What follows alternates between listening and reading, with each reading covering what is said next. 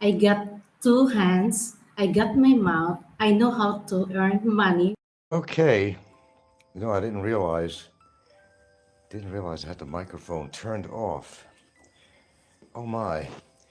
Well, we have a new alcoholic in the Philippines genre, Ray in the Philippines. He smoke'ems, he drink'ems like crazy. An Irish guy from America. He's got his girlfriend, whatever she is, and he's been doing a lot of shows. He's called Ray in the Philippines, one word, R-A-Y. And we got a new alcoholic. And a lot of people think that he's running away from something. That's why he's in the Philippines, which is a common situation.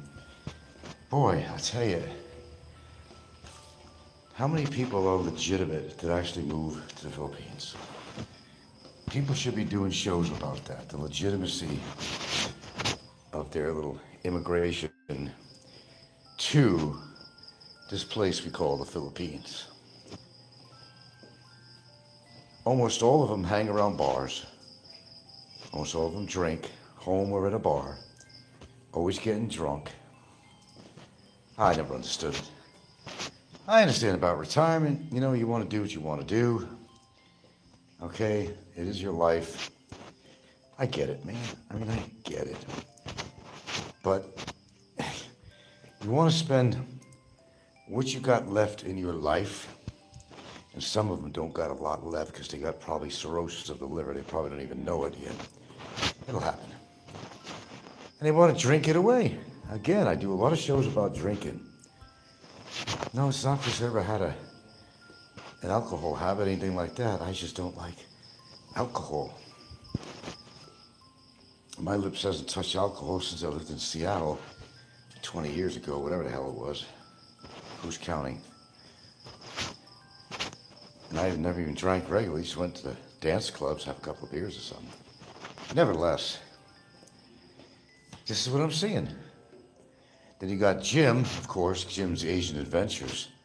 Oh, I quit drinking 5 days ago. We just saw him drinking the other day. I don't understand. They think just by saying that, people are going to believe him. When you're a stone-hard alcoholic, if you've been taking steroids for 20 fucking years, you think they're going to get them off steroids or get them off alcohol? It ain't going to happen. It's not going to happen. I don't know, man. It just seems to be the common denominator.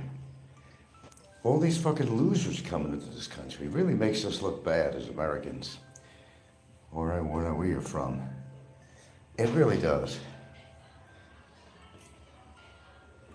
Drink, drink, drink. That's all they fucking do is drink, drink, drink. Well, the alcohol is cheaper here in the Philippines than it is in America.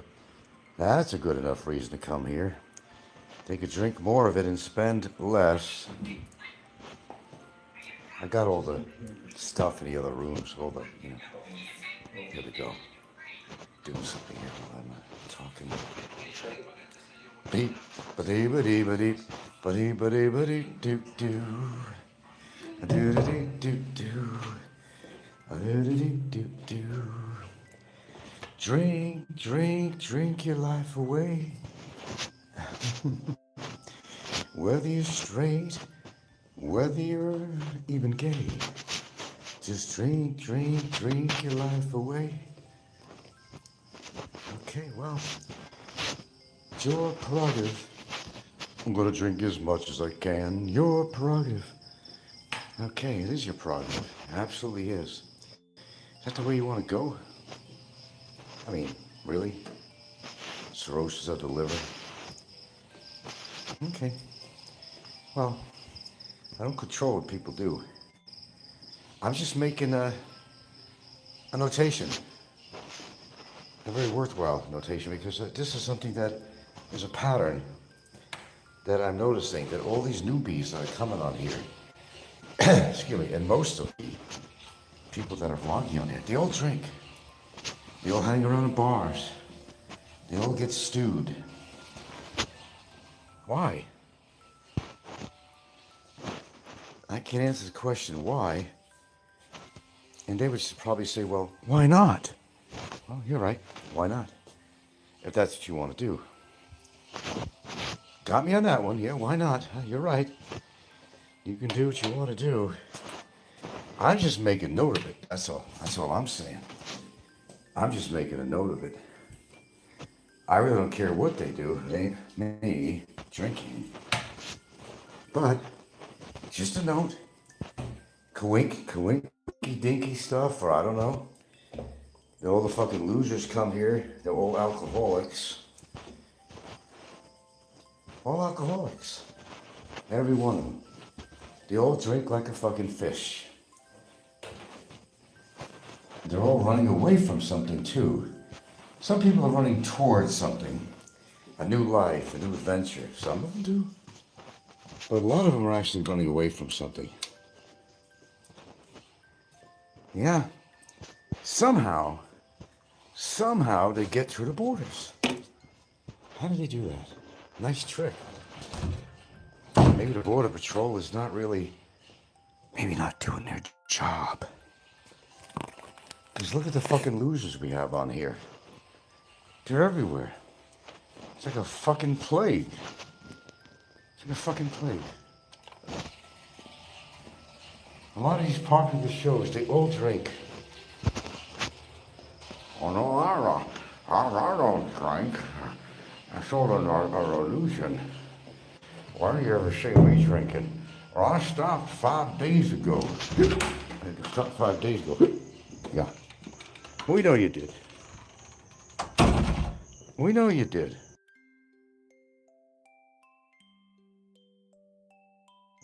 Anyway, not that I want to promo this guy.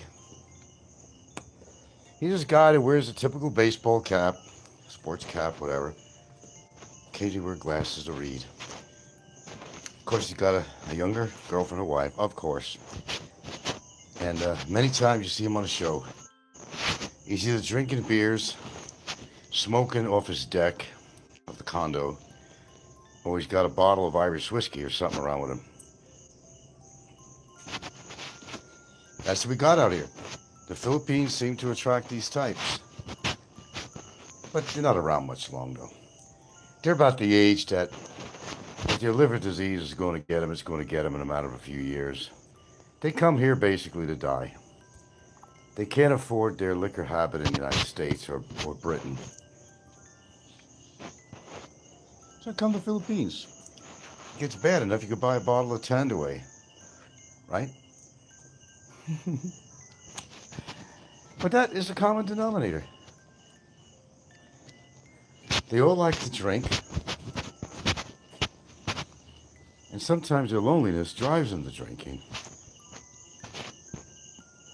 But what they don't understand is that alcohol is a depressant.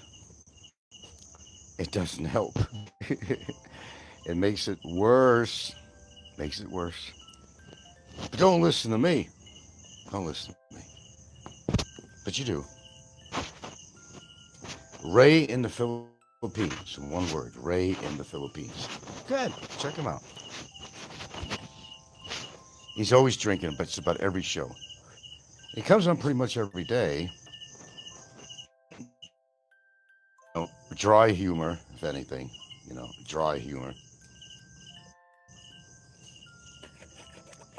He's about 50-ish, and he looks about 62, somewhere around there. They all do. Everyone who just look a hell of a lot older than their age. Look, Jim, who's 54. Jim's engaged in adventures. That guy looks about 67, 68. Steroids, alcohol. Same formula for success in their life that they may deem to be some success in their retirement.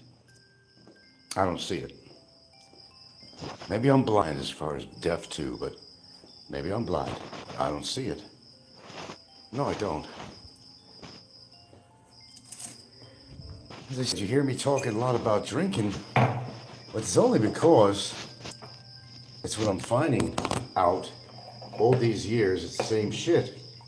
It's the same people that cause trouble that drink a lot. Same people that are not having the best life in their world, and they gotta fantasize. They're in their own delusionary stages. But they're living the best life in the Philippines. Well, how would they know it if they're drunk all the time? They don't know what the fuck they're doing.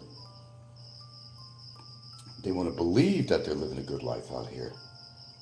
They're so drunk, how could they tell? Is that maybe that's a good life, drinking? I'm drinking right now. Water.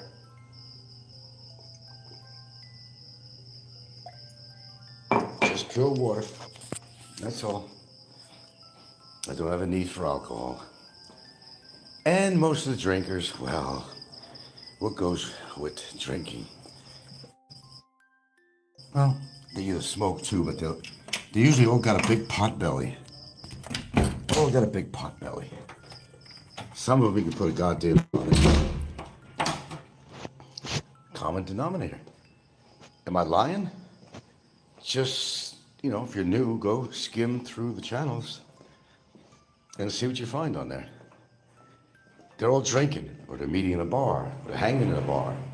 Some smelly, seedy bar with a bunch of whores in it. Couldn't you do that in your own country? I would think you'd be able to do that in your own country. Spend the money to come over here to do the same thing, but then again, yeah, drinking is cheaper here. Alcohol is cheaper. Gilda's smiling at me because there goes Frank. We can show you that. Give me that smile. Give me that smile. Yeah. There we go. No, she knows it too. She hears these shows. It's always in the background or something. No matter what she's doing on her phone, she hears some of the shit, some of the shows I listen to. And yeah, the common denominator is they're all drink. I don't know, they're trying to hide their problems. It doesn't make them go away, it makes them worse. And there's some people who could handle their liquor, and there's some people that can't. It gets really belligerent. Don't be proud if you're a fucking drinker, man, because you're looked out even more of a third-class citizen than a smoker. You really are.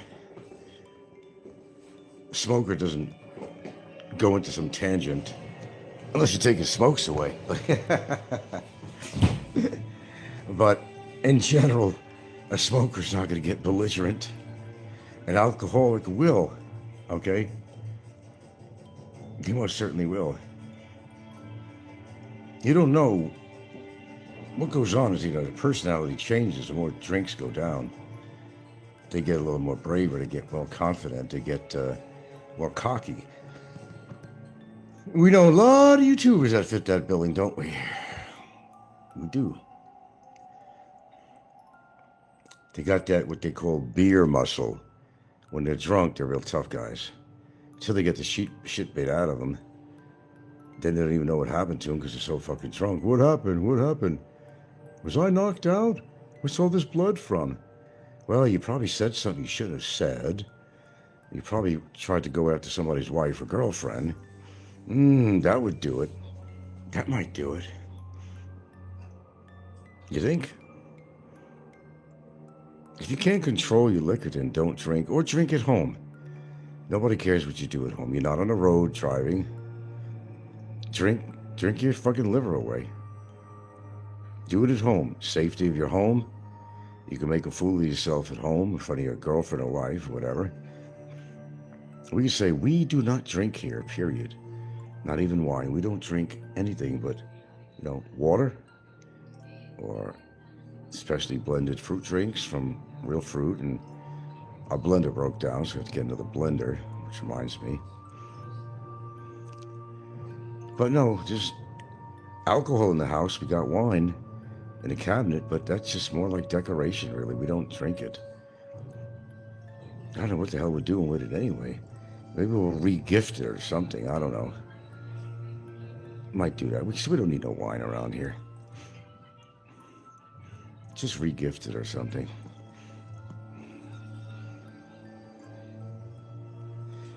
I never liked the feelings. I think it's a feeling of being out of control, I think. When you drink and you get yourself to the point of being drunk. It's only a couple of times I actually became drunk. Hello, IKEA. Use it for cooking. Oh, the wine? Nah. I don't know. A lot of people cook with wine. I don't know why. Some recipes call for wine. Why? Why wine? I don't know. I can't answer that question, you know. Excuse me. But yeah, Ray in the Philippines is a kind of a newbie on here. Ray, one word, Ray in the Philippines. And most of the time he's drinking on camera. Wine is actually good for you to prolong life. Well, wine is better than hard alcohol, but wine is still alcohol, period. And maybe you don't have as much as a real stiff drink, but it has resveratrol in it. I got tablets for that. One of it, resveratrol tablet, is like taking 100 drinks of wine. It's concentrated. You get all that good stuff out of it without the liquor.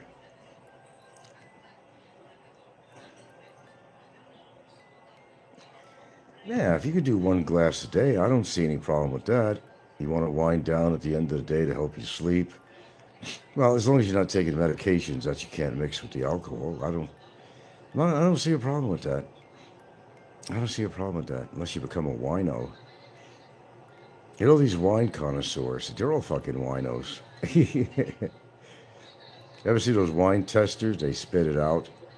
Well, they would have to, but still, it's still getting in their system. You're sublingual, you know, under the tongue, it absorbs all that shit. So they're squishing around in their mouth for taste and all that stuff. I mean, it's a snobbery type thing, you know. Wine connoisseurs. Oh my God, that's a profession. I guess it is.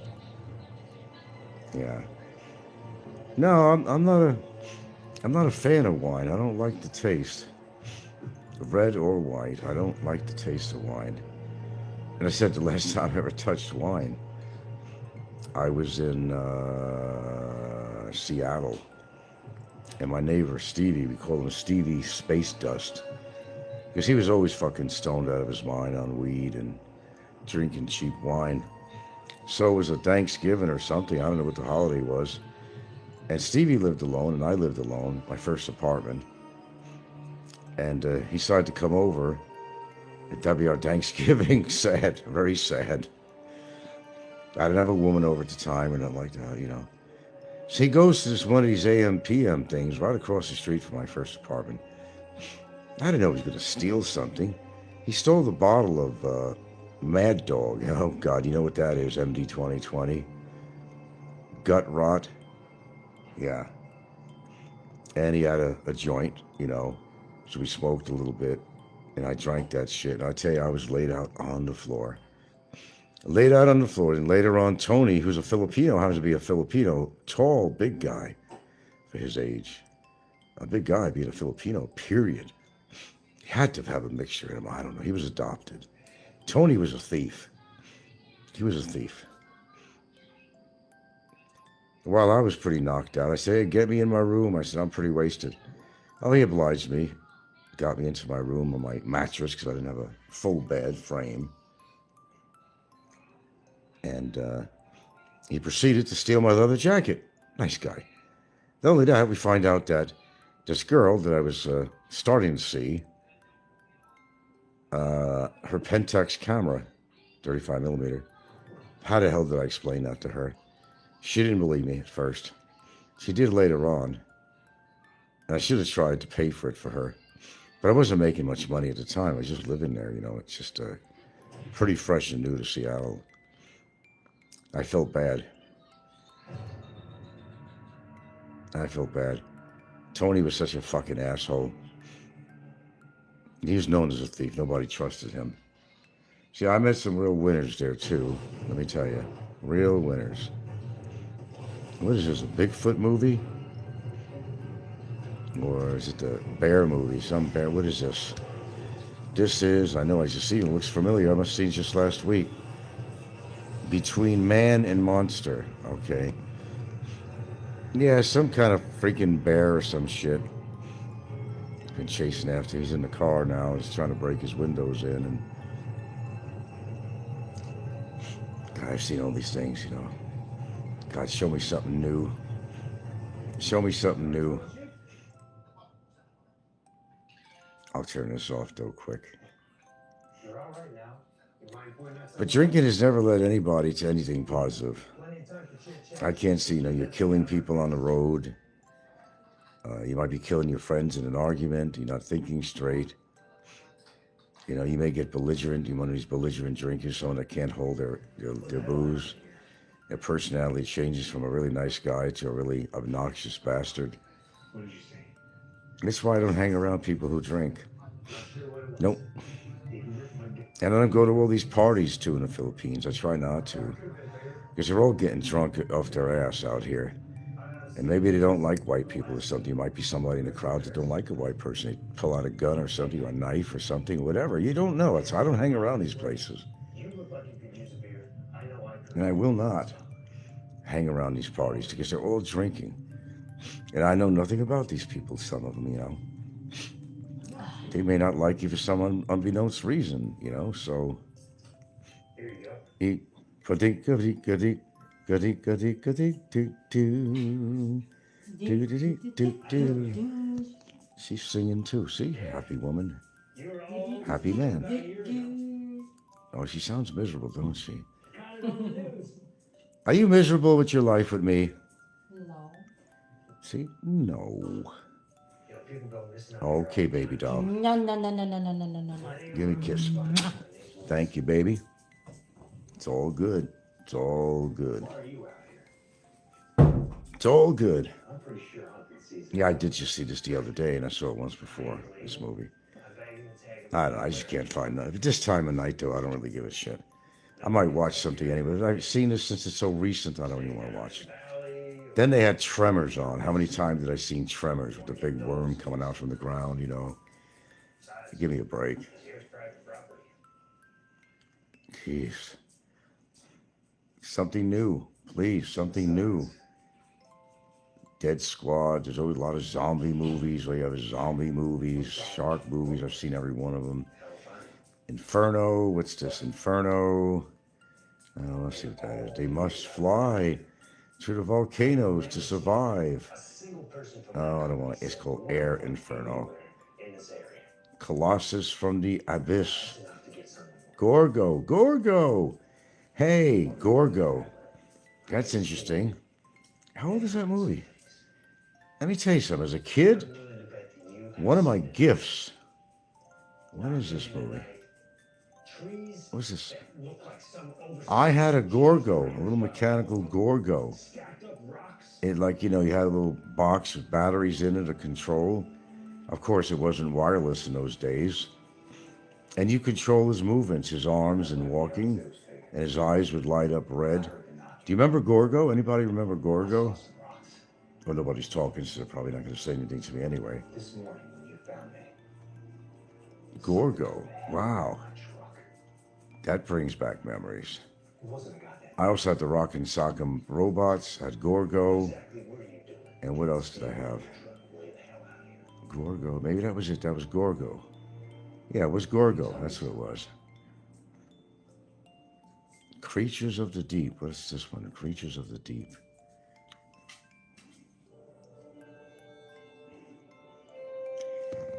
Well, I've only got 5 in here. That's why you're not talking, because I got trolls listening to me. But, oh well. I'm going to get off anyway here. I'm going to watch a little bit of movie before I hit the sack. I want to stay up a little later tonight so I can get up a little later. It's not usually much later. Believe me, it's not. Might try it out for size, But yeah, drinking, gulp, gulp, drinking. Do you drink, folks? Do you ever ask yourself, why do you drink?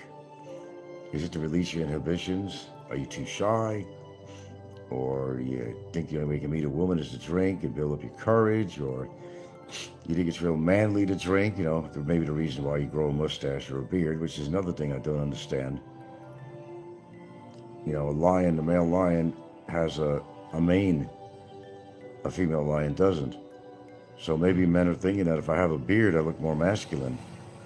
I don't know what the purpose of a beard is unless you live up in the Arctic or somewhere. It's really cold. That could help insulate your face. I understand that. Why do you wear a beard if you do, or a mustache? Isn't it really a way of being machismo? You want to be looking more alpha? I don't see anything good about it. You got to keep on trimming it all the time, and it catches your food, particles of food, which turn to bacteria. If you smoke, it gets orange looking, terrible, smells. If you drink, it catches the smell of the alcohol. As I said, the food particles, spit from your mouth. It's disgusting. How does a woman kiss a man with a beard? I don't get it. Some women are turned on by it. Well, I'll tell you what, go down on her muffin. How many times does she get irritated from that thing? It doesn't always work. It's not always a tickler. Sometimes it could be a real pain. You'll get abrasions from it. And a woman that gets abrasions down there from that, it's not pleasant. Of course, I've never done anything like that before.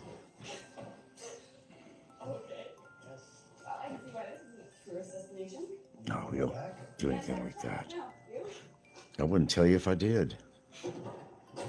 I will say, though, chances are that you'll wear that silly grin the moment you come into view. Those little whiskers you have cause some problems, man, besides being very unhygienic. Now, nobody's willing to tell me. If I had enough people on here, somebody might contribute, but if you have a mustache or beard, I'd like to know. Complete honesty. Thank you. Why do you have a beard? Are you trying to look more distinguished? Trying to look more macho? What is the reason you have a beard and a mustache, or just a mustache? Or a beard without a mustache? You see that sometimes too. What is the reason? Does it serve a purpose?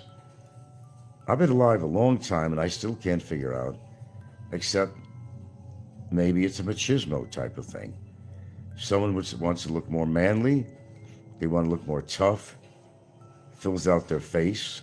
Some people grow beards because they have no teeth in their mouth. My brother did that. He always has a beard, always had one, because his mouth was a little bit kind of inward because there's no teeth. If you have no teeth, then you got a sunken mouth. And some people would grow a beard to hide that. So what is your reason? I know you're not going to tell me, even though we got a couple more people in here. Why do you have a beard or a mustache? Again, the choices are because it makes you look more manly or tough, or you wear it because you live in a cold place, you want to keep your face warm. 3, you think it's sexy. 4, you think it's more alpha. Or 5, maybe you just don't like shaving. I certainly would be curious to know. I mean, seriously. I've talked about this before, but we never got into a discussion of it. I never actually asked anybody questions about why did you grow a beard. I'm asking it now. If you're willing to break your silence, tell me. I started the beginning of one when I was really younger.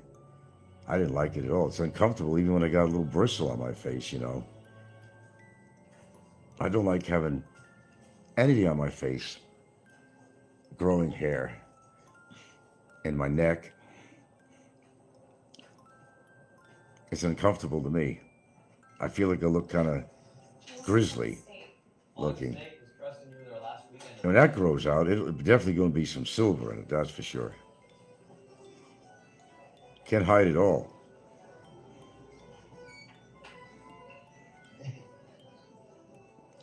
Okay, I see it's a monologue tonight here, so I'm not going to have apparently any dialogue on here. IKEA started to talk, and he's the only one on here that actually started to talk and say anything. 4 pints would be great. Sounds good. Follow me. All right, nobody willing to share? Okay, we'll just get off then. All right, just thought I'd pop on. I'm gonna probably have to hit the CR anyway. But thanks for the lively dialogue here tonight, guys. I don't mind you listening, but it's nice to occasionally have a little dialogue, and some of my shows are very lively with dialogue, and some of them are not. But they rather just sit there and listen to my golden voice. I understand. Somehow it soothes you, I've been told. But sometimes that ain't enough. Got what I'm saying? Know what I mean? Know what I mean? Actually, I'm not sure I'm gonna. It's not like I sit here and I just like hearing the sound of my voice, because I really don't. And truthfully, I can't even hear myself talk very well, because I'm actually almost deaf in one ear. Nearly. Check out the East Coast for a while. So I could hear what I'm sounding like, but not to a really defining point It's not like Berkeley's going anywhere. because of the hearing problem. I'm surprised, I could actually get through a very good soliloquy and be quite eloquent with a hearing problem. It still amazes me to this day. Always has. But it seems to work for you, so that's all that matters. All right, so I started talking about drinking, and I'll end it with that. Look, here's the thing. I don't care what the fuck you do. I really don't. It's just something I'm talking about, that's all. And I'm just making an observation. I got a new guy, another drinker, that's getting drunk almost every time he gets on his show. And I find it amazing that people will move here just to get drunk, and they could have done that in their country. But then I proceeded to say that, the booze is cheaper here, and that might be one of the reasons they moved here. And it wasn't just for the women, but if they had a number of reasons why they moved here, they were running away from something, number one. Number two, the liquor is cheaper here. Number three, they can get young women here. 4, housing cheaper. 5, they're living off their pensions, which they couldn't live off in the United States or Britain, or wherever they come from. So let's say there's 5 reasons why people come here. But drinking always seems to be one of them. They get cheap liquor here compared to the United States and other countries. And the price of that's even going up too. So you come here with a very weak pension, well, you're going to be chewing your money down even more as liquor prices go up. If you smoke on top of that, then you're paying for liquor and cigarettes. And that adds up by the end of the month. Believe me, I know. I don't drink, but I do smoke. That adds up by the end of the month. It comes to something, That money could be used for something else. Fact. Okay, well, if this is going to be no dialogue on here, except a couple people, then I have to get off here. I'll just watch something on TV for a while before I retire for the evening with my lovely girlfriend. Okay, is this it? Is this the best it's going to be? I definitely know what's going to happen on New Year now. I will be getting off YouTube. I'm setting a date for New Year's. I'm setting a date for it. So I'm going to do all the talking and squawking that I can between now and then. But this is not worth me being on. I'm not making money on here. Let's do it. I don't get a lot of dialogue, not all the time. And I'm just talking to myself. And you're just sitting there like an idiot, listening to me. Well, maybe you're learning something. Okay, I'm getting through to a few people on here anyway. But I'm not going to sit here with no fucking dialogue. I know. I'm not a drama show. I know. I get it. If this was a drama show and all the trolls were on there, yeah, you'd all be saying something, wouldn't you? There's nothing holding you back on that kind of show, like Big Kevin's show, or Popeye does one of his little shits. Then you're brave, and then you come out and you start ranking on Frankie. Well, what if Frankie wasn't here anymore? You'd have to find a new victim, wouldn't you? And you always do. All right, I'm done preaching for the night. When you think you've seen it all. Now, immigrants could be great people. They help build the nations. But what's coming into these countries, and I'm not just talking about the United States, I'm talking about the UK. There's a vlogger called Kurtcas, one word. And I believe the correct spelling is in the title of this show. And he's apparently got quite a following. And he goes around photographing, well, as this particular video I've seen, he's in the streets of the Manchester area in Piccadilly Park. You've heard of Piccadilly, like Piccadilly Circus. Well, you have to see this in just one area. And this is what's happening when all the shit faces of society move into an area from another country.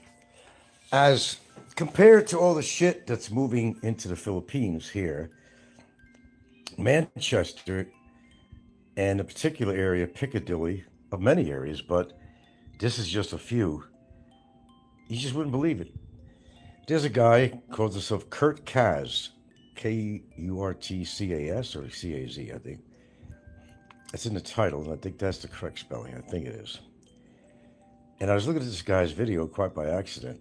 And he goes around, he's got 2 bodyguards with him that are highly trained in martial arts for his own protection. And that's why he's kind of cocky himself. He wouldn't do it on his own, coming around with the camera. This guy's been accosted so many times. What you see in the streets in this country, and you think United States is bad, you got to go there to jolly old England. And let me tell you, there are more thugs per capita. There are rapists, child pedophiles, thieves, drug dealers, drunks, gangs. He likes to call them different names. There's these guys that walk around with this kind of a vest on. It's like a bubble vest kind of thing in cold weather with no sleeves. You'll know it's them, it's a gang, because they wear that. He calls them, and they got this kind of a broccoli top haircut. He calls them broccoli tops. Anyway, he has names for everybody in the streets. Oh, this is good. You'll watch the whole thing if you've seen this. Maybe that was his last video he put out, Kurtcas, Kurtcaz.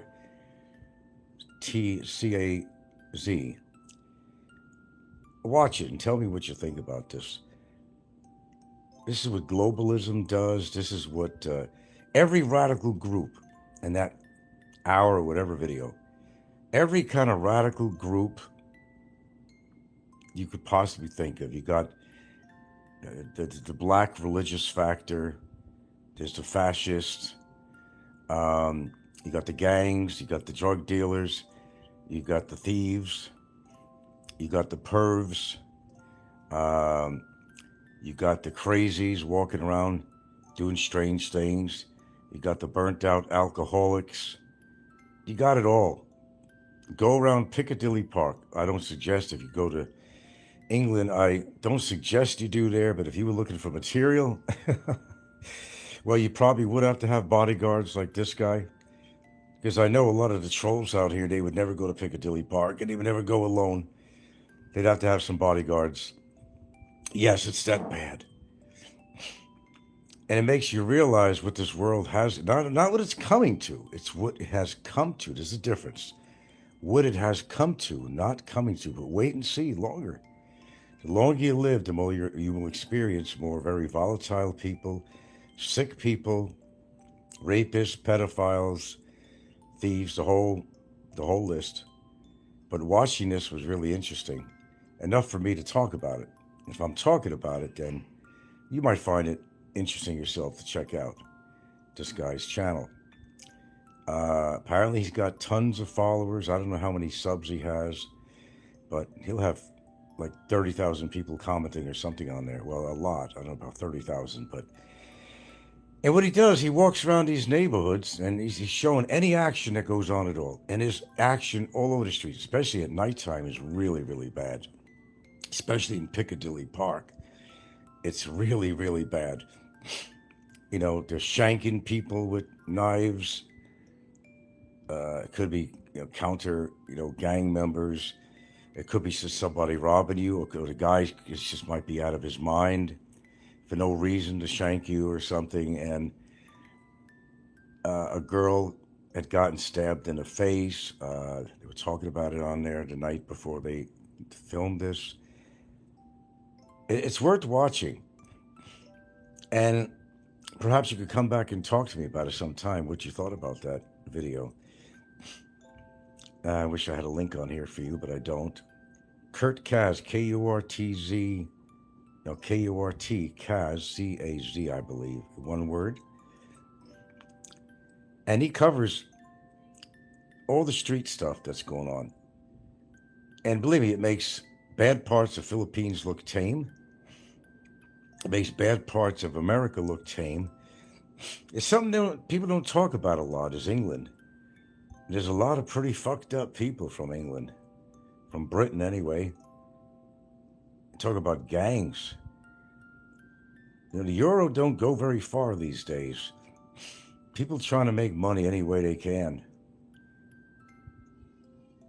And these guys are very, they got eagle eyes.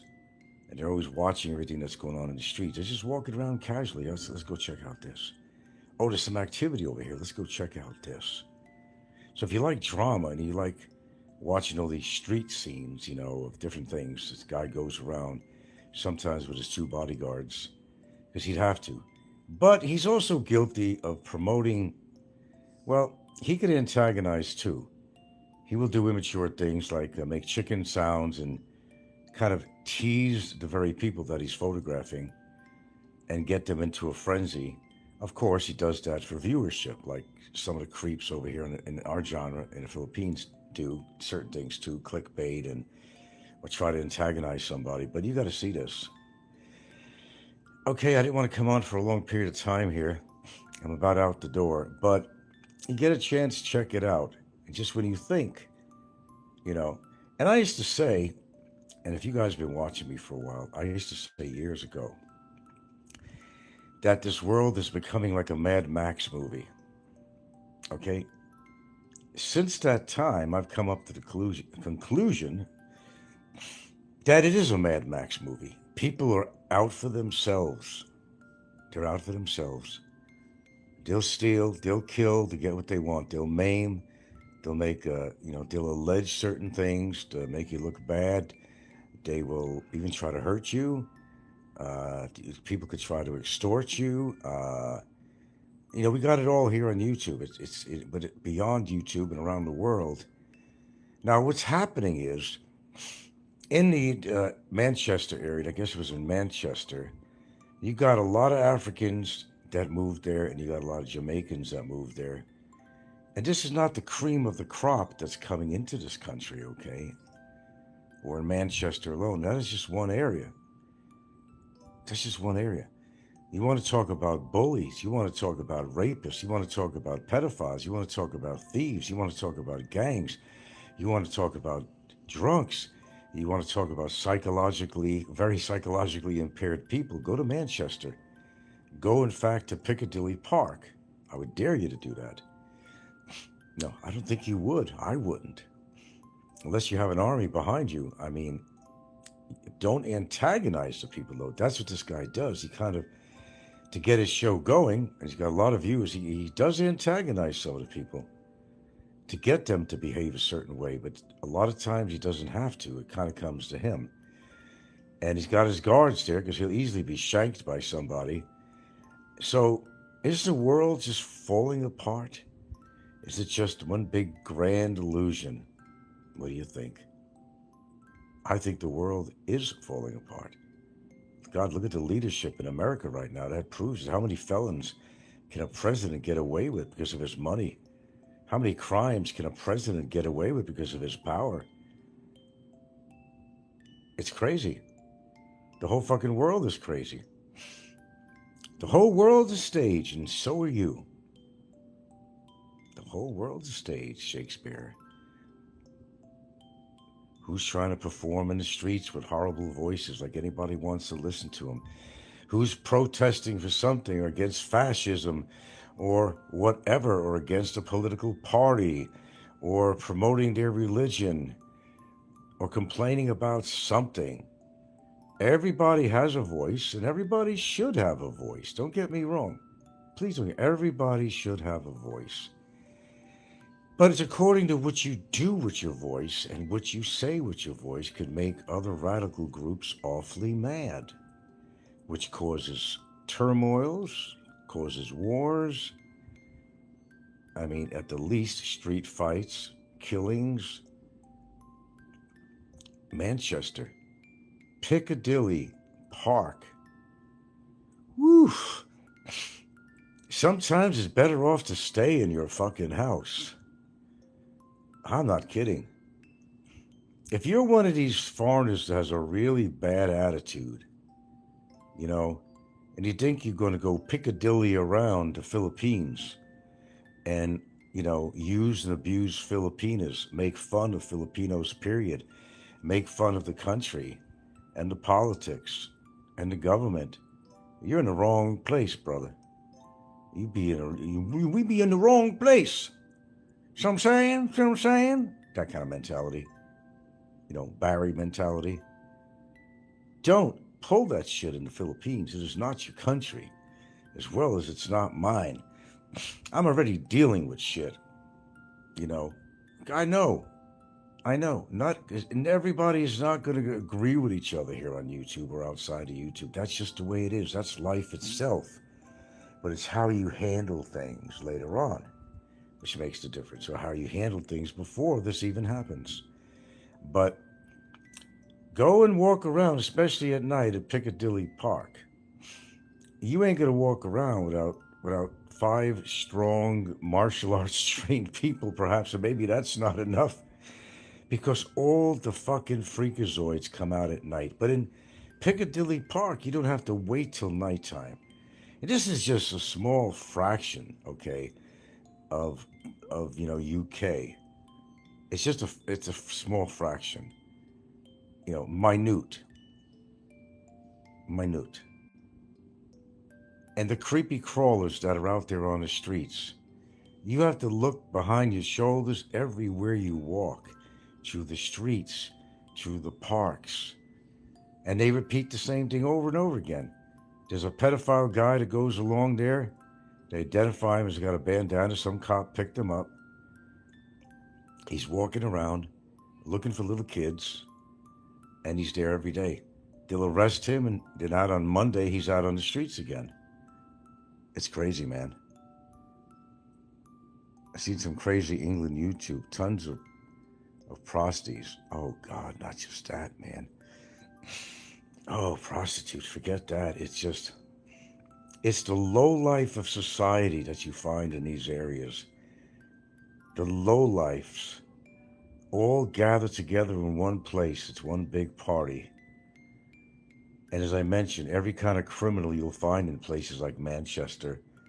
And of course, if you want to localize the area, go to Piccadilly Park. You've always heard of Piccadilly Circus from the past. This is insane, man. I mean, this is totally insane. I would never go to England.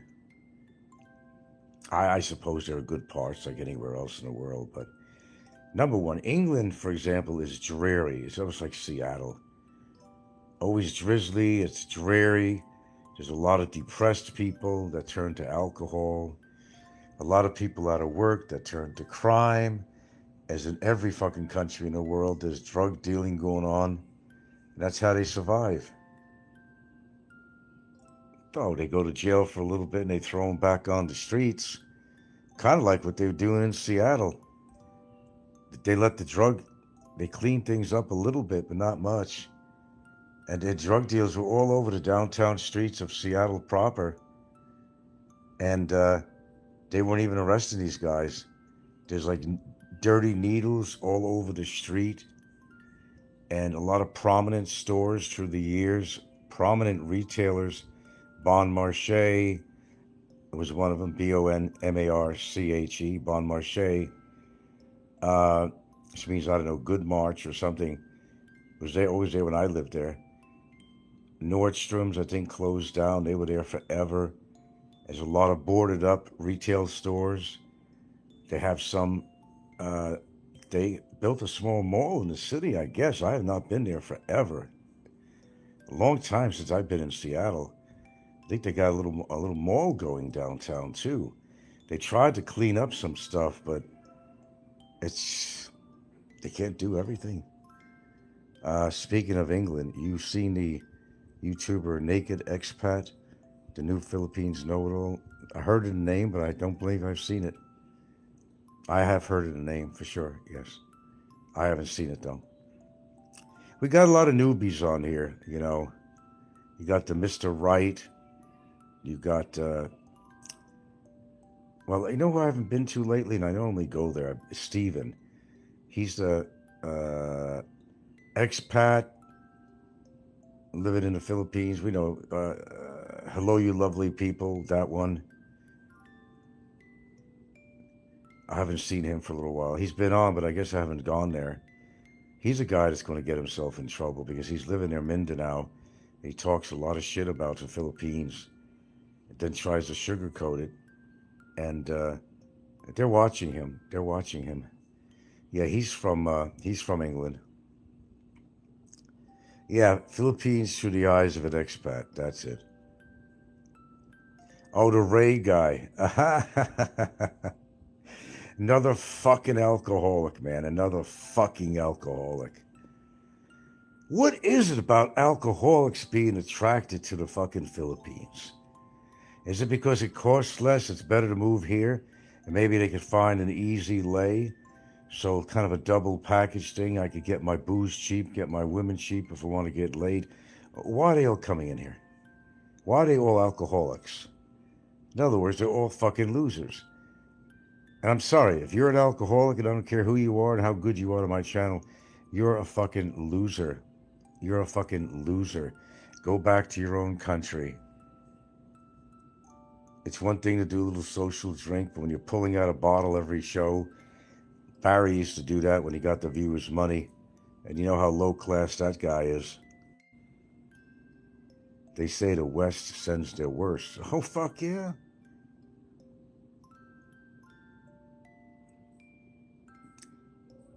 Ray.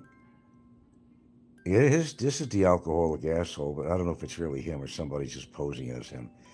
This guy, Ray, he's married, and he's always pulling out some Irish whiskey or something. He always drinking. He tries to talk a little bit of street talk. I know the guy's like 50 years old. He looks like he's about 65. Somewhere around there. Big ups, Ray. So you're supporting this guy? Are you supporting Ray because he drinks? I'm just curious. Philippines king. We got all the losers moving into the Philippines, and it really gives foreigners a really bad view, you know, a really bad reputation.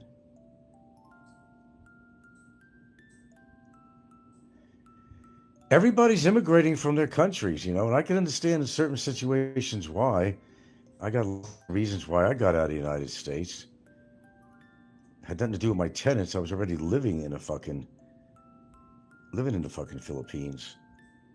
As Popeye would say something to that. This isn't right. It's not every show.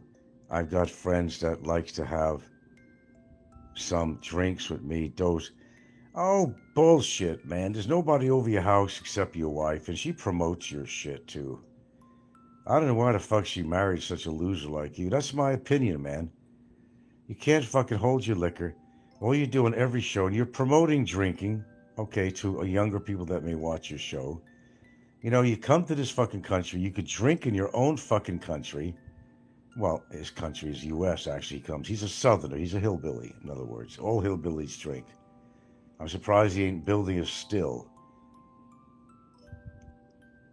I actually started out watching this guy, Ray, in the Philippines. I started thinking, oh, okay, he seems like a nice guy.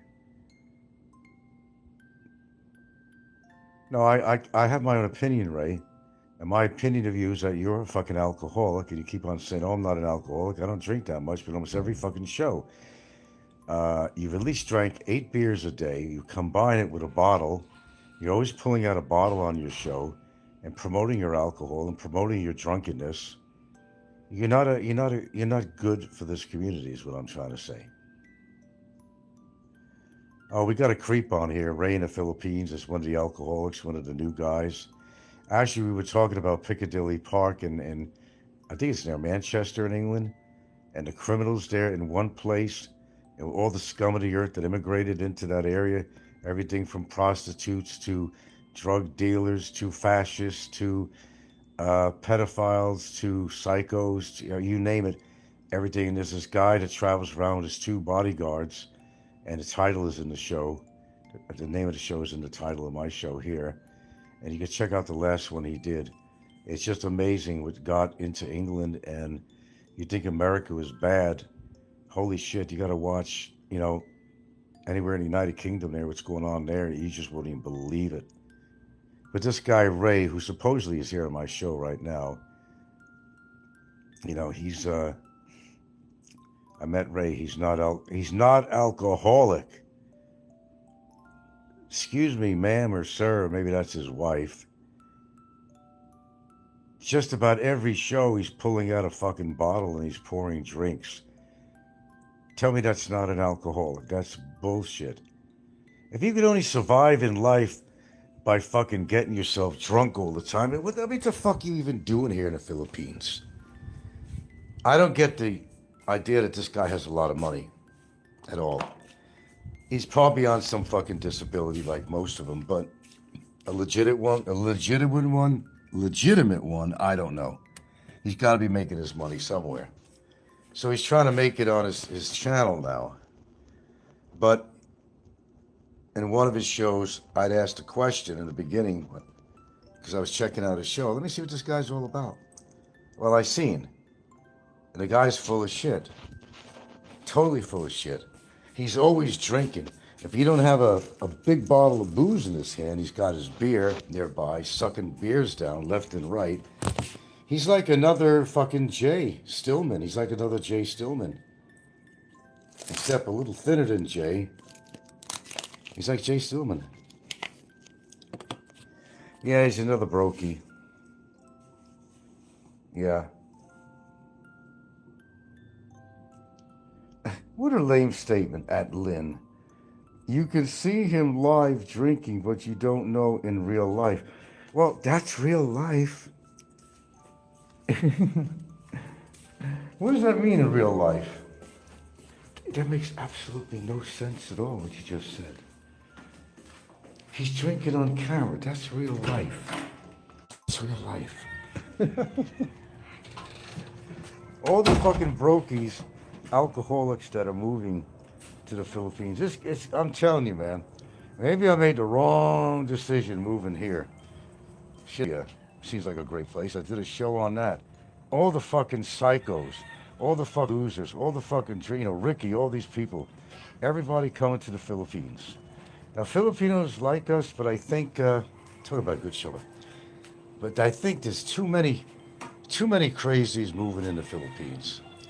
They all got problems and they're bringing their problems with them, and I think that's what's going on. Yeah, I bet you know him because you're his wife. Philippines King. Rumor is Ray is a big, sick grandpa guy. Yeah, and he tries to be cool at his age, too. He gets a guy on his show called Something Dog, and he's like 20 years old. Ooh, dog, ooh, dog. He's got a little bit of Southern hillbilly in him and a little bit of, progressive, I don't know what you call it, actually, but the guy's out of his fucking, he's drunk out of his fucking mind every time he puts a show on. Oh, he can't stay away from that bottle. This is what's coming into the Philippines. It's sad, but true. Yeah, that's his wife. Yeah, Lynn Ashby would be his wife. In fact, I think her name actually is that. But the thing I don't understand is, there's enough alcoholism here in the Philippines, so why would a Filipina, want to marry a drunkard from America, from another country? You think there's not problems enough here that they want to marry into something that is just pure trouble? Why would you deal with that?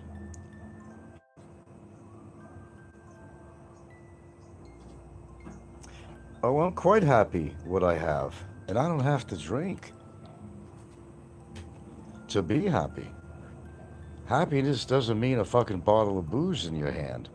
Doesn't mean bending your elbow every 5 minutes, having a fucking drink to stay happy. It's a false happiness is what it is. It's false. It's delusional.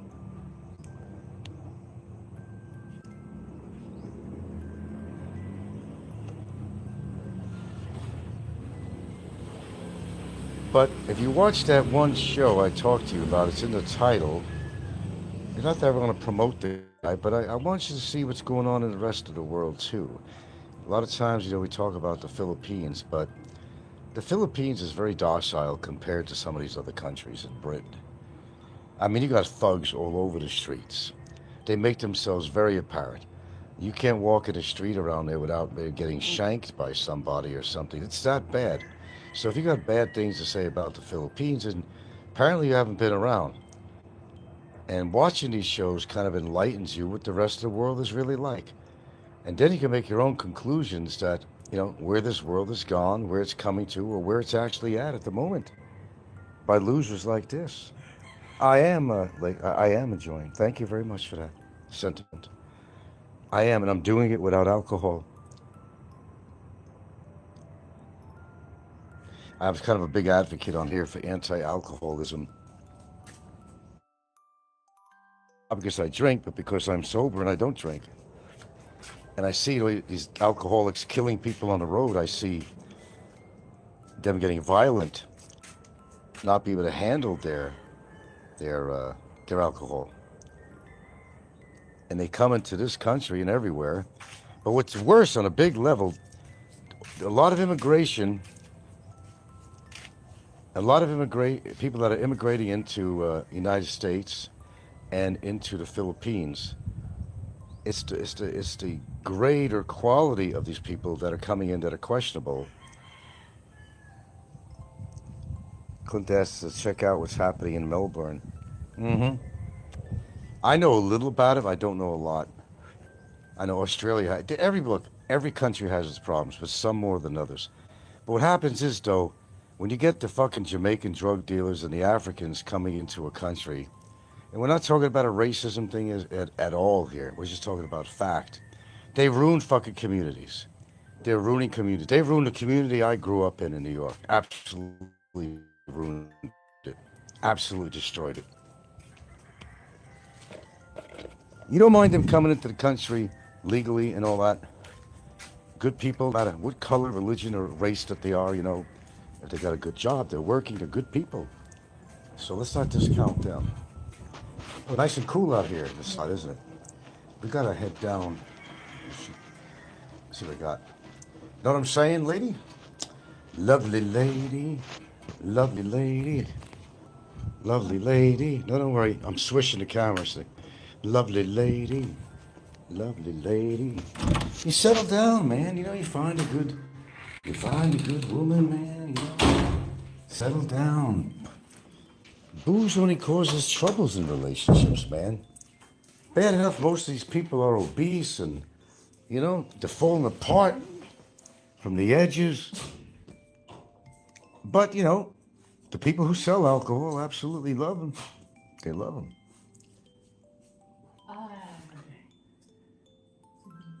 Lynn says so many expats in the Philippines drinking anywhere in Manila or any part of the Philippines. Well, that's what I'm saying. All the fucking losers are coming here to the Philippines. That's my point, Lynn, which I think is Ray's wife, I think. Sticking up for his alcoholism. It just causes problems because you get cocky when you drink. You get killed that way, man. Or get hurt. Or you get ousted. Everybody wants popularity on the show. So you got to do something that's going to attract. So alcoholics will attract like Jay Stillman. Alcoholics will attract other alcoholics. It's one big boys club. Just like the haters clubs on here. They always attract other haters. What's that, Clint? The kids have worked out ways to circumvent those bans. And apparently there's an app coming out to bypass all those restrictions. Which ones in particular are you talking about? Making reference to, Clint? But I tell you what, I don't know everything, but I learn all the time. And I saw this show, and I know England, and I know the UK, has its problems. I've always known some of the toughest neighborhoods in the world is in Britain, actually.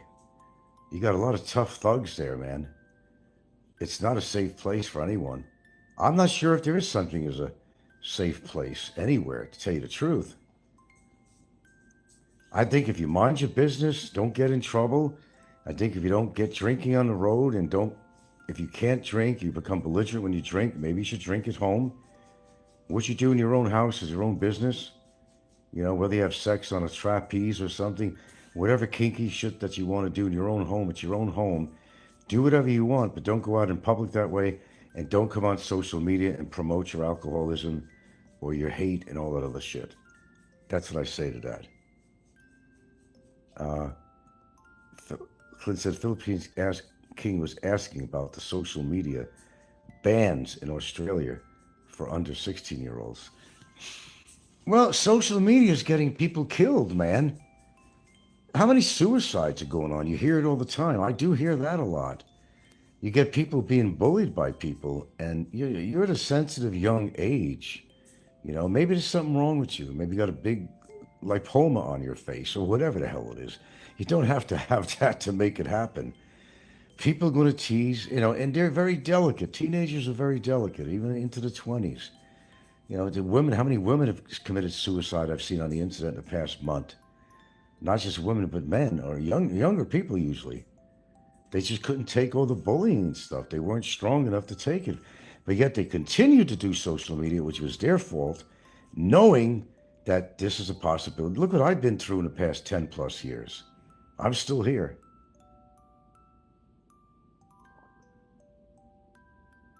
No, you can't see my face because I'm doing radio mode. I have a face made for radio. Okay. That's the best response to that. I do get on camera. Yes, I do.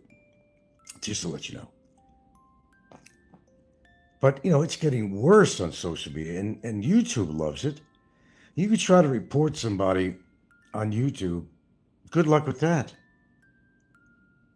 It's not even real people. It may be keywords that the bots grab or something to get their attention, but I've reported some people in the past. I must have reported them 500 times. Thank you for reporting, and we'll get back to you. And they could be threatening people, they could be calling people pedophiles. They don't do a goddamn thing about it, man.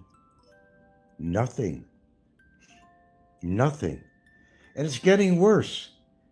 As the economy is tightening up, the YouTubers with the bigger channels that have thousands and thousands of subscribers, they're complaining about they're getting dips in the amount of money they receive for whatever reason, blaming YouTube or something. I don't know what they're doing, or advertisers or something, but they are making more and more shows than ever. And they're all concerned about their algorithms and everything. None of them really have a social life. It's on here. Hey, I put it right out there. I'm at an older age. I'm a senior. I hate defining myself as that because I don't act like one. But, the age says it all. I can't hide from that. I come on here and say what I need to say. I mean, I'm not out there drinking, harassing people. I'm not in a bar. I don't hang in a fucking bar. I could do that in my own country. I talk about the goings on in the hood here of the Philippines genre. But, I'm not attacking people with knives. I'm not going after their families and kicking their dog or raping their wife. Just a simple show. Not many subs. I've been on a long time. I've had a lot of subs once. Long story. I don't want to get into it again, but those have been following me know the deal. But man, just for the hell of it, the title on the show, go check out this guy's channel. Maybe that was the most current video this guy did. I'm not sure. But if you have to, just skim through it. And if you want to see the Manchester area and the areas he was covering in that particular video in Piccadilly Park, oh my God, don't go to Piccadilly Park. Holy shit. I am enjoying. You're enjoying my live stream. You're telling me to enjoy my live stream. Okay, and I'm not going to be apologetic about the drinking thing. And the reason I'm such a well, I'm an advocate against drinking and people who drink is because I don't hang with them, because I see what they're capable of doing.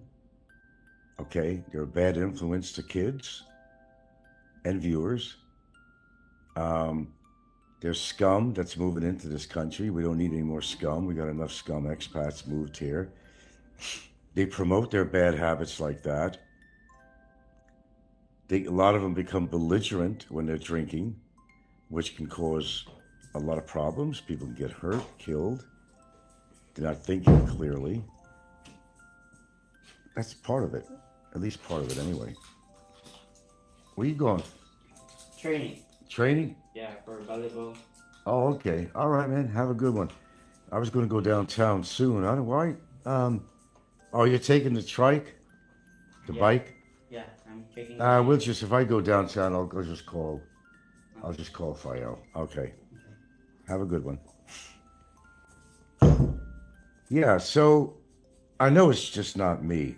You must be getting a lot more educated to what's going on with the world, especially when you got a president in the United States that's getting away with the shit that he's been getting away with. He's the talk of the town, talk of everywhere in the world, actually. He's done some really heinous things because his money and power, he gets away with it. That's kind of how it works. I want to see Trump go down. I want him to go down big fucking time. I don't care how he goes down politically. Physically. The guy needs to go. He's a bad influence to children because of things he's done to children. He's a bad influence to children by his mocking other people, calling reporters piggy, calling them stupid, making threats to people. And the guy's a leader of a free world. He's a leader of the United States. But it's like this. The reason that, and he's losing grounds here too, by the way, big time. His popularity ratings, whatever you want to call it, is down to like next to nil. And this is coming from staunch Republicans that supported this guy. They're not wearing their MAGA hats very proudly anymore.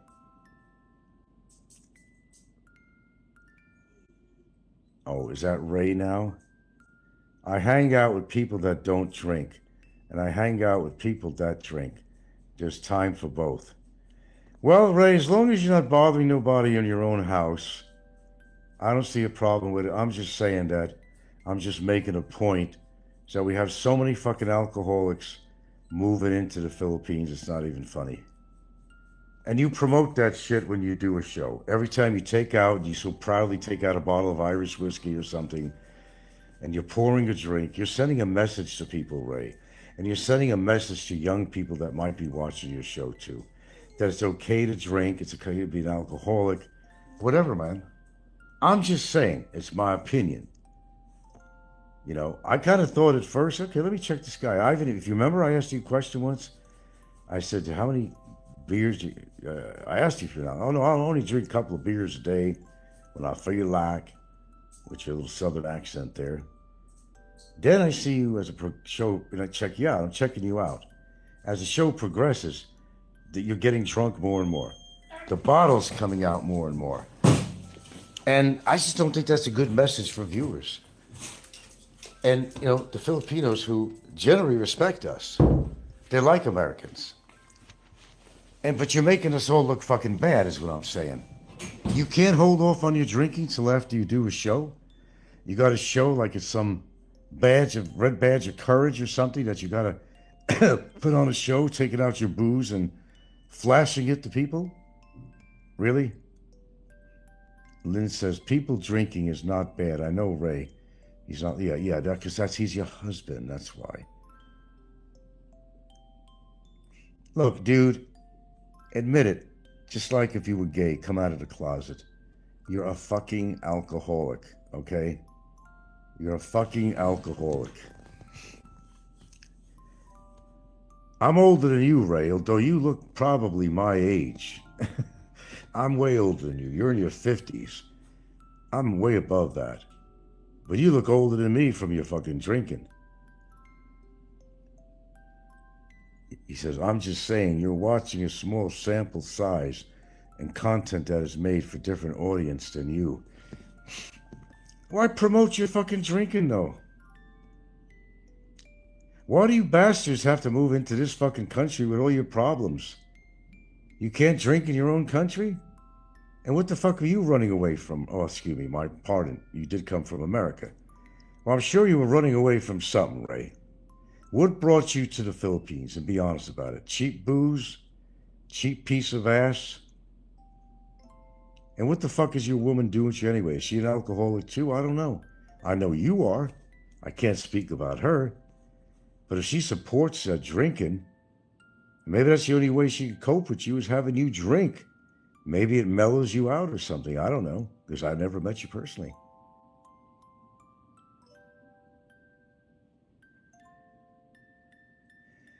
The minute you take a bottle out and you do it on the majority of your shows, I've already made a judgment on you, Ray. You might be a really nice guy otherwise. I'm not saying that you're a bad guy, Ray. At first, when I first saw your show, I thought that'd be a guy. I don't usually meet YouTubers. That's not what I do. I'm not out to make friends on here. I don't like being around expats. I didn't come to another country to be around the same kind of people. Although, you see, being on YouTube gives you a system of venting. You are able to be around other expats without hanging with them or making friends with them, because they're the worst people that'll turn on you. They're too much problem. They're problematic. Always causing problems. I don't want to be around that. I've had enough of my own out here since I've been on YouTube, and people have been following me. They know what I'm saying. They know what I'm saying. Yeah, I made my judgment. If you can't do three straight shows without fucking drinking, you're an alcoholic. I'm making it clear. I don't like alcoholics. And it's not like I had an alcohol problem. That's not the point. I never did. Why move to another country, have to drink yourself to oblivion and your liver? You could have done that where you came from. Why do you got to come here and promote alcoholism on your show? Why can't you just drink off camera? Oh, I know, it's a social thing. I could invite other people who like to drink and are drunkards on my show too. We'll all get along just fine. Fine and dandy, like you say, where you come from in the South. Right, Ray? Ray, I call you Ray. Right, Ray? You're an alcoholic, dude. Admit it. You're an alcoholic. You're a low-class piece of shit alcoholic. Now, what you like when you're not drinking, you might be a pretty mellow dude. But the minute you take out the fucking alcohol, I've seen the way you loosen up. You act like a shithead when you're drinking, mimicking a viewer that goes by the name of something dog, and you're making howling sounds, which you'd expect out of a prepubescent. Anyway, I had my say on that. Yeah, watch that show in the title, my show, folks. And see if you watch the whole thing, because you might actually find it interesting. It is actually interesting to walk around with this guy in the streets of the Manchester area. Is Piccadilly in Manchester? Because I really don't know the geography there. But he mentioned Manchester and Piccadilly Park, I think is in Manchester. So I'm not really familiar with the country. I've never been to England. And have no intent ever to go there, actually. And this is just a slice of our society. And if it's like that, there, in other countries too, you got a lot to worry about. It's going to get to the point of complete anarchy. It's turning like that in the United States. It's turning into be a bunch of anarchists. Anarchy. You can't trust going out your door with anarchy. It's going to become like that fucking movie, Purge, where the government gets no control and they say, hey, once a month or once a year, whatever it is, you can go outside and do what you want. You can kill people, get rid of all the scum. That's why I enjoyed certain movies where there were these, oh gosh, there's people that like to walk the streets and find all this scum and they annihilate them. Make the streets safer. I've never done 3 straight live streams on. Yes, you have. Yes, I do that with my friends, barking because they enjoy acting like a fucking fool. You're fucking 50 years old, whatever you are, dude. Act like you're 50 years old. Well, you're welcome to come on my show when I do it. I'm probably not going to be on YouTube too much longer. Maybe on the New Year's I'm getting off for good. I've done over 10, 12 years of YouTube. I've been around. There's not many people not familiar with me. I've been attacked by people you wouldn't believe, Ray, and not for any good reasons. I've had thick skin. Never got chased off YouTube. Believe me, I put a guy in jail who's still in jail right now as we speak. Almost 3 years for cyber libel against me. A guy that never learned his lesson by calling me a fucking pedophile. I act upon things, Ray. With that being said, I just thought I'd come on and talk about this because I thought it was quite fascinating. In Manchester. Huh? So. Where I go, the follow. I know. Follow you in and out of the room. I go outside, you want to come in. Now I'm here, you want to come out. Hey, you want to go in and out of the rooms, I know. Well, Ray, I wouldn't call it an attack, Ray. It's a commentary. That's all. Take it for what it is. She said, we have enough scum in the Philippines genre here that you'll never get bored, that's for sure. It's like another Piccadilly Park in England, right here in the Philippines genre.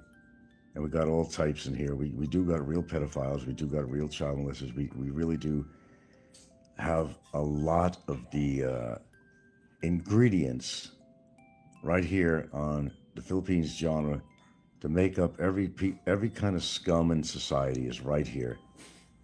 Liars, cheaters, people with harems, drunks galore, drunks galore, drunks galore,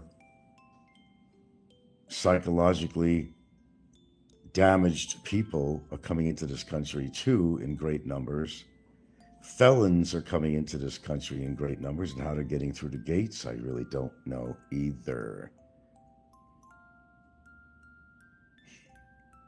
Philippines King says, Ray's not attacking. I'm not attacking him at all.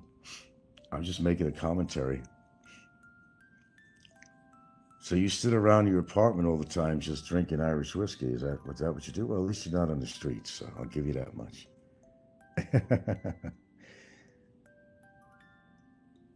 I deleted your comments on my videos, but only because it was just the same comment over and over. I don't mind negative comments, just mix it up a little bit. Have something new to say. Well, I could say the same thing to you. Mix it up a little bit. Maybe get more viewers on your channel. But just sit there with a bottle in your hand, you would attract a certain kind of people. And maybe that's the kind of people you're trying to attract. Maybe that's the whole idea. Try to attract some quality people to your channel.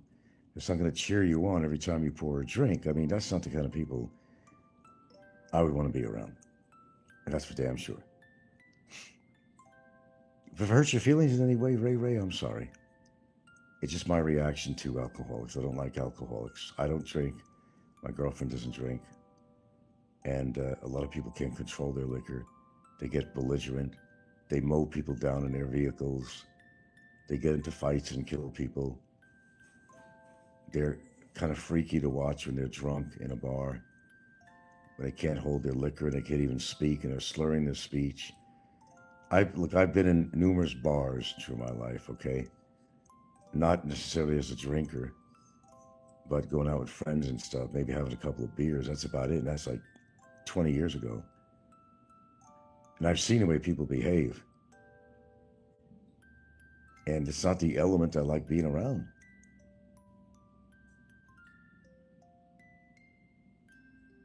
All right. Well, I'm not going to jump on your ass here. I'm just trying to make a commentary, Ray. You're probably a decent guy and all that stuff, but Just admit when you have a problem. You know, you're an alcoholic. Just admit it, and we'll go with that. And if you drink as much as you do, and I know you do, you're an alcoholic, and don't try to hide the fact. Hey, Ray, you know what, man? I'm not perfect, man. I smoke. Okay? I'm not perfect. All right? But we're not talking about smoking. And you smoke on top of that, too. Double jeopardy on your part. So, obviously, I'm not saying I'm a perfection, because I'm really not, Ray. I'm not even slightly. And it's not really being what you call judgmental either. It's just a commentary. That's what I talk about on my show. We make commentary sometimes about everything in the world, actually, on my show. Everything. Nothing goes. I let everything go. I talk about subject matters on here that people are afraid to talk about. They would never talk about it. Would never talk about it. Certainly nothing against governments, because it's one thing you don't want to really do here. Well, the government that you're living in, as a good example, okay. Yeah. So, yeah. I'm just saying, I'm just saying.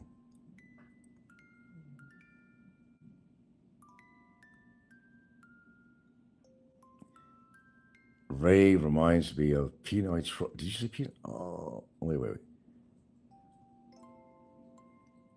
See, it takes an alcoholic to say that. I'm not an alcoholic. What does he just say? I gotta get back to it. That's a good one, Ray. Because I know I'm not an alcoholic.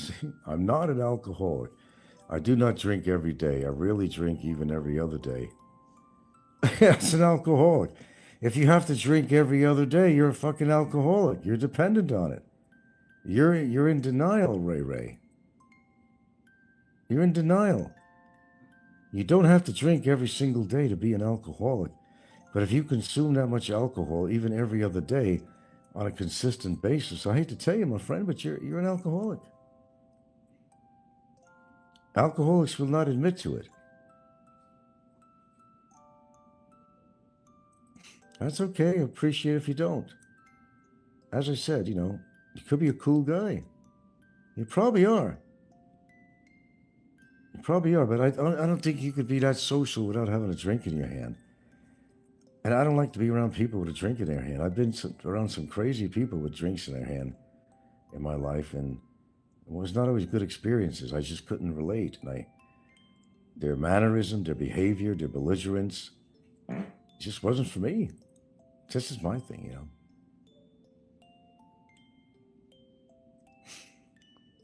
No, I know you're not trying to harm anybody on YouTube, Ray. I know you're not. I'm just saying, man, it's, stop saying you're not an alcoholic when you are. If you're gay, you come out of the closet. This is almost 2026. People are not afraid to come out of the closet. If that's the case, if you're an alcoholic, admit it. Admit it. It may do you good. Yes, some people can't handle alcohol. Okay, I need to get off here. There's a few things I got to do, but yeah, I wanted to bring up this guy's channel. It's in the title, and if you guys could watch that whole thing, you might find it rather fascinating. And if you're not a big traveler like me, it's very interesting to see these places that you only hear about. And this is the Piccadilly Park area, Manchester, I'm guessing, and what goes on in the streets of areas like this, you just wouldn't fucking believe, man. And what these criminals get away with, and how everything is so out of control. You can't feel safe. And this is what the world is coming to. You can't feel safe no matter where you are. It's almost like you have to lock yourself in if you live in a high crime area. And just go out for groceries or something. That it gets that bad. You don't know if you're going to be shanked by somebody with a makeshift knife or in Piccadilly. But that's all over. That's all over UK. It's a lot worse than America as far as crime. It's terrible, man. All right. Well, thanks for showing up here, Ray. Okay. Just admit. Hey, I admit the faults. Fuck, I smoke. Probably going to have one right now. It's not any better than alcohol, I'm saying. But you're going to go a lot quicker on alcohol if you're a regular alcoholic than a smoker's going to go. A smoker has a chance with good genetics, but with alcohol, you're already destroying your liver. And you have no idea, Ray. And here's the other thing, too. It's the attitude about some of the people that move here that drink. You know, it's like, okay, I want to enjoy my retirement. That's cool. How are you going to enjoy it if you're sick? How are you going to enjoy it if you drink a lot and your liver is like jello? And you're starting to get pains and you're getting sick and sicker and sicker, and your kidneys get affected and they break down from the liquor too. How are you going to enjoy your retirement when you're fucking up your liver, you're fucking up every organ in your body with alcohol? That's some potent shit. We know it's a social tool, highly accepted. Big parties and business parties, they all got a drink in their hand. That's how they relate. We're all the same. We're in the same club. We all walking around with that drink in our hand. That's how we socialize. We lead with our right, with the drink in the hand. Well, how do you do? I'm Professor Wanishnabel. I'm of the Cortisol Agency. How'd you do? The glass is their social tool. Follow me on this? All these highbrow parties, they all got a drink in their hand. They can't relate to each other unless they have a fucking drink. They can't socialize unless they have a drink in their hand. You got my point, Ray?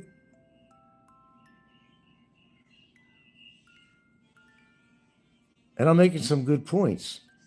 You just got to be observant of the society around you and don't close your eyes and turn your head the other way. Be observant. It could be your life you're saving. And also, it's human behavior. I've learned a lot about human behavior just from coming on YouTube for such a long time.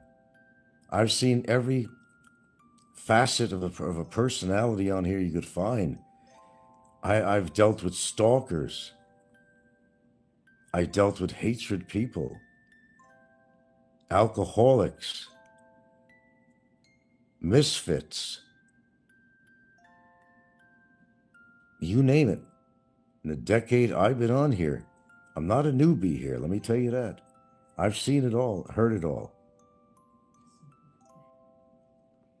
I have not drank any alcohol when I'm not on live stream. So why do you feel you have to drink? Is that your way of socializing with other alcoholics? Hey, don't get me wrong, man. It's your thing. Okay, I'm just saying. It's just an observation. That's all it is. It's an observation. Shit, my father didn't drink. My mother didn't drink. My brother, that was a different story. You know.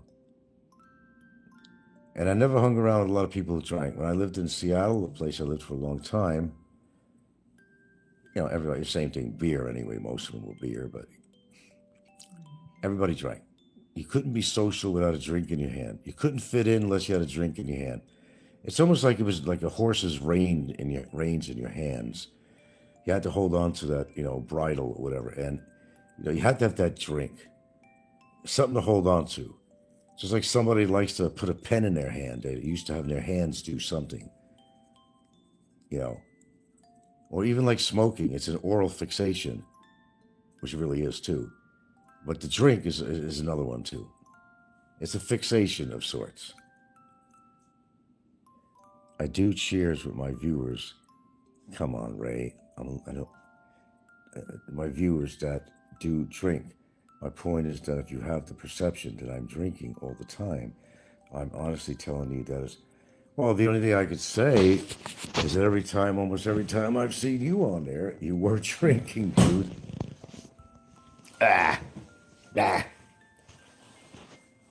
You were drinking, dude. I could only make my, I could only calculate, I could only come up with my conclusions based on what I see and hear. And that's how you do. Make it a point that a lot of the people who have moved into this country right here in the Philippines, okay, I'm just making a point that it's so uncanny. I mean, it's crazy that they're all fucking drunkards. And that's the kind of level of people that we're getting in this country, which is ruining it. It's ruining it for a lot of us expats. A lot of people are also jealous of each other.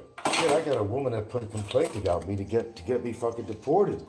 Because I got her boyfriend in jail for cyber libel against me.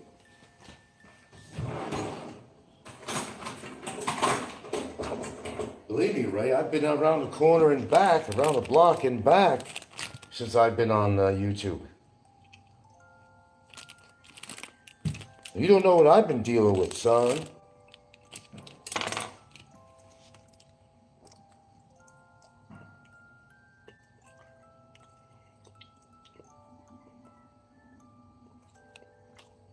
And we got right here, as a good example, we got a troll on here. No, I don't attack people on here. We talk about certain trolls on here. That's what we do. I don't have a deportation order. There's no order for me to be deported. There's absolutely no order at all. Not at all. I've got a hold. Because they have to address a complaint by a female who happens to be the girlfriend of the guy that I put in jail. That's all that's about. A false report, to say the least. 18 months. And they still can't make a decision. 18 months. And I did people a favor by putting this guy in jail because this guy was using and abusing Filipinos, taking money from people, not paying them back. And the fucker called me a pedophile. The bastard called me a pedophile and he kept on doing it for 4 years. And I said, enough is enough, Ray. Say it once, it ain't nice. Say it twice, it ain't no spice. Continue doing it for 4 years, it ain't very nice. And I decided to do something about it.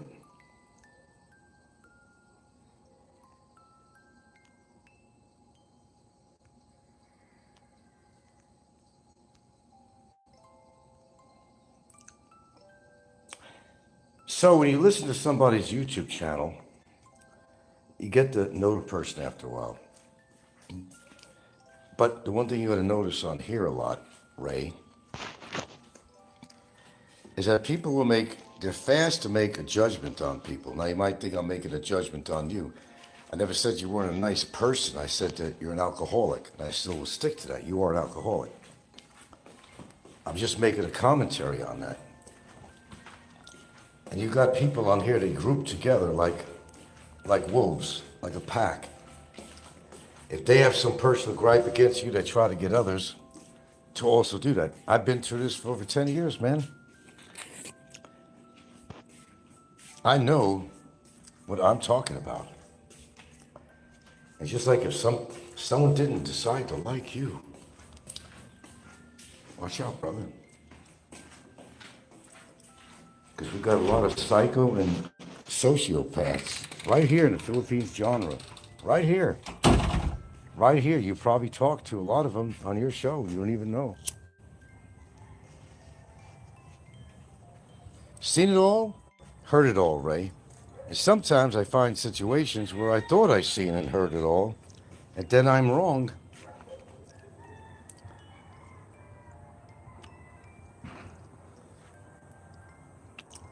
Anywho, so if you saw someone eat an entire cake, you would assert that they are diabetic?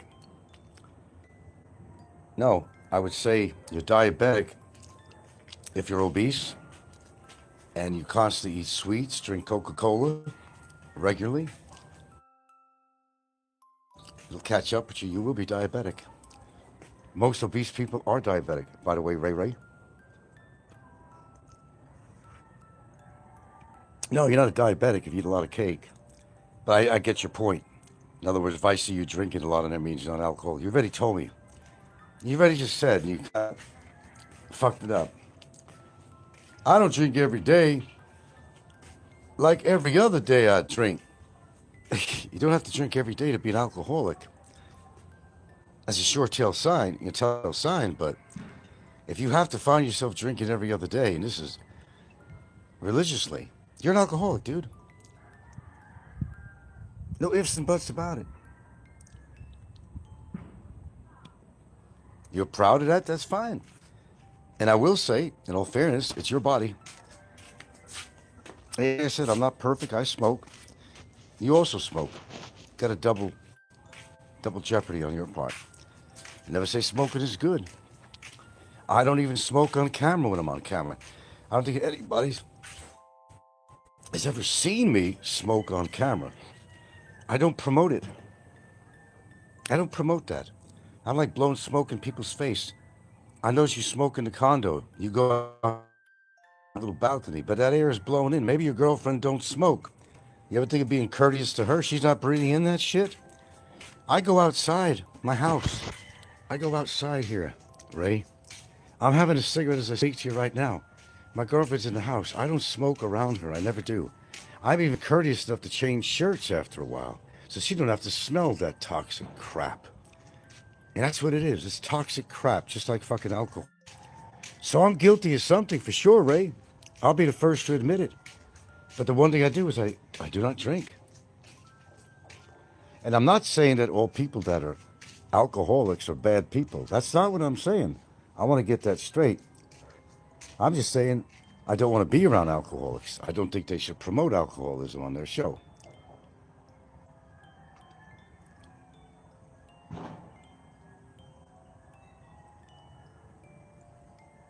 Yeah, you said you were quitting the other day, too, and you pulled out a cigarette near the balcony again. Come on, Ray. Just going to quit drinking. Bullshit. Bullshit. You're going to quit drinking. Yeah, like my mother's ass survived her death 20 years after her death.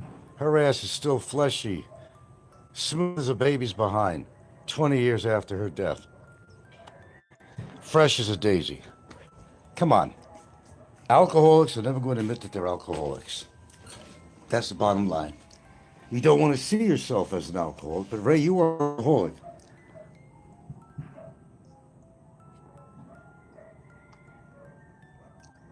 Oh, that's an excuse. You're quitting when you get 2,000 subs.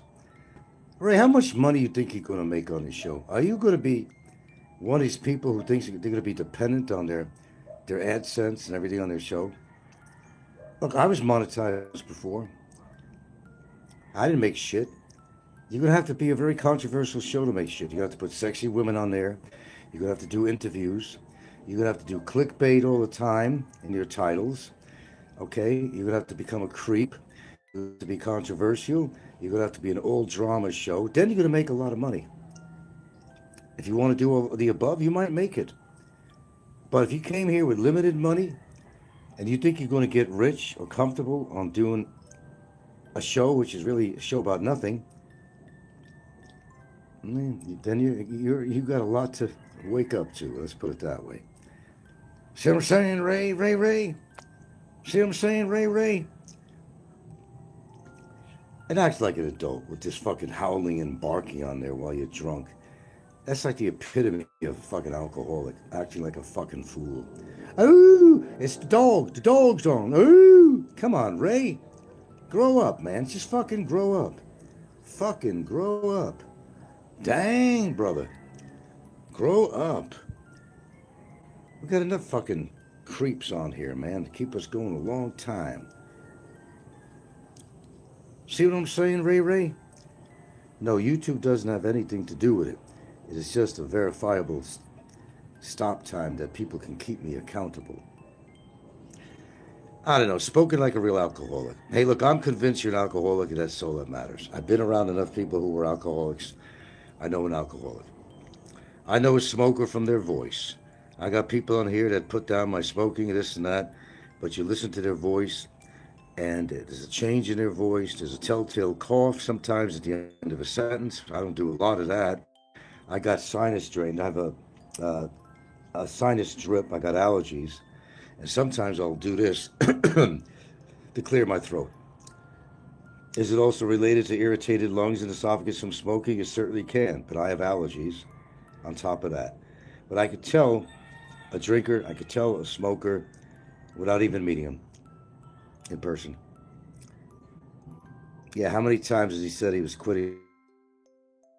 About Ray here? I don't religiously listen to the guy. If I see he's on, I'll tune in, wondering how much he's going to drink today, just out of curiosity. I heard him say he was going to quit smoking, but he didn't.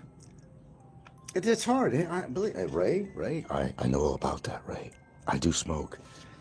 And if you knew me, you'd say, man, you did something wrong, dude. Most people know me as the guru, supplement guru. I take antioxidants. I have a special good diet compared to most people. I've been taking supplements for 40 years. I'm still alive at my age. I'm still in, I would say, reasonably damn good health. I don't look bad for my age. And you're showing your age, Ray. You look more than 50 years old.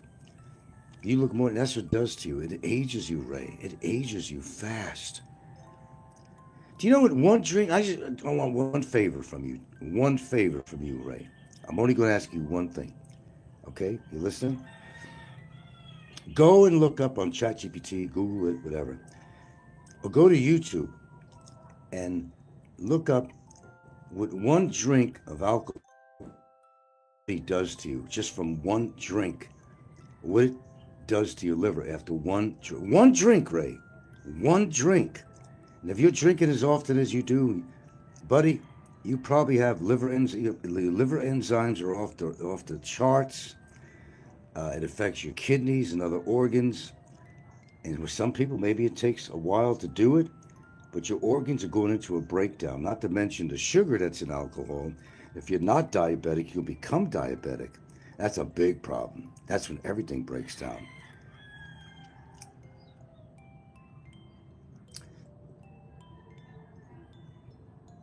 Or maybe that's a habit it's hard to break. Yes, YouTube is a hard habit to break. It absolutely is. No doubt about it, troll. It is. But you have to be getting something out of it. If I wasn't getting, it was a learning experience for me. If I wasn't getting anything out of it, I wouldn't have been on this long. But I, been realizing it's getting to a point where it's getting pretty played out and boring. And the only shows I see on there, at least in the Philippines genre, is a bunch of bullshit people talking a lot of bullshit, talking about the same thing over and over again, the same MO, the same subject matter, about the cost of living, how to find a woman, where to find the right woman. People that are so lonely that they're actually crying at night, and they use their show to get rid of their loneliness. It's like having TV as a babysitter. At least you're hearing human voices. It's come down to that with some people. That's their electronic babysitters. Well, YouTube has become an electronic babysitter for a lot of expats that move out there. And those lonely ones that want to come here maybe tried and they failed because they're, no matter where you go, there you are, Ray. You know what I mean by that? If you got a lousy personality and you're problematic, the grass is not necessarily greener on the other side. You're going to bring your problems with you. If you're alcoholic, you're going to bring that with you too, brother. And here we go. We got one guy here. I don't know if it's a real Ricky drama, but here's a major alcoholic right here. And here's a guy that's extremely obese, who's unhealthy as hell. He sweats like a fucking fish because he's got high blood pressure. He's got diabetes, and he takes about 10 or 11 other medicines. And you all know him as Sick Grandpa. And this guy is messed up. I mean, this guy is messed up. He's probably one of the leading messed up people on here. Top rated, fucked up. He has to pay for all his girls. He's never gotten a woman because they thought he was attractive. He has a pig nose, a space between his teeth. Claims he makes $8,000 a month, American. But he lives in $150 a month tract housing, whatever you want to call it, over near Mandaue in Cebu City, which is known as a low-income housing complex. And he says he makes 8,000 pesos a month. No, you need professional help, Ricky, if that's actually you. You need a lot of professional help. He's a guy that goes around in Las Vegas, where he is now visiting again, because he actually was either raised or he was actually brought up in the Vegas area. He walks around trying to pick up free coupons for free breakfast. And that's a guy who makes $8,000 a month, supposedly, from being in the military.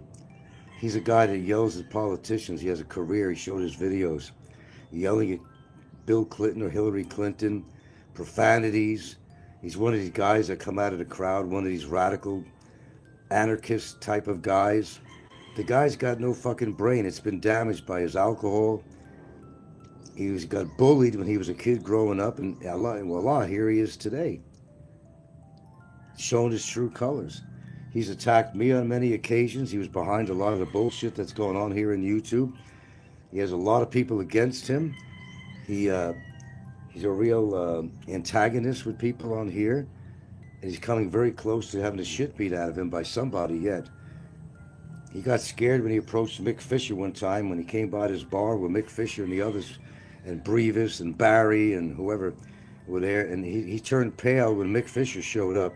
And Mick Fisher's a pretty good-sized guy, and Ricky talked a lot of shit about Mick Fisher, and Mick Fisher showed up. He was en route to somewhere, had his backpack on, just came in town again for some whatever. And even Mick himself said that Ricky's face turned colors, and Ricky tried to get out of it by saying, "Oh, I'm sorry, okay, I'm sorry, I didn't mean to say that." But he still went on to attack him. Then, the famous thing with Ricky is that his name is Richard Jarrett. Was it Jarrett or something like that? Richard Jarrett. And then he goes on camera. If you haven't known this story, people, he goes on camera in a bar with a ladyboy. He's getting drunk. And this is a guy who not only can't get women, he has to go for ladyboys. He actually stuck his tongue down a ladyboy's mouth and then took her home after the show.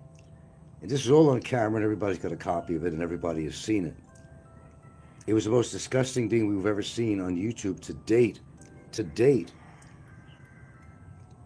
You enjoy your day too. Put that bottle down. Why don't you get on the streets? I tell you what, Ray, I'll respect you more. Get out of your house. Go on the streets and photograph in the streets. Maybe a nice place to visit. You could show us. Not a bar. Fuck the bars, Ray. You could do that in your own country. Go on the streets with your lady. Go to the mall even. Show us some sights. Get out of your condo. That'll be nice. There's Bueno Cano. Funny seeing him in front of the Wynn Casino where all the tourists take photos. I doubt he's staying there. No, Ricky will pretend that he's staying at the most expensive places. No, he'll pass by it. He'll videotape himself in front of these places. But 99% of the time, he's not staying there. There might have been a couple of times he got together some good YouTube money and decided to utilize it, like the Free Barry J Foundation, where nothing went to Barry and everything went into Ricky's pocket. Yeah.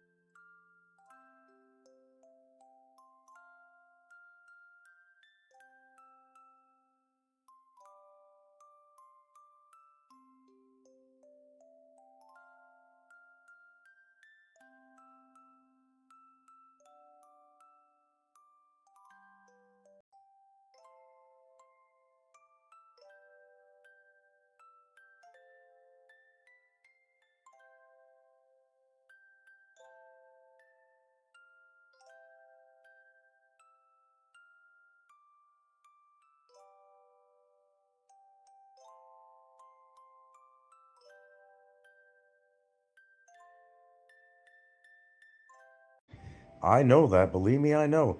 You cannot fuck around here in the Philippines. They're sensitive people. They're very patriotic to their country, and they should be. And they're good people, don't get me wrong. But, would you like foreigners coming in? It's just like they're complaining about immigrants coming into America. Oh, get rid of them. They're all criminals and all. They're not all criminals, but unfortunately, a lot of the crap that comes into the Philippines are criminals. Or they're troublesome to the public or themselves. And this is happening, I think, more and more that I'm noticing this. And so is everybody else.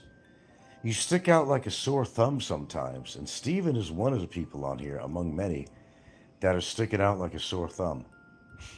You're being watched and you don't even know it. And if you're in Mindanao, you're under scrutiny. I don't know why he chose to live down anywhere near Mindanao. I don't understand why he did that.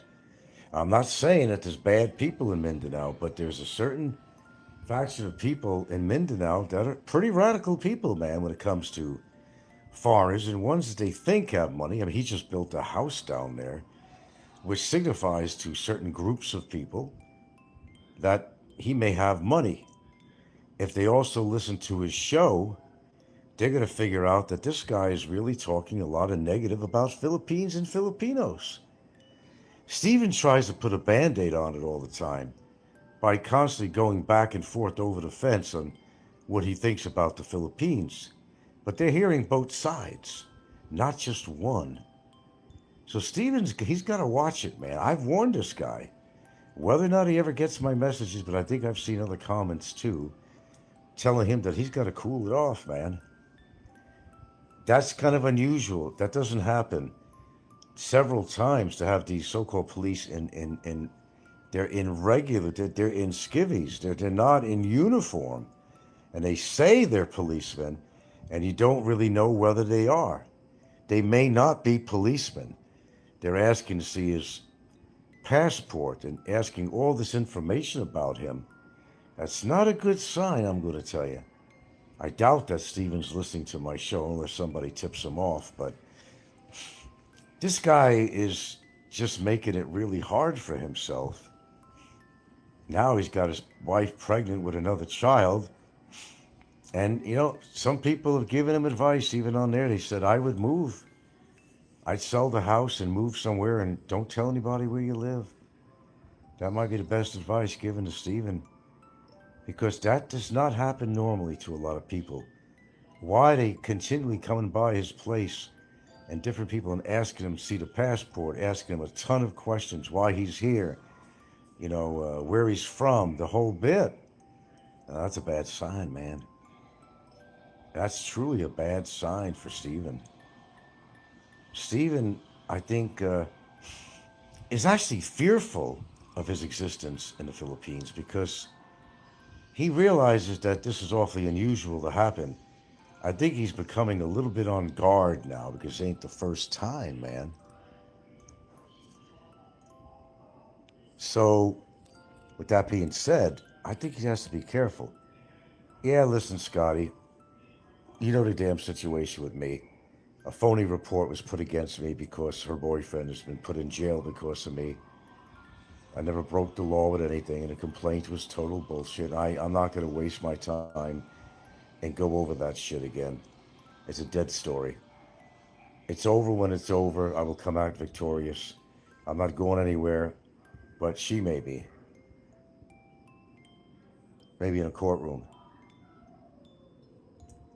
You don't come on here and call people those names for 4 years. That's what her boyfriend did. Because she's afraid of losing him, that's why she put a complaint. And it was also fueled by somebody with money who hired a lawyer to have her to do this, to put the complaint in. That's the end of the story. End of story on that. There's nothing more than that.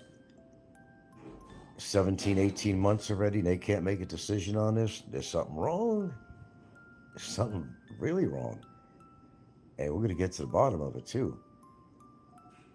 It's actually an injustice to me. It doesn't mean I have to be a born and raised Filipino here. Everybody, including foreigners, have constitutional rights in the Philippines, if you didn't know that. And my constitutional rights were broken by this, by the length of time for them to even address this in a appropriate and expedient way, which they have not. End of story. But getting back to Stephen doesn't seem very sure of himself, you know, and he obviously doesn't trust Filipinos.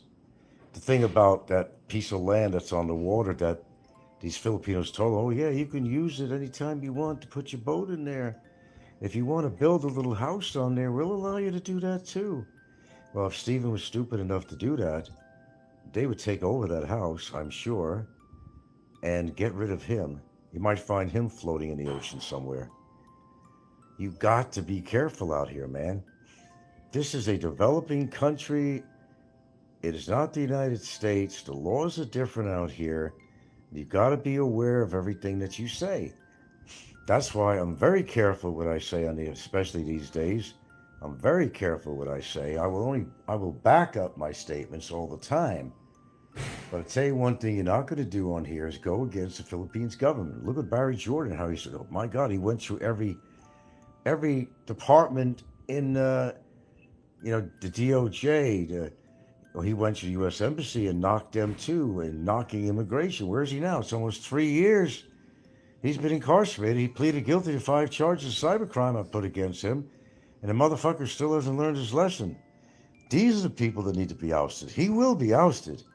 He's got a ticket out of here already from a long time ago. It's just that he won't pay his court penalties and fees. And they're just going to keep him in there for a lot longer until he does come up with that money. That's all his own doing, man. All his own doing. Can't help it if people are just born fucking stupid. If he had any intelligence at all, he wouldn't be in a situation at all. If he would just shut his mouth, and there's the key word, shut your mouth.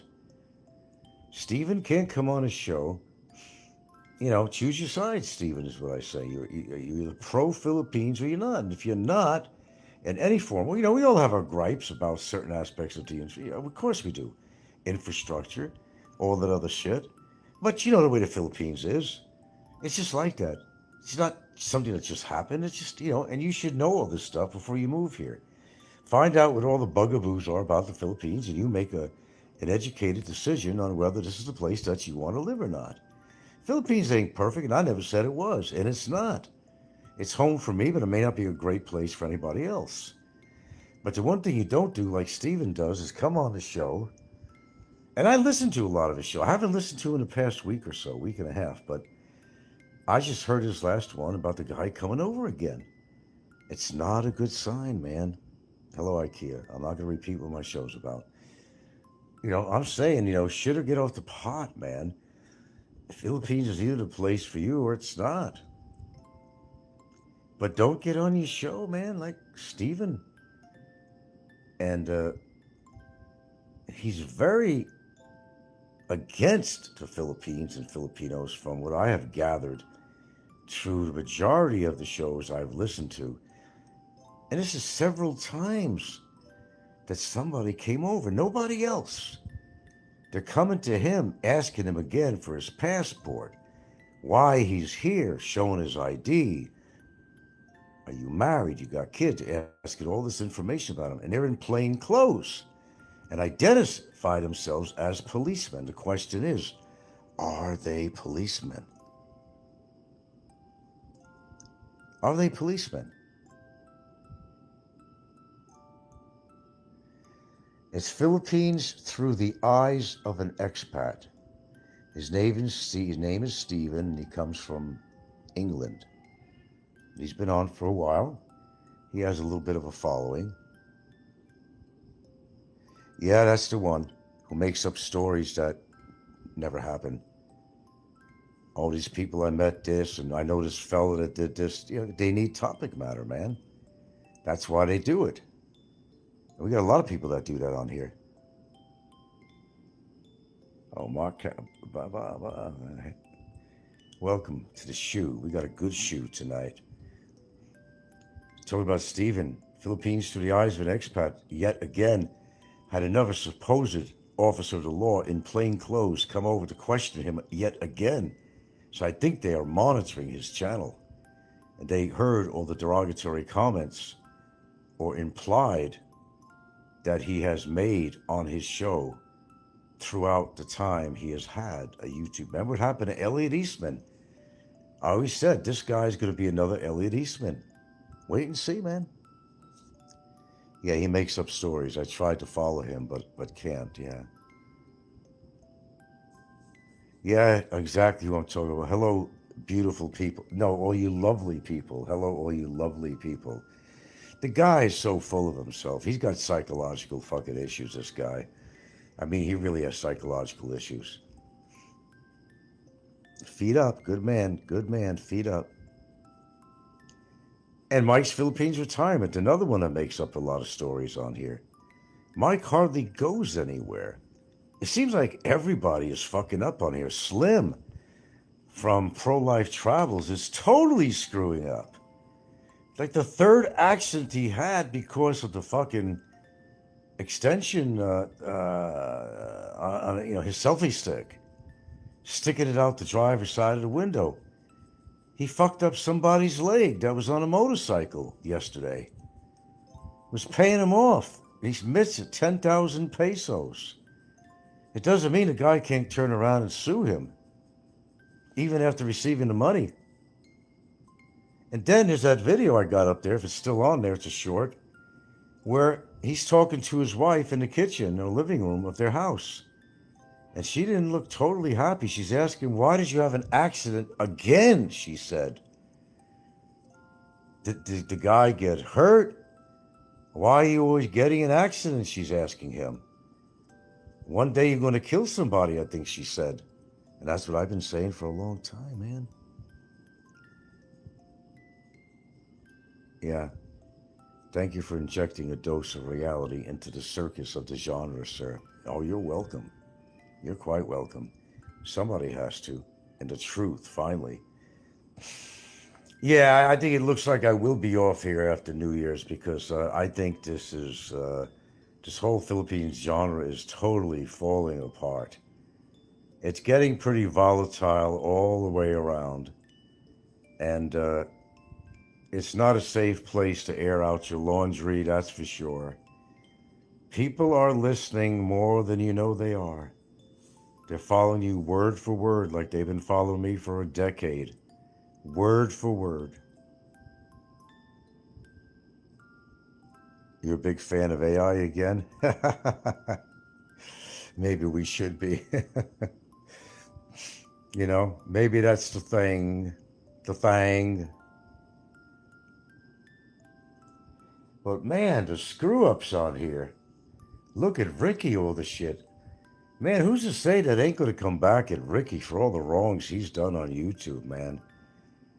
He's wronged me, he's wronged Barry, he's wronged everybody. And he thinks he gets away with it. Maybe he just doesn't care because he knows his health is pretty fucked. Well, Ricky didn't stand up to Mick Fisher, did he? He just was very apologetic. He was talking so much shit about Mick Fisher when he showed up at Bamboozers. And Brevis was there, and Barry was there, and who else was there? Barry runs off to the side, of course. Brevis, after Mick Fisher left, says, hey, man, I was locked and loaded. Yeah, I was ready to go. Yeah, he was going to go against Mick Fisher. Mick Fisher would have broke him like a fucking breadstick. I met Mick Fisher. He's a pretty good-sized guy. He works out. I'll give him that much. I can't say I'm fond of the guy because I think he's done me some wrong, but maybe a lot of wrong. But whatever, to the side. Mick Fisher would take Brevis and he'd break him in half like a fucking pretzel or a breadstick. Yeah, it's all bullshit. Yeah, it's all bullshit. You like his dark humor. Which one is dark humor?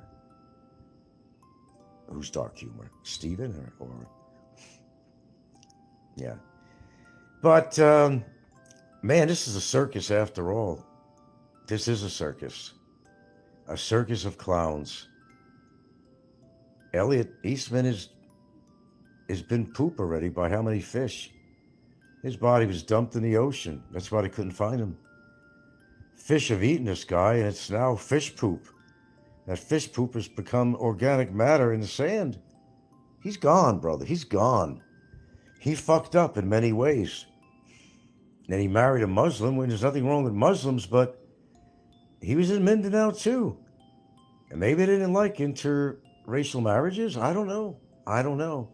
Or was it because he was advertising, he was making money on some kind of a Indian type of thing? Or was it something he said? Or, or maybe they just thought he had a lot of money. Or, I don't know. There's a lot of reasons. Nobody's really pinpointed it yet, but he's gone. He was already said to police that he was shot at a couple of times, I think in the stomach and the leg. They found out. And what did they do with these people anyway that they had in custody?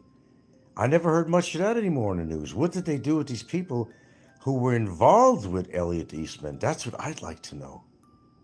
Inquiring minds would like to know. More of the story about Elliot Eastman. What really transpired? Stephen is going to be one of these people who are going to simply disappear. It's going to happen. 5, 6, yeah. Stephen is going to disappear. It's building up. And it's very unusual.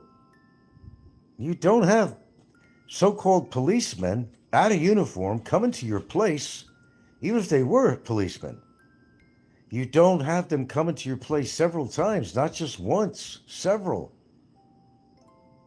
And again, targeting him by asking your passport, your ID, why you here, where you from, the whole ball of wax. There's got to be a reason for that. They're either listening to his YouTube shows, which is a possibility that somebody turned them on to him to listen to this guy knocking the Philippines and knocking Filipinos. Next year it will reach pinnacle. Yeah, you got that right. Well, anyway, these people are doing wrong. They say, well, Frank, you did wrong too. You had this complaint against you. Yeah, I did. Who was it from? It was from the girlfriend of a guy that I put in jail. So his girlfriend wrote up a bullshit complaint to immigration to try to get me deported. To protect, or actually enact revenge against me because of her boyfriend that she wanted to marry. A total fucking loser he is. There would be no future with this guy. Obviously, there's no choice now. They're not together because they never will be. Because he's in jail and he's going to be deported 100% and permanent because he's now a felon. He's now considered a felon. Got this Chinese guy. What's this here? You debunked that case so many times, Frank. I know I did. Colin Coop says, Frank, go after Ricky Drama. Ricky Drama's been bad-mouthing me for years. I'm not familiar with Ricky Drama? Richard Jarrett? Come on, man. He jumps on everybody's case. That's why he makes a show. He's not making no $8,000 a month and living in that $150 Deca Homes apartment complex near Mandawi and Cebu, border Cebu, Mandawi. He's not making anything near that. Yeah. Look, I'm not going after anybody. I've done my job. There's only one person I'm involved with right now, but I'm seeing what direction it goes. I already have my plans. Yeah, after New Year's, I'm off this thing. That's it. It's too crazy. There's too many psychotic people on here that it's not safe for anybody to be on here. I had people stalking me, doing all kinds of shit. Brevis, who definitely is a psychopath. There's no doubt about it. There's too many sick people on here. It's not worth it, even if you're making money on here. You got to weigh on a balanced scale what's more important. You making money from your YouTube channel, if you're monetized, you're making a couple of grand a month or whatever you're making, or your own personal safety, health, and so forth, to deal with these psychopaths on here. Oh, man. Barry Jordan is a felon. Seagull Sweets. Well, you're talking about Brevis. See, he had moved. Yeah.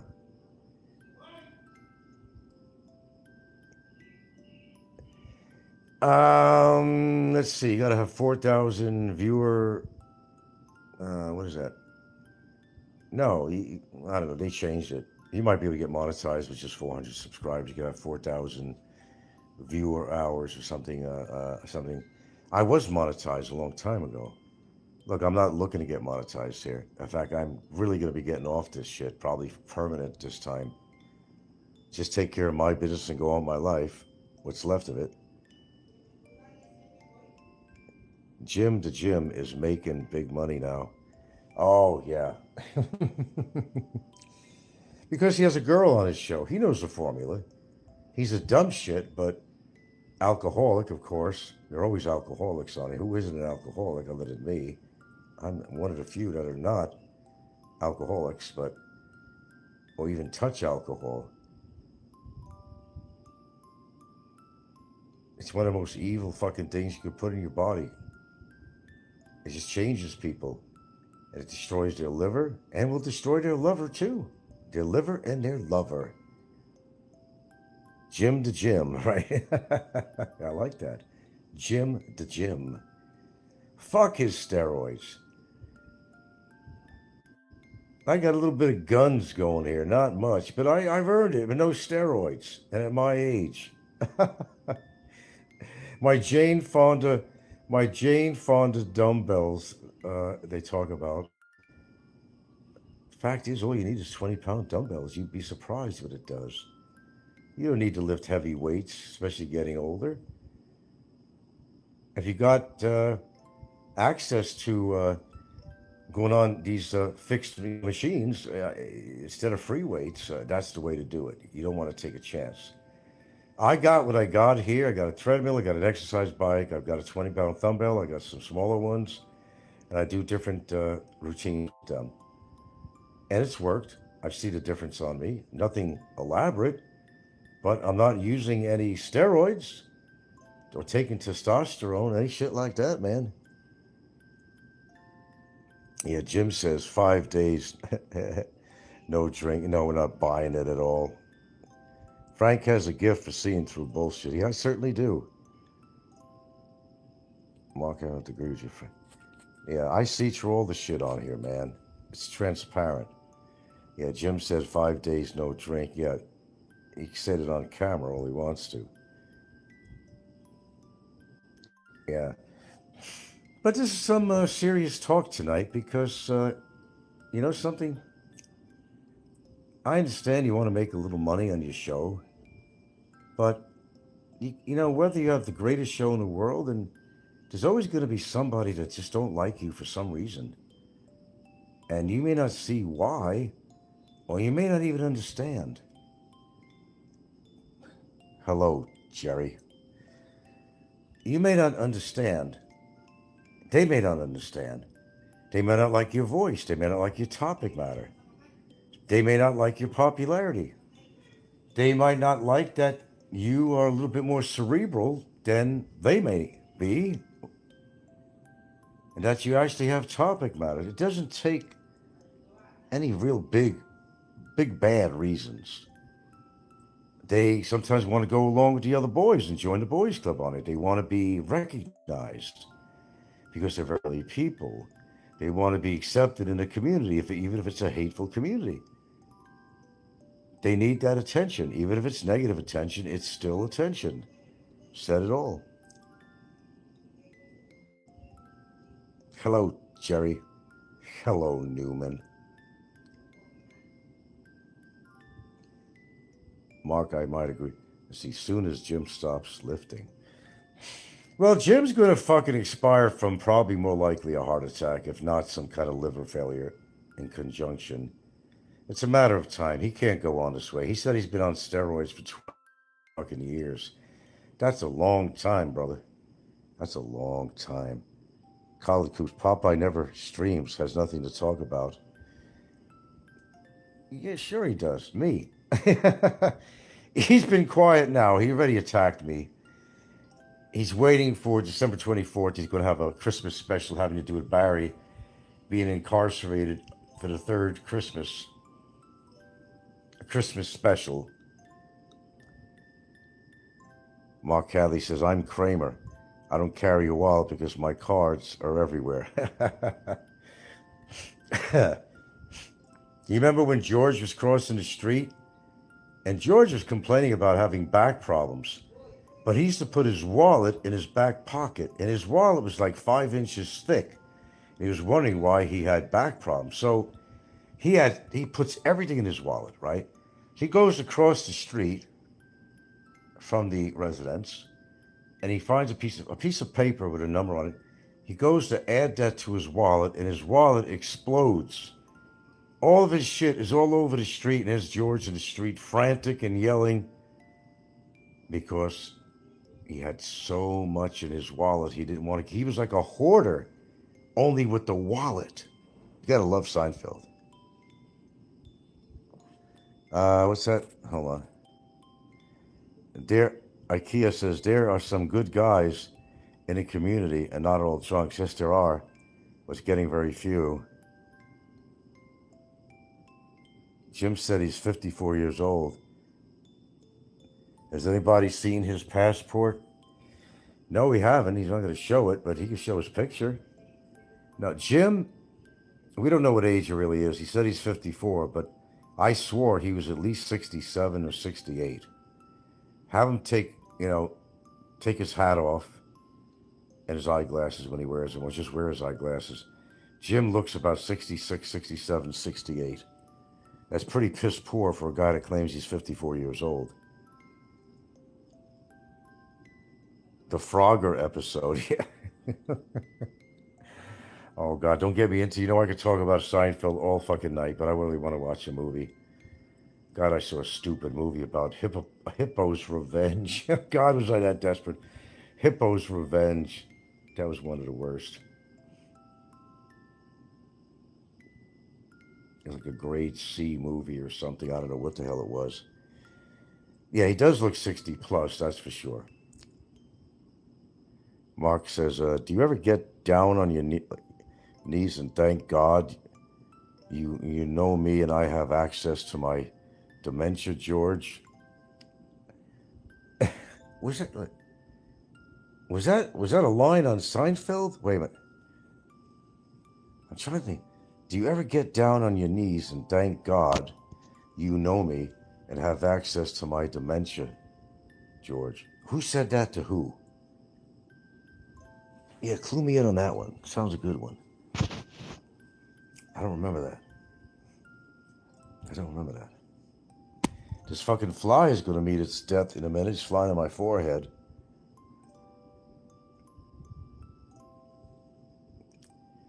But I'm telling you, you guys got to watch it, man.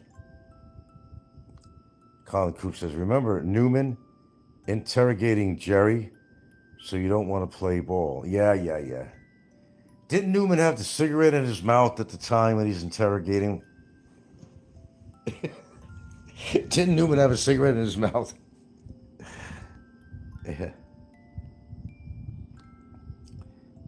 Yeah, he's funny. Newman's a good character on it. George says it to Jerry.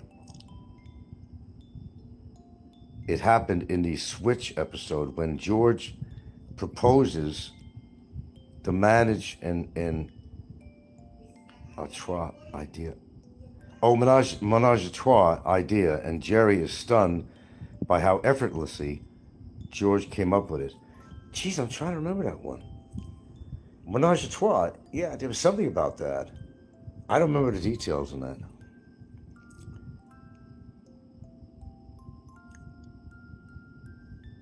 Oh yeah, the fake Jerry, that was great. The fake Jerry, George, and Kramer. I don't know where they found these people, but they did. Let's face it, that's one of the better shows on television in history. It's gotta be. I wish I got repeat. I could look it up here. It's probably on YouTube or something. You could get some repeats of that show. I haven't went and researched it. I'm sure you probably could. Let's face it, there's really not much. You go to watch TV and you put on YouTube or put on Netflix. There really isn't anything on that you haven't seen before, and it gets pretty old. You can always go to YouTube here, right on the Philippines genre, and you get entertained quite well with all the bullshit on here. Hey, you can't fit through that door. Go.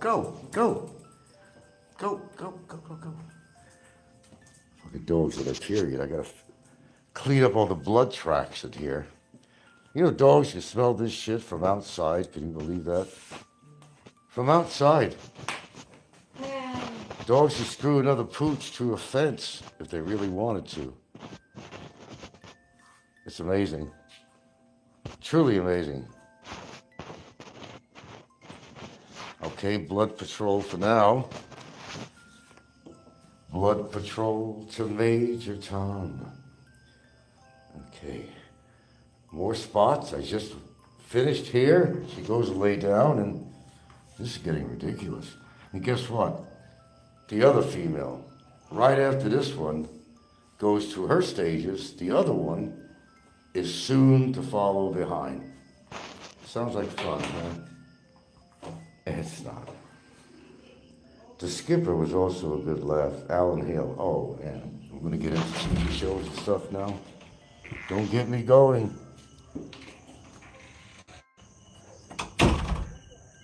The skipper was also a good laugh. Alan Hale.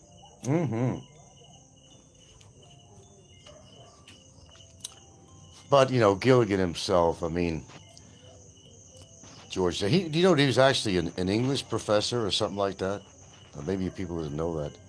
Yeah, Bob Denver, I believe, was an English professor. And the professor, he lived over in Bainbridge Island where I lived in Washington State. He lived over on Bainbridge Island. Excuse me.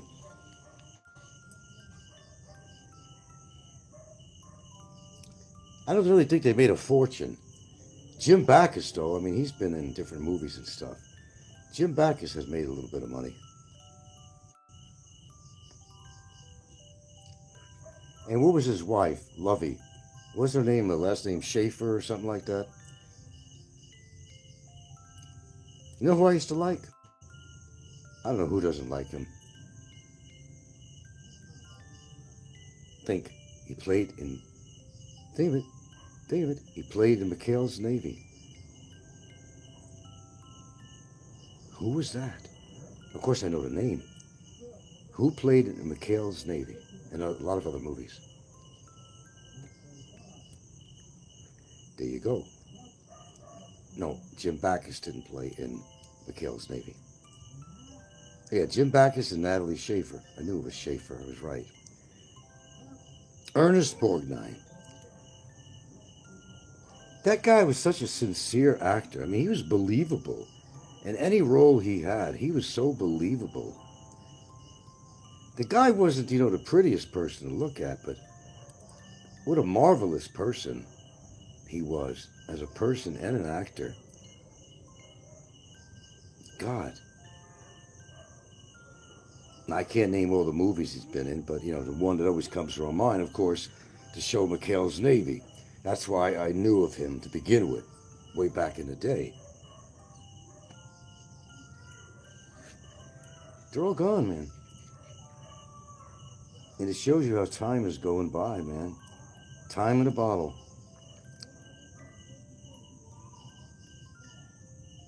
Time in a bottle. Jim Croce, time in a bottle. Time's going by quicker than you think. That's why you got to do something with your life, man. You're only given this opportunity once. Why screw it up? What if there really is a heaven and hell? So many religious people out there. Well, the question is, why don't they practice their Christianity? Why are they all a bunch of fucking hypocrites? That's why I don't believe in organized religion. Too many hypocrites don't practice what they preach. And we know a lot of them right here in the Philippines genre, don't we? Popeye being one of them, one of the leaders in that department. That guy says the nastiest, horrible things on his show against me and other people, and he sticks up for his religion. Sure, why not? Stick up for your religion, but practice what you preach. I have no problem with somebody's religion. I just don't believe in organized religion, and probably never will, already at my age. And but people are well believing whatever they want. I have nothing against Muslims, nothing against Catholics, nothing against Presbyterians, Seventh-day Adventists, Mormons, whatever. But practice what you preach is all I'm saying. If you can't do that, then maybe you shouldn't spout out about how religious you are and about God and everything. Because, you're breaking your own rules. They want to score points with the big guy in the sky, but they're not doing a good job of it. Yeah, Russell Johnson. He was the professor. He lived over in Bainbridge Island in Washington State, where I live. I didn't live on Bainbridge, but that was just a ferry ride away from downtown Seattle. Yeah, he was living on Bainbridge, and that's where I think he stayed and died.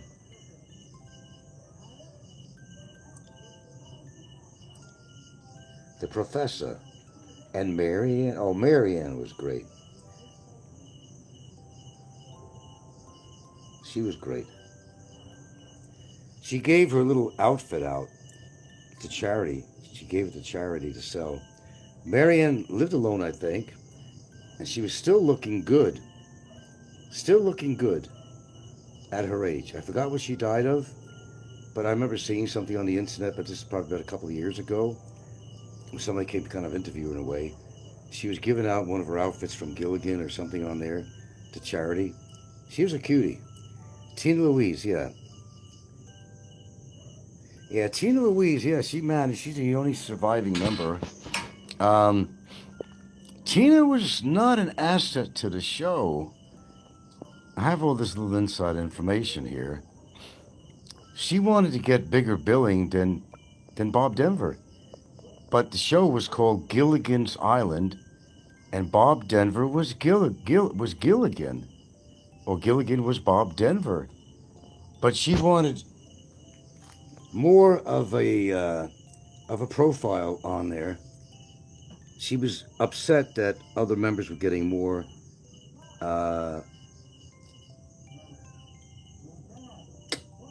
attention, for one, than she was. Tina was kind of into herself. Yeah, you're talking about Marianne, yeah.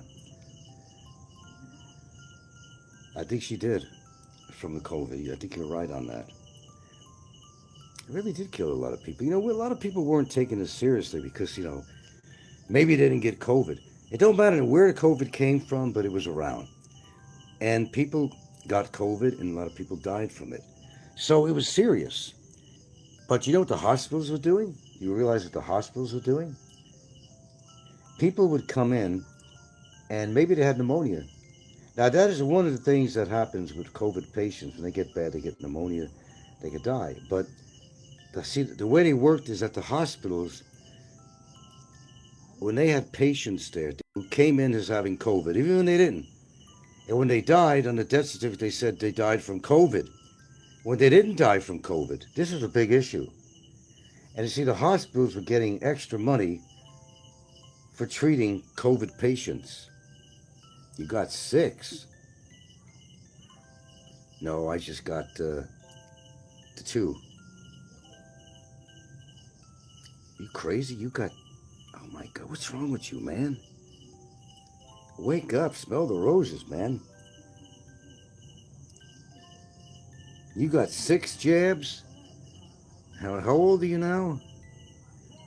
You better watch out for any signs, unusual signs going on with your body, buddy. Oh, you had 2. Who said they got 6?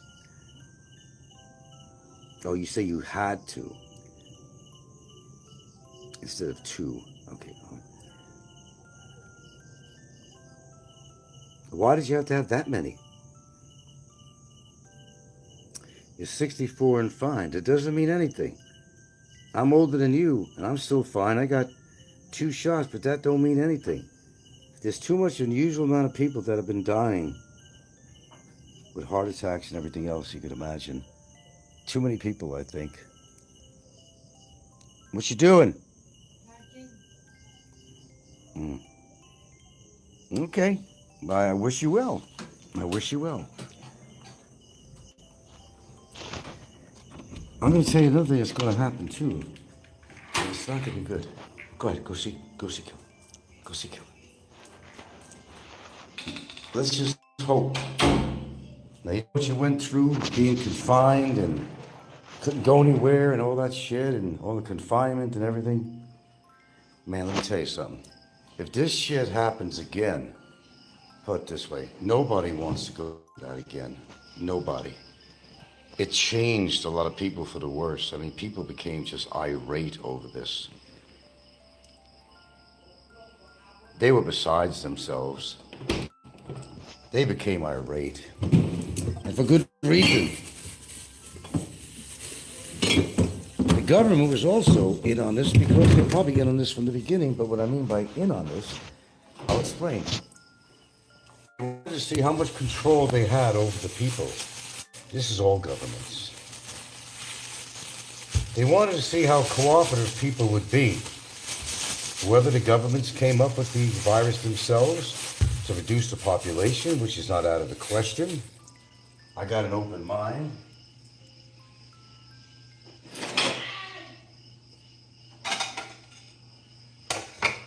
I'm going to have some watermelon here, healthy watermelon. I just love to find a variety that's seedless out here, and it's very hard to get. All these seeds. Let me have some of this before it goes bad.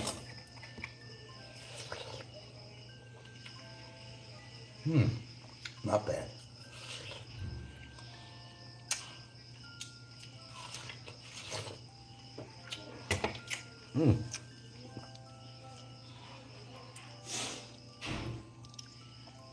No, a guy that worked for the company for Pfizer was a whistleblower and came on. He said that he kind of filled in the blanks.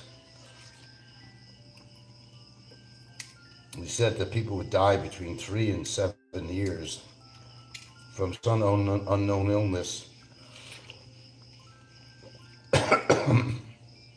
Damn. Slow down. Eat like a human. Hold on.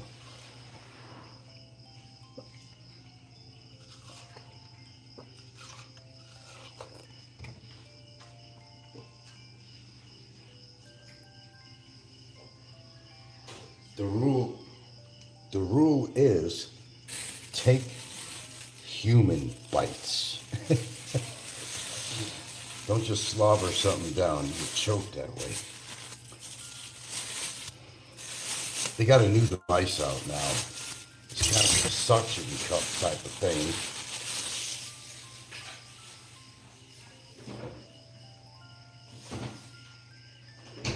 They're stating that it's so easy for people to choke on food. And if you're alone, it's almost impossible to do the Heimlich maneuver on yourself by jousting your diaphragm or something against a chair or something like that. It's very difficult. And they have this device they sell now, whether it works or not, where you could apply this to your mouth and it makes this negative pressure or something and it forces something out of your throat. And if the thing works, I think everybody should have one of them around there. It's just really good if you're choking or something. You gotta watch that. What time we got here, dear? We're gonna turn into a pumpkin. We're gonna turn into a pumpkin at a certain time here, right? If we're not. You locked the door, didn't you? Huh? Is he home now? It just ain't locked? Okay, I gotta call on security. You said to lock the door. Oh, this door. This door. This one right here. Okay, here we go. Double locks and everything around here, motherfuckers. I'll be in a little while. I'm gonna finish up my shoe here. So it's a good device to have around. And while you're at it, if you can afford a couple of $1,000, it might help to get a defibrillator. You think I'm kidding, huh? According to where you live, they don't even, some of these hospitals don't even have a defibrillator. But that's the way it is. You're gonna die, I guess. I don't know. If you live on an island like me with a community hospital that is a level 1 hospital, and 1 not meaning the best. Okay, just to clarify that now. So you know what I mean by number 1. Yeah, it doesn't even have an ICU unit. Doesn't even have a surgeon. Oh yeah, you stand a real good chance of surviving that shit, huh? Not. Oh, we got 17 in here. Anyway, I don't know if Steven's listening, but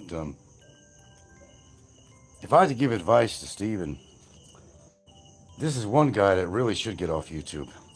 I think he should sell the house he just built and get the fuck out of Mindanao. But people like this, they don't listen until like something happens to them. They want to wait. Just like they want to drink and destroy their liver when something happens. They go, oh, what the fuck's happening? I can't believe it. I got a bad liver. Well, you drink, motherfucker. You drink like a fucking fish. The people that drink, and we know who they are. They drink like a fucking fish. What the fuck you think is happening to your liver? And your lover as a result of your drinking. Wake up, folks. I mean, seriously, wake up. Jesus Christ. Joseph and Mary, let's add them to it.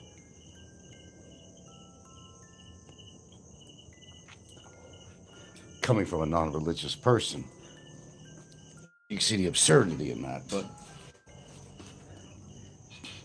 I just say keep on doing what you're doing and find out for yourself.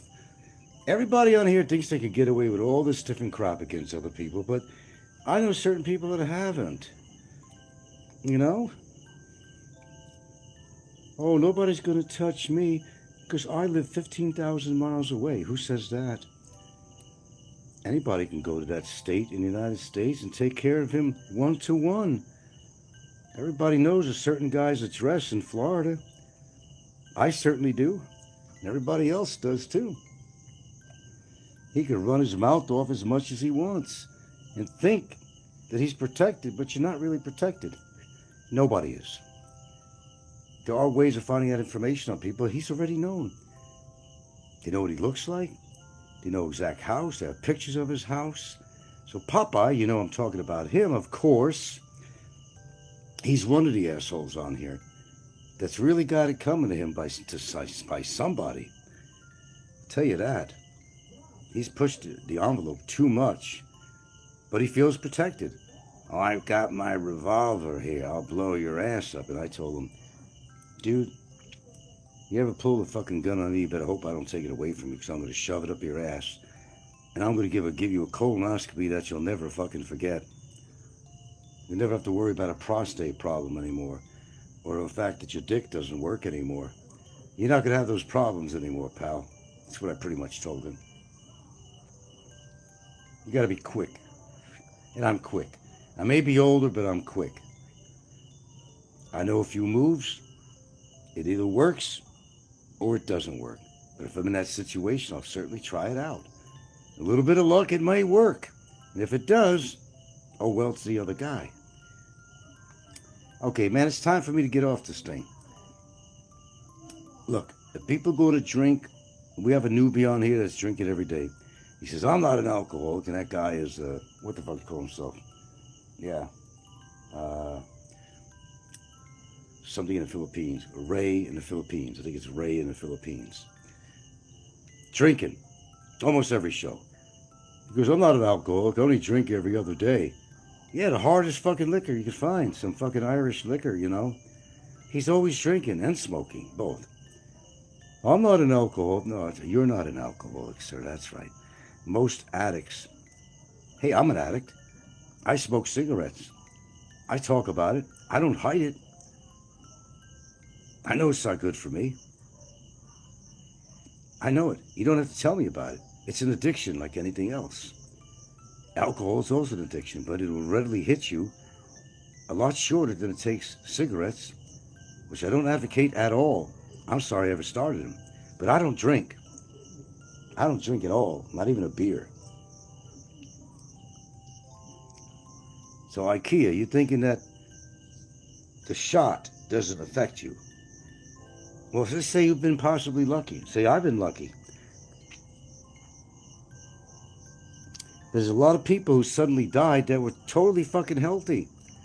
And all they could have related to is the fucking vaccination. Let me make you understand about when a new drug gets on the market before I go here. Okay, here's how it works. They have to actually, for about 8 years is about the average time to do their research on it, negative side effects, interactions with other drugs, the whole ball of wax, before they will release a product safely on the market. Okay?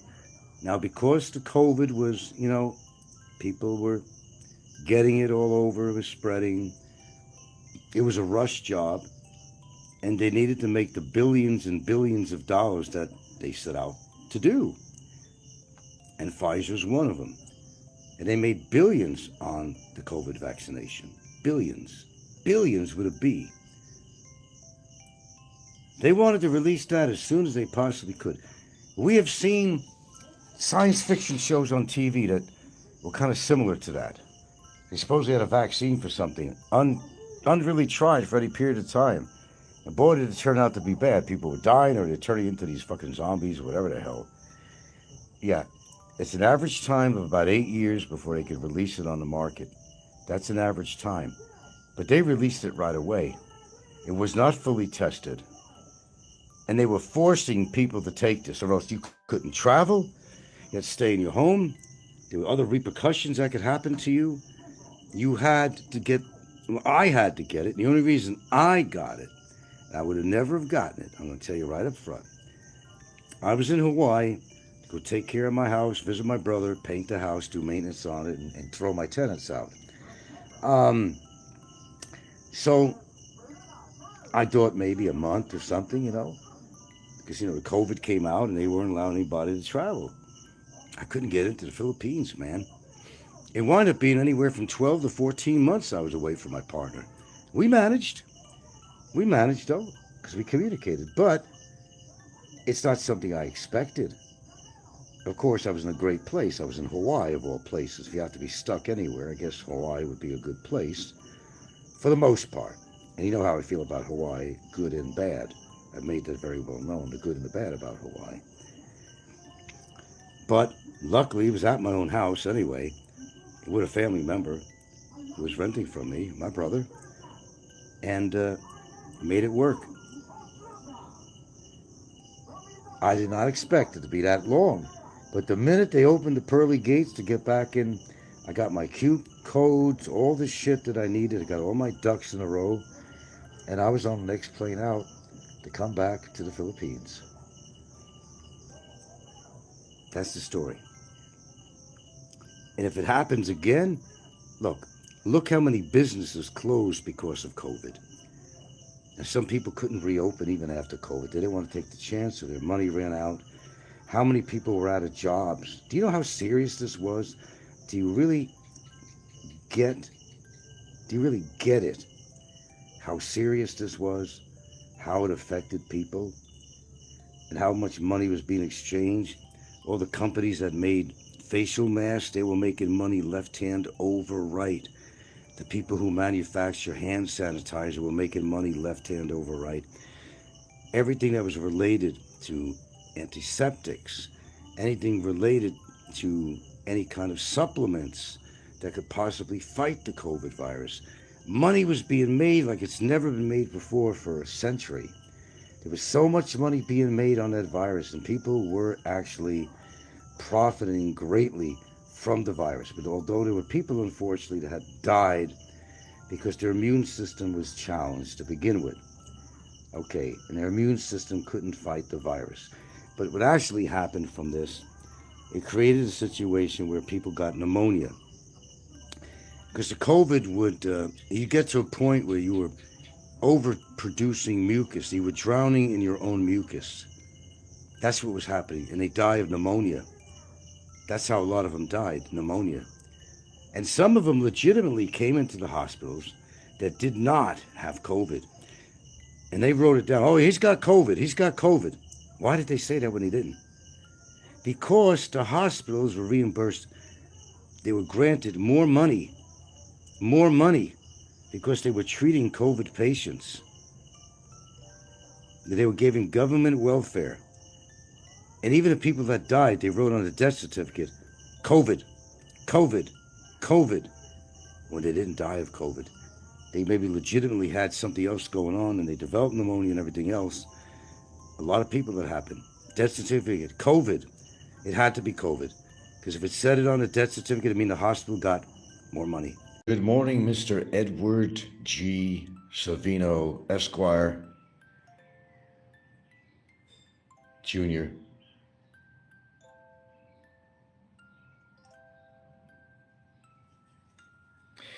We're going bareback this morning. This is a cup of green tea with nothing in it. Wow, when do you see that? Well, for one, I ran out of lemons. We're going bareback. Simply green tea. Like simply red. Well, this is simply green tea. Wow. What a beautiful morning, man. Got up a little later, which is great. Sunny, cool.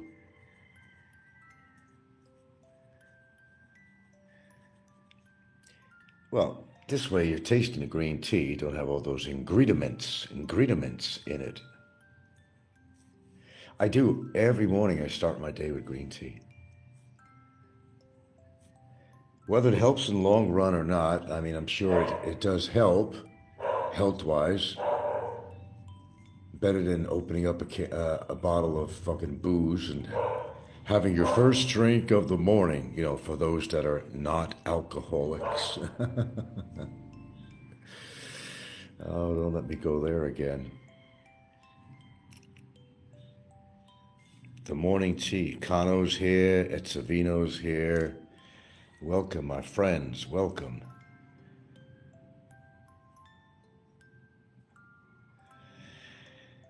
Well, subject of today, well, in part, you know me, I'll fly from one thing to another, but that's okay. It keeps my brain going. Just like you need the blood flowing, you need to get your brain in gear. Expat tradition is to wake up to a red horse. Yeah, pretty much. You remember Ren Zero? Oh my God. That's exactly what he did. I don't know how his girlfriend put up with that shit. I don't know. She was supporting his ass, which means his red horse and everything else. But anyway, besides the point. Oh, Jerry will pop up. And Newman. Okay, you know, it's one thing to live in a country that's really, really cheap. I don't know, like Cambodia. And of course, you know, you got Jim's Gasian Adventures that's hanging around in Cambodia because he can't come into the Philippines. Otherwise, he'd be there. He'd be there. You know he'd be there.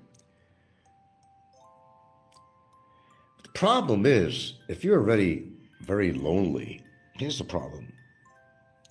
If you're really very lonely to begin with, if you're in a country that really very little English is practiced. Oh yeah, Chica did get big. Boy, well, that's her thing. Yeah, every time we ever seen her, her mouth was moving, you know. I guess she's on her way, I guess, to America, from my understanding on that. I wonder if Ren cleaned up his act. I wonder if he shaved off his beard. I don't think so totally, because he had a big scar there he showed people. That's why he had a beard. Everybody has a reason for something. He had a big scar. He got burnt or something. I don't mean just by women, but I think he actually physically got burned. He cut his hair, not wearing his LA Raiders hat.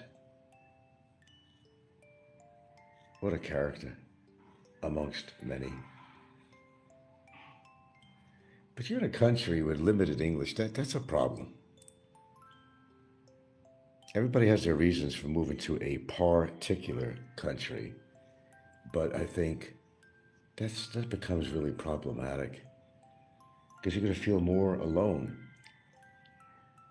And you'll be amongst people, but you might get a few people that understand a few words of English, but that's just not enough to carry you. It's just not.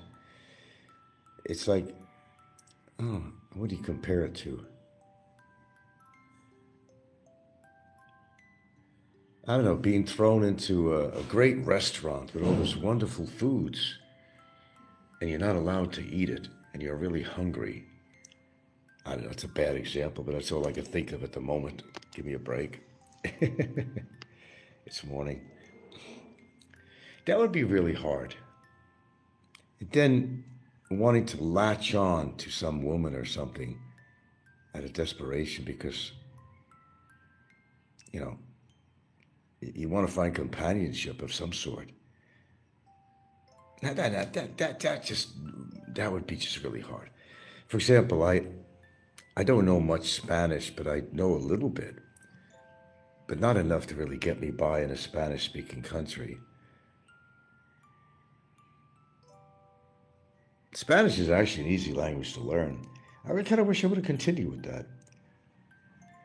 I know certain, words and phrases and so forth, but I couldn't hold it. By the way, I was watching this guy. You remember that video I told you to watch? And I was saying that, this guy was in, it's kind of off topic, but you know me. And he was in the Piccadilly Park area in Manchester, and well, this guy apparently, he travels around everywhere, man. The last video I've seen of his, he was in Nicaragua. Oh my God. Talk about a godforsaken place. He's even been in Cuba, and he thought that was bad, but he said Nicaragua is worse. Even local people were telling him, no, don't go down beyond that school. Don't go beyond that block. It's very dangerous, very dangerous. Even the police got a hold of him because they don't like journalists of any sort. And they'll see you with a camera and they're going to stop you. And they did. And they threatened to put him in jail for 3 days or whatever. They, ask him questions. What are you doing with the camera? And it's Nicaragua. Don't even visit the place. Don't even go there. Don't even go there. That sounds like the place was so run down. Talk about poverty and whatnot, but Nicaragua, boy, scratch that off your list. Hello, Viking Sun. Okay, what a treat. The authentic My Philippines interest in session. My feet on the desk and I'm at attention. Of course you are. A channel of truth. Boy, you're gonna miss me when I'm gone. Dead or off YouTube. Nicaragua. This guy, well, he's got, I think, 6 million subscribers. So that answers the question, if it was brought up, as to how this guy makes a living. Imagine having that kind of subscribers and money that you make, and you could just travel all over the world while you still can and you're relatively young. I mean, that's what it's all about. If you could do that, or if you're on your trust fund baby, and there's a lot of vloggers out there that are trust fund babies, and oh man, living the life, getting to see these crazy places, but he chooses some really very challenging places to go to, man. I'm not kidding. Oh geez, I forgot the name of his freaking channel.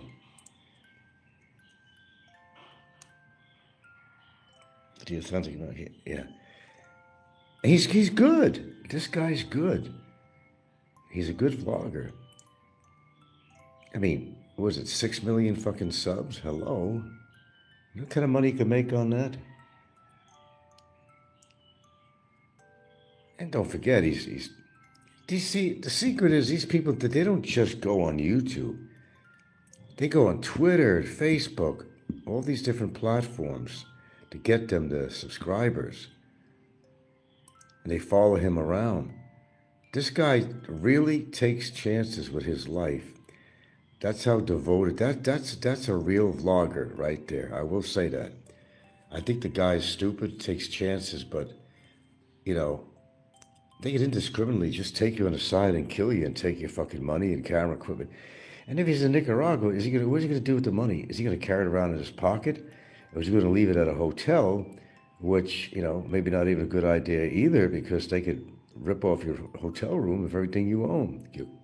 I don't know how he does it, but he's very dedicated. I will give credit to people when it is due. And God damn it, I'm sorry, but I didn't write his, you know, his channel name down. I was talking about it just the other day, you know. Captain Thornton, seems like you've been exploring options in other countries. Are you thinking of living in? No, I'm not thinking of living in another country. People also buy subs. Yeah, I know all about that. Yeah, I know that it's practiced. People were buying me subs at one point. Can you believe that shit? No money out of my pocket. God, I need a really solid reason for me to stay on YouTube. I can't think of a solid reason. I can think of good reasons not to be on YouTube, but I can't think of one reason, a valid reason, to be able to continue through my years to stay on here. Well, no, as far as exploring options, I think you should do that before you move to the Philippines. You know, generally what spiked your interest, because you got an interest in some woman initially. That's usually the case. So you geared your attention toward the Philippines. That's what you did. That's what you did. Look at that thing of candy for the kids that come by, you know. You should. There's countries I never even knew about that have the most beautiful women you could ever find. Latvia. No, don't go for countries like Sweden and Switzerland, because you're never going to get a woman there unless you're wealthy. And you're never going to live there unless you're fucking wealthy. Even Norway, you're not going to get a Norwegian woman unless you got a lot of money, because Norwegians are wealthy people. It's one of the wealthiest countries in the world. And their families all got money. They got real estate, they got businesses, they work in the oil industry, fishing industry, whatever. I dated one, that was fresh off the boat from Sandeid, Sandeid, how do I remember that? Sandeid, Norway, in a place called Rogaland, Rogaland. Gee, how I remember that shit. Which was some distance outside of Oslo. I learned a lot. One of the reasons I stay on YouTube is to keep the record straight. Otherwise, I will be slander you. They're going to slander me whether I'm on YouTube or not. They ain't going to stop. Give me a break. Oh, Kurtcas. I think it's K-U-R-T, isn't it? You guys got to listen to him. Watch his stuff. He's bold. This guy's got balls of steel. He was walking through these Nicaraguan streets that, God, it looks like post-war, you know. People were living in mud and grass, little houses. And there was where was that one place there that remember the big earthquake that was in Nicaragua? It destroyed a lot of the towns down to the ground. And there was some structures that were still there that made it, that 100 years old, that people are living in. He had a guide at one point. Here, I'm going to take you here. Had a couple of beers with the guy, blah, blah, blah. They're talking. And by the way, what makes this guy unique is that he's fluent in Spanish, and he speaks 2 other languages too. The guy's brilliant. So he was able to, that's the other thing too. Again, I was saying in the beginning, if you can't speak the language, that's a problem. But this guy could sit there with a Nicaraguan, Nicas, and have a fluent conversation to understand and speak the language. Because a white face like him that's going to walk through Nicaragua, you can't even speak the language. You're like you're out in the desert without a bottle of water, Very dangerous, man. Is it worth it just to get a bunch of viewers? I mean, how much chance do you want to take to make money on YouTube? And I don't know. That's not me. Yeah, Managua. Boy, does this guy take chances. But I highly recommend this guy because he will take you places you've never been, or could be, or dreamed of, or your worst nightmare, and handle it like a champ. This guy will take monumental chances I would not be willing to do. Certainly not at my age. Fuck that shit. There's just places you shouldn't be. There's just places that gringos should not be. Even parts of Mexico, you should not be. No gringo. Sorry, but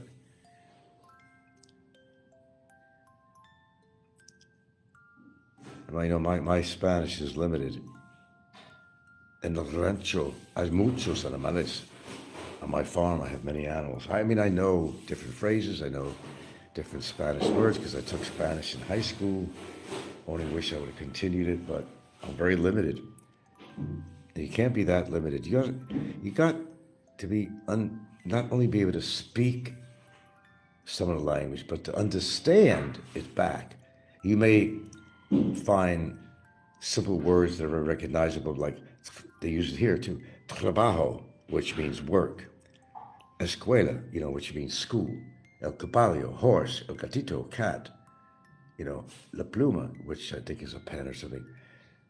You might find some little other phrases that'll come in handy. And it might. I mean, the more you know, the better. But you got to be able to understand what they're saying too, not just speak. There's some people that could, even right here, there's some people that could understand English, but they find it hard to get it out. That's what we call the nosebleed. They don't want to have to spend the time to think, oh, okay, what's the English words for that? I don't want to speak English unless I really have to. Oh, I don't want to do it. They call it a nosebleed. Some Bisaya, after a little bit, not much. My mind is not like a sponge anymore, those days are gone. I'm lucky I remember my own name. At times, I'm not kidding,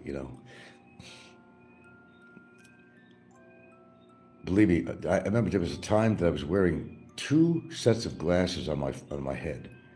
I went to look for my reading glasses and couldn't find them.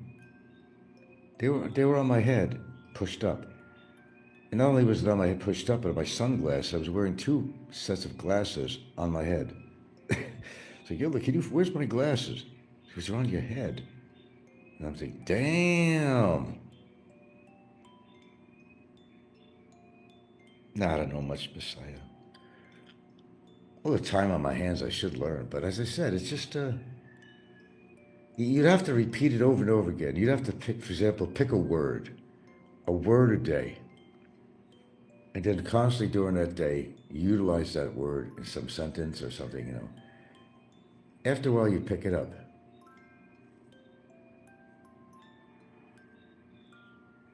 There's things I know. Somebody says, thank you to you. I could answer that back appropriately. Different things like that, but I can't, I can't form always full sentences in Bisaya. I wish I could. We got some people out there, some bloggers out there that speak fluent Bisaya or Tagalog or whatever. That's wonderful, especially if you're going to be living in this country. They'll accept you a lot better. And it shows that, you have respect enough for the culture that you're willing to learn their language. And that means a lot to Filipinos. That means a lot.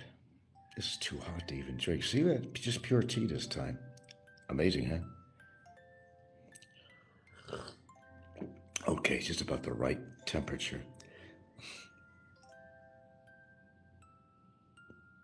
Be nice though, huh? But if you start off early, you could learn all that stuff. Well, we were talking still about the language. I'm glad we're still on topic here, but we're looking as Jimbo as an example on here. He's in Cambodia, and because he can't come back into the Philippines. That's the reason. And he builds it up. I'm sure there's great places in Cambodia.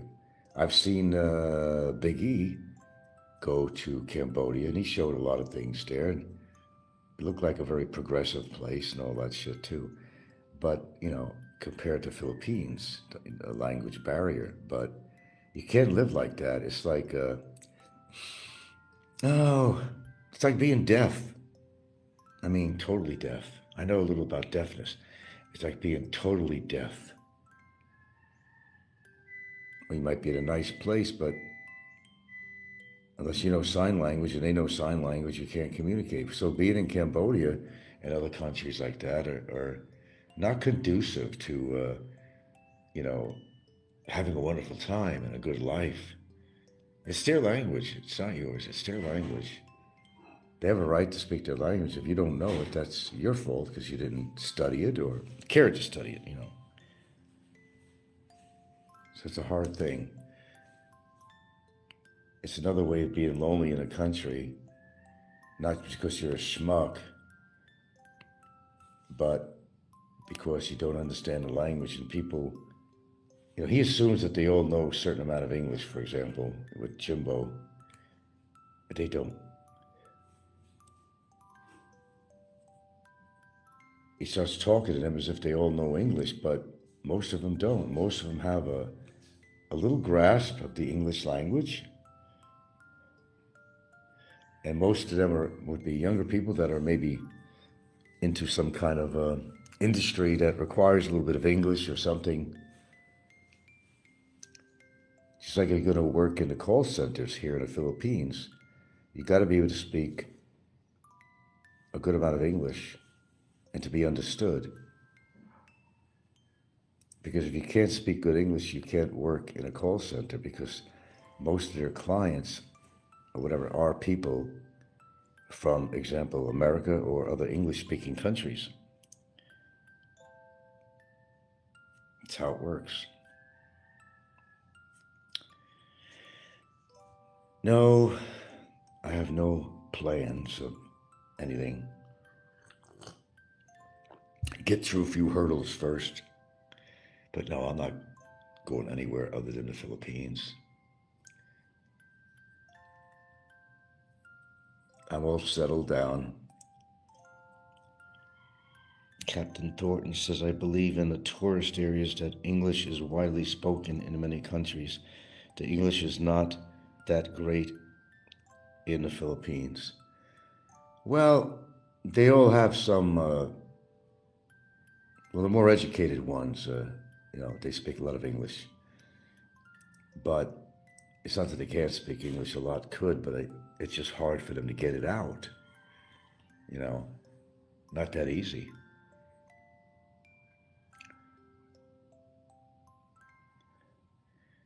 I don't know, that would be really hard. Spanish is not that, I think that's one of the easier languages to learn. In fact, it's incorporated even in a language here. There's a lot of words they use that are derived from, Hispanic culture, and a lot of it actually. Look at a lot of the last names of people out here. It's Hispanic. Cebu is always nice to visit. No need for big trips. That's all I do. But I don't know. I could use that broad statement, a blanket statement, say, well, you see one place in the Philippines, you've seen it all. Well, that's not necessarily true. There are still beautiful places I have not seen in the Philippines.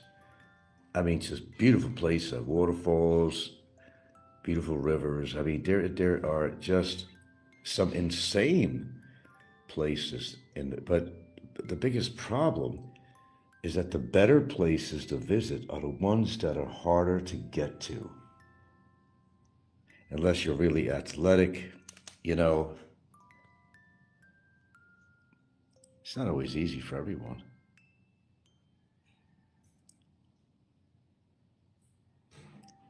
So Tesla Edison is calling me stank, so he's a troll after all. Goodbye.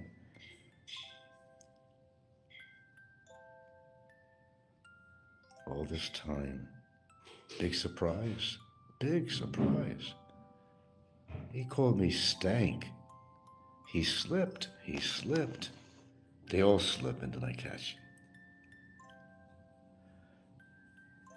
Well, a beach is a beach. I don't know what to say about that.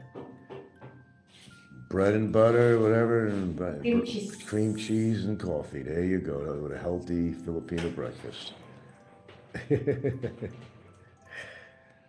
I'm getting out the power tools, my oatmeal and stuff. Fuck that piece of bread with cream cheese on it with the coffee. Nah. A beach within walking distance. That's me. That's what I got. No, there are beautiful beaches in the Philippines.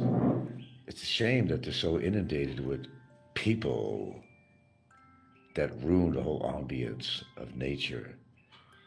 Look, it's not just here in the Philippines. I've been to some beautiful places in the mountains with waterfalls in Washington State, and they ruin the waterfalls by having there's like a steel platform you could go on up there right above the waterfalls and look out. Nature is never untouched. Even over at, what do you call falls? It's such a tourist trap. What is that really visited falls in the Philippines there? It's morning. They could have a little restaurant there. They have a big floating thing in the water. You could float under the waterfall with sounds of screaming kids and all that stuff. It just ruins the whole environment and ambiance of Mother Nature, That's what it does. I'd rather have a beautiful waterfalls where you don't see people coming around and to enjoy the beauty of nature and the peace of it. Because that's why I told you I'm not into big tourist destinations and all that. I'm just really not. God, look at not Bacolod, but Boracay. Jeez. Once a place gets discovered, it's all over with. There's a place in Hawaii called Kahina Beach that me and my brother used to go to here and there. It's not a public beach. It's not maintained by the city or anything. But you have to kind of walk down a little bit of a cliffside with some dangerous rocks. Be very careful. It's a black sand beach, pretty good wave action there. And all the bohemian style people would hang out there and get high. You'd smell it in the air. You'd see a mist in the air of marijuana smoke. And then there's a drummers that were there. What are you going to do with that? Oh, no waste. There's hardly any, by the way, for the kids, there's hardly anything in there. It's supposed to be a juice, like a... What is it? A powder? Oh, it's a powder that they mix with. God, it's called Dodo. Great name. Unbelievable. You can't enjoy yourself, in a situation like that with all these people. Maybe you're pleased with a crowd, or maybe you're a crowd pleaser, but that's not what the experience is all about. It's getting more rare now for anybody to find anywhere to get some real peace of mind and to go to a place that's not touched by destruction of human hands. Oh, there are places. It's just the harder it is to get to these places, the less people that's going to be there. If it requires a lot of dangerous trekking and whatnot, yeah. But they'll find a way. Civilization finds a way. Ruins all of Mother Nature's most beautiful spectacles. Yeah, Baguio. Yeah, well, I said I've been there. It's one of the places I did go to. Baguio is quite overcrowded. I'll tell you that. I think Gilda would agree with that. It's quite overcrowded. In different seasons, though, too, there's more people. The only good thing about Baguio is you've got a little combination of weather where you get the cool mornings and very cool evenings, very comfortable. You can wear a sweater instead of sweltering heat and humidity elsewhere. But it still gets humid. I remember even it was cold at night. It still was humid. And there's a lot of traffic, and they're worried about people smoking in Baguio. That's the one thing that really stood out for me. Remember that? They didn't want people smoking or sell cigarettes in Baguio, but the air you breathe in Baguio is like putting your mouth on an exhaust pipe. But they're afraid about polluting the city with cigarette smoke. Cigarettes, you got to say it right. Cigarette smoke, like it's really a horrible thing, which it is. But cigarette smoke. Shit. There were times when I was out there, I almost found it hard to breathe, and I was going up to the mountains in a grab cab to Atok? Huh? Atok, yeah. Which is a nice ride up there. Beautiful, but there were times on the road that I was like, gee, I might need an inhaler or something, or somebody give me some oxygen. I mean, there's good points and bad points to Baguio. Oh, that's what it was, the smog. No, I couldn't live there. Not if I wanted to, or had to. No, I just couldn't live there. It's bad enough if you have a smoking habit, and then to indulge yourself where the environment itself is so polluted. You might as well take a gun and kill yourself. Get it over with. It's not for everybody. They try to be really progressive. They have a restaurant that was using robots to serve your food. Yeah, there was a restaurant me and Gilda went to there. Nothing great about the food. I didn't even enjoy my meal. I forgot what I had. But they didn't look like people. It was just like a robotic structure that had a tray on it or something. Or a number on it, go to number, whatever table. It's just a gimmick, just a gimmick.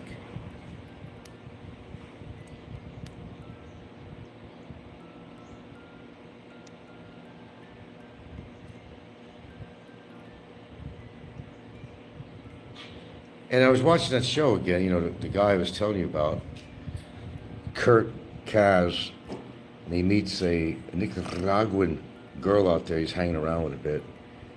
She wasn't even really that good looking, but she was very bubbly, and she knew a little English, but they predominantly spoke in Spanish. And when you're in a country like that, you need companionship. When you are in a foreign country, period, you need companionship, or you're going to be like Popeye, even though he's an American, surrounded by American people who speak English. If you get rid of the Cubans that took over Florida. But, or like Kevin, who found himself, in Thailand, and it was just so horrendous that he had to come back to America because it was just too much. He just couldn't find a companion. Stayed in his room most of the time, poor schmuck. Every time he had companionship is when he took out the money. Hey, I buy you a drink. Dad, I buy you a drink. You sit down with me. Be my girlfriend. Will you be my girlfriend? Sure. How about throwing in some chocolates and nylons? Oh my. Lovely Phil Lamb. Big Frank. I'm not that big. Big in the minds of some people, but. Buy a one-way ticket to the moon.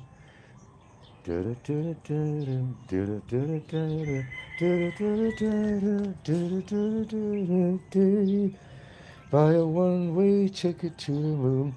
We hear that song actually on the local vlogging community, making it to a caricature of some Filipina with totally exaggerated features. It's funny as shit though. That's one of the songs they sing on there. And I don't know, it's a Filipino doing this shit, but they're like making fun of what Filipinos look like. They make these caricatures out of them. Big mouth, big teeth, exaggerated ears, this and that. Have you ever seen that? My God. For a one-way ticket to the moon.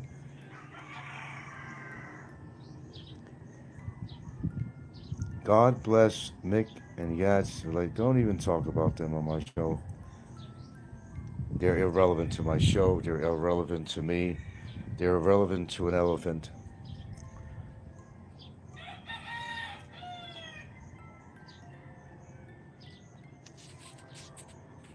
I get a song on my mind, forget about it.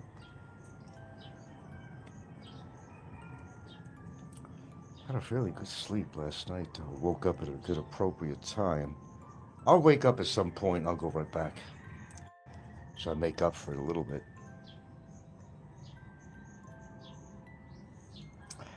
Yeah, you have to,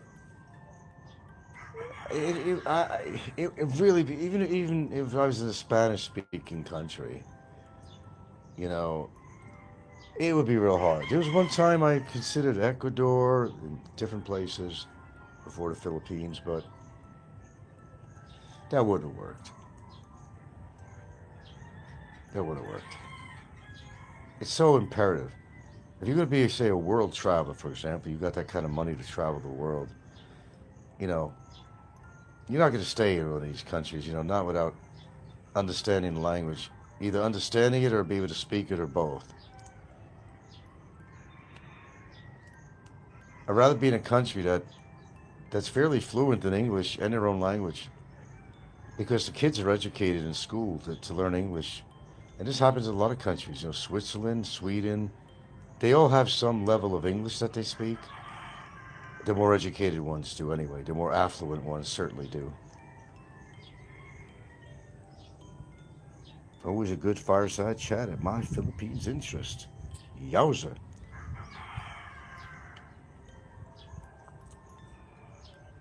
I'm tired of talking about Trump too. I'll try to go easy on that.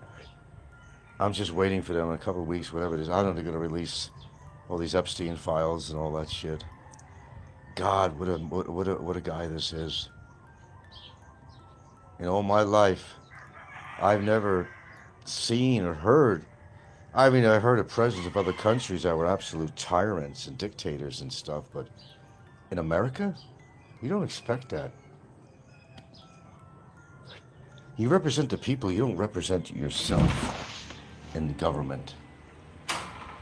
I mean, that's the whole ideology of being the leader of a country like the United States.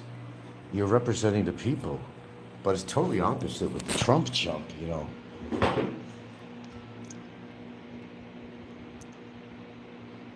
Would I choose to go to the Philippines again if I wasn't in the country or something? Well, I would, because I have a mate. It's the prime reason I'm even here. You know, if I didn't, who knows? I might wind up in some Baltic country or something, or Celtic country or whatever. Who knows? But still, I wouldn't do that unless I had the money to back me up, you know. I mean, long term, not like having a chunk of money. How long is that going to last? You know, it only lasts so long.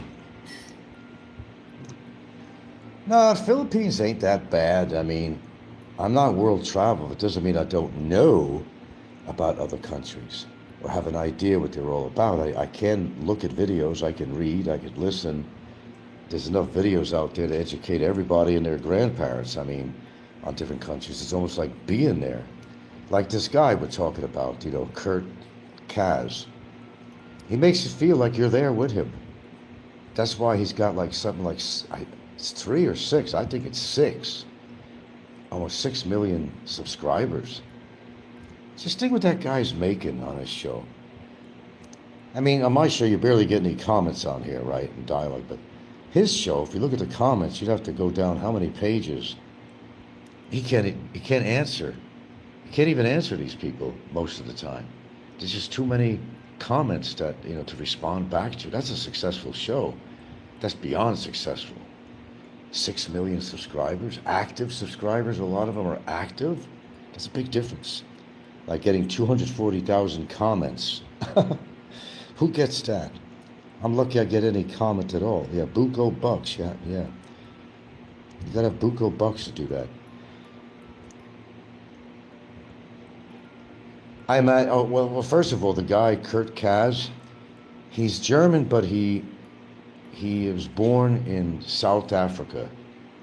He's from South Africa. There's a lot of very affluent Caucasians, shall I say, in South Africa, very affluent people in South Africa. Mostly South Africa, that's what you're going to find. You know, there was the English influence, the British influence that came into South Africa, colonies or whatever, and I'm not well versed on the history of South Africa, but I certainly wouldn't want to be in Nigeria, that's for damn sure. Jeez. Let me tell you about, you know, they're like the biggest scammers in the world besides the Russians. We had a Nigerian guy that worked with me in the Parks Department for a while. He was a seasonal worker. And, you know, he'd have to work with me sometimes, you know, and this guy was already trying to bring a whole bunch of shit home, you know. He tried stealing something from the Parks Department, too. It's just like in the fucking nature of these animals. But I'm sorry, I am calling them animals. Nigerians are fucking animals. They're animals. And this guy was black as the ace of spades. I mean, when you want to call somebody a black American or black person, they're not black. Unless they got some kind of African blood, I mean, especially Nigerian. That's black. That's as black as the ace of spades. You can't get any blacker than that. That's black. But generally African Americans with different mixtures, they're brown skinned. Brown skinned. They're not black. But they're referred to as black Americans. But they're not black. They're not black. Some of them are. But they have Nigerian roots or other different parts of Africa roots where the skin is really very black. They're not blacks.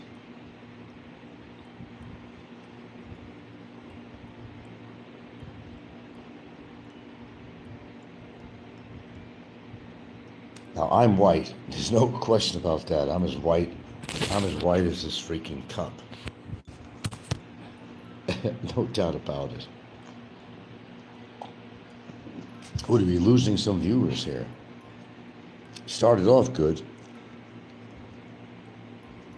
A few people hanging around. That's, you know, that's why I said, give me a reason to stay on YouTube. I don't have that kind of viewership because I don't partake in some of the chicanery that people do to get viewers on here, putting women on and putting notorious people on as guests and all that, or just making their channel just 100% drama. I don't have those elements in my show. I'd rather be that way than have to bullshit my way through a YouTube channel, and I generally don't. I have no reason to bullshit about anything. I mean, total bullshit, 10 watching and 7 thumbs up. Well, that's encouraging. Yeah, I have no reason. I mean, it might benefit certain people on here that like to hear my show, but where does YouTube benefit me in any way? I'm certainly not making any money, and I wouldn't even if I was monetized. I wouldn't make shit. I've been through that. I've been down that road before. When you got too much adversity, you're not going to make any money. Or if you don't follow the certain elements of YouTube and be so with the clickbait and all the bullshit talk and all that, you can't do that. And I really don't want to do that. I'll talk about vloggers on here that say things that are quite fascinating or ridiculous or whatever, or absurd, and do things as such. That's about as far as it goes. So I guess I pissed off. How much time does Barry have left? I don't know, unless the High Road Club gets him out. It doesn't look like that's happening. But it looks like he probably will be in there for Christmas unless something is in the go, but I don't know. You have to talk to Big E and Mick Fisher, people like that, if they're going to tell you the truth. I wouldn't know. As long as you don't pay, I guess, they'll keep them in there as long as they legally can. But it's really up to them. They can do whatever they want. There's certain statutes or they have limitations on how long they can keep you under these particular circumstances. They could either follow that law or they could just make their own.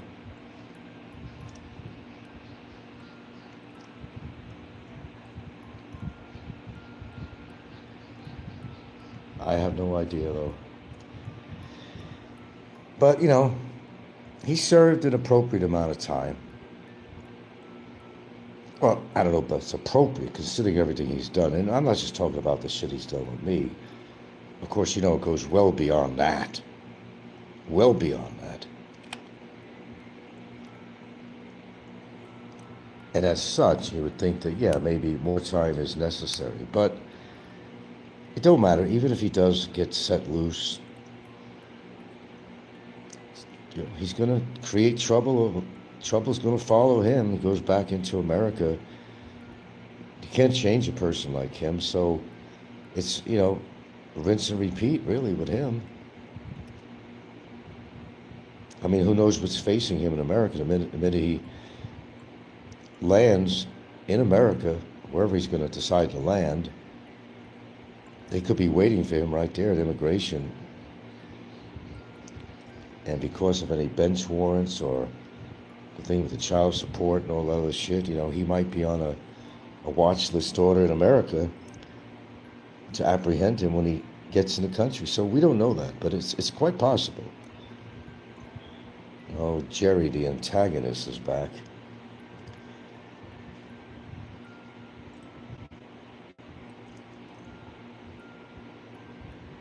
So I have no idea what's going to happen to him when he does finally get released. Am I going to be bothered, for example, if you pose the question, am I going to be unhappy that he gets released to go back into America, gets deported? No, I'm not going to be unhappy about it. Not really. Because I have a pretty good idea of what he's going to be facing once he does get free. No, not anyone can change. No, there's some people, you're not going to get a blood stain out of something, okay? You know what I mean? You're not going to get a blueberry stain out of something. It would be very hard, wouldn't it? It's the same thing with him. You're not going to change, or certainly can't radically change him. It's so ingrained, and it really has, I think, a certain amount of having to do with his childhood and how he was treated and raised and all that stuff too. Some of it could be blamed on his father. Barry will never change. That's what I feel. you know, he's publicly talked about it, okay? It's not like I'm saying something that ain't true. Can't hold that on me. Not that. He already talked about it, that he was sexually abused by his father. It's common knowledge. And that could scar somebody. You know, they say the apple doesn't fall far from the tree. I think that applies to him too, though. Why do you think he's so adamant about, only with me, calling me a child predator and all that shit? You know why? Okay. He is so radically, you can't teach an old dog new tricks. He is so radically scarred about being bullied as a kid. He's radically scarred about what his dad did to him, and who knows who else. When her mother did something too, I don't really know. But he's pretty scarred, and that carries with you, man. It's not a good thing. I'm not saying, you know, he's been through some really big shit. To note, you know. And you either work your way through this stuff or you don't, and you just kind of sit in your swill of, you know, I do have fucking, oh my God, do I have a lemon right here? Oh, Jesus. I'm gonna have to add lemon. I actually have a fucking lemon right here. God dang it. I'm gonna have to refresh my tea here, because I actually do have a lemon. Yeah, let me put more water in here and heat this up, because I have a lemon now. I was out of lemon this morning. Oh, you've been scarred like he has been. All right, you could feel sorry for somebody like this, but you would maybe, perhaps, think about what happened to you, right? And don't repeat the pattern. Don't, you see, and I'm no fucking psychologist, man, but I could tell you that experience like that, it's horrific, man. I would certainly imagine it scars you for life. Well, your own parent did that to you. I mean, can you imagine that shit? On one hand, you know, you might say, I can feel sorry. I can feel sorry for the guy, what he went through, you know. Popeye was abused by his father, but he didn't turn out like Barry. I wouldn't know. But that's, you know, it's unfortunate, though, that some people will repeat the habits of their parents, what they did to them. They have an outlook on life that's terrible because of what a parent did to him. And don't get me wrong, what happened with him, that's horrendous. It shouldn't happen to anybody. Not to somebody's own child to do that kind of shit. I'm cutting up this lemon here, so bear with me a minute.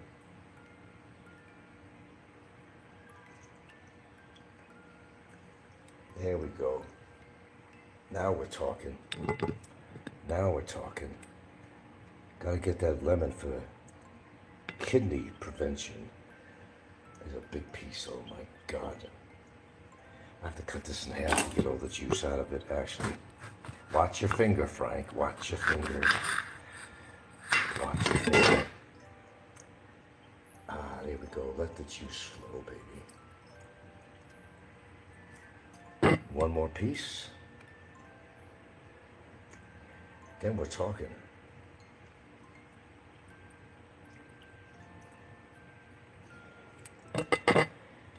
But, you know, I don't advocate that kind of behavior, man. I don't care what the situation was. Grow up a bit, you know. Go with the punches in life. Go, you know, make yourself totally opposite of what happened to you in your childhood and what your father perhaps did to you. You have the ability to do it. Instead of stewing in your soup and crying about what my father did to me or my mother did to me or something like that. I know it's easier said than done because you're pretty well scarred in situations like that. I get it. My parents weren't like that. Although I will say, my father did have his moments. I can't even remember it, but maybe I blocked it out. I don't know. My father used to call it the strap. You know, he'd take off his belt when he was pissed off and threaten to whip our asses, me and my brother. I do remember that. I do remember that. But I actually don't remember whether he actually ever struck us. Maybe I blocked it out. I don't know. But I don't recall him ever making contact. I don't recall that at all. But my parents certainly were not sexually abusive, for God's sakes. My father had a temperament. But I don't ever believe he ever did anything like that. I would remember, you would think, something like that would be traumatic. But in Barry's case, I don't know how long this went on either, you know, throughout his childhood. I don't know. I don't know. I don't know everything. But it was a bad situation for him. So, you know, should we feel sorry for the guy? Why continue to have it of what the father did to you? Grow up, be an adult. Keep it in your mind that, yes, it wasn't a great experience, but I'm going to build up on what happened. Be a better person to show his father that, hey, I'm not like you. I'm going to be a better person than that. But he never turned out to be a better person. Always bitter, always abusive to, in various ways, to the women that he's dated. Not to mention, you know, money. Always trying to scam some people out of money. He never dated women that didn't have a job because he needed them to support him. He wasn't making much. At the time I met him, he was just barely under 600 pesos a month, $600 a month. He showed me. He had it on his phone. He had statements from Social Security. He showed me. This was real. I've seen it. When I first met him, he showed me how much he was making. I don't know why he showed me, but you know, but he did. I saw it. I actually saw it. He was making something at the time about $575 a month. Of course, it's up now. It's been a lot of years, but I don't think he's getting anything now. Because my understanding, please correct me if I'm wrong, but my understanding, if you've been convicted of something, America knows that you're in a different country and you've been to prison or jail, whatever, that they cut off these benefits because, you know, these benefits were basically welfare payments is what they were. He claims he had a disability and claiming it's his back, but I think it's more psychological. Travel, learn, respect says, repeat. Did you notice Asian Jim stopped doing much live streams? He's now doing more IRL videos. I guess he's trying to build his channel. I don't know, he's a millionaire, right? Isn't he supposed to be a millionaire? Yeah, when pigs could fly. Hey! Sneezing in the background. What are you looking at? Don't worry, camera's down this way. Say good morning, baby. What are you looking at on here? What is that now? Huh? Wait. What are they pulling out of? Oh, they're pulling out of the flower bouquet. They're pulling out 1,000 notes. Yeah, I wish. It's called May's Bouquet. Boy, that would be a nice bouquet of flowers to give somebody where you pull out 1,000 notes on there. Look like an ATM machine.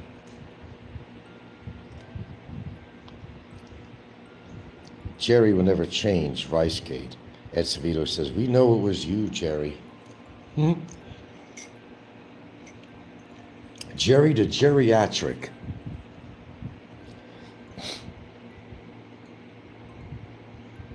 One day some shark is going to bite your ass, Jerry. Ask Newman. We know it was you, Jerry. Jerry's been behind a lot of capers on here, but most likely Brevis. I think The Rice Gate thing that they call it, was that before or after Brevis met up with Jerry and had an interview? Because they could have planned this together. Oh, Jerry's behind a lot of shit. We know that, Jerry. We allow you on here because, you know, you're a novelty. It was after they met, or after the Rice Gate. I don't know which one you're saying. Rice Gate. God's sakes. Rice Gate. Like I said, that was wrong as rain in the desert, man. It just hurt a lot of people. It goes to show you what people are made of.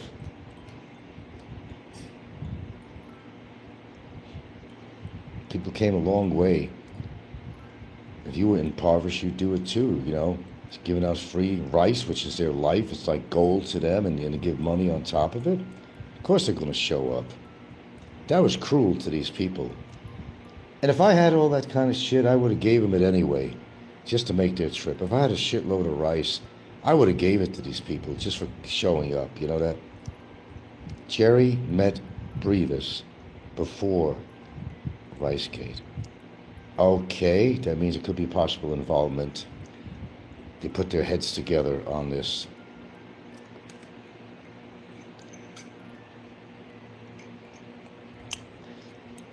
Brevis does a lot of things behind the scenes. You just don't know it. He keeps quiet about it, but he's very proactive in doing things behind the scenes. Just like he'll do to his girlfriend. He's out there fucking all these women while he's got this long-term girlfriend, has a baby from her. Is that sick or what? What's the purpose? If you've been in a relationship, if you're not going to be, you know, devoted and faithful. Well, I don't have anything to do with Rice Gate, he says, but some other things I was involved with. But like I said, Jerry, when you showed up on here unannounced with your lady, that was a big bozo no-no. Don't ever do that again. You're not going to get a good reception.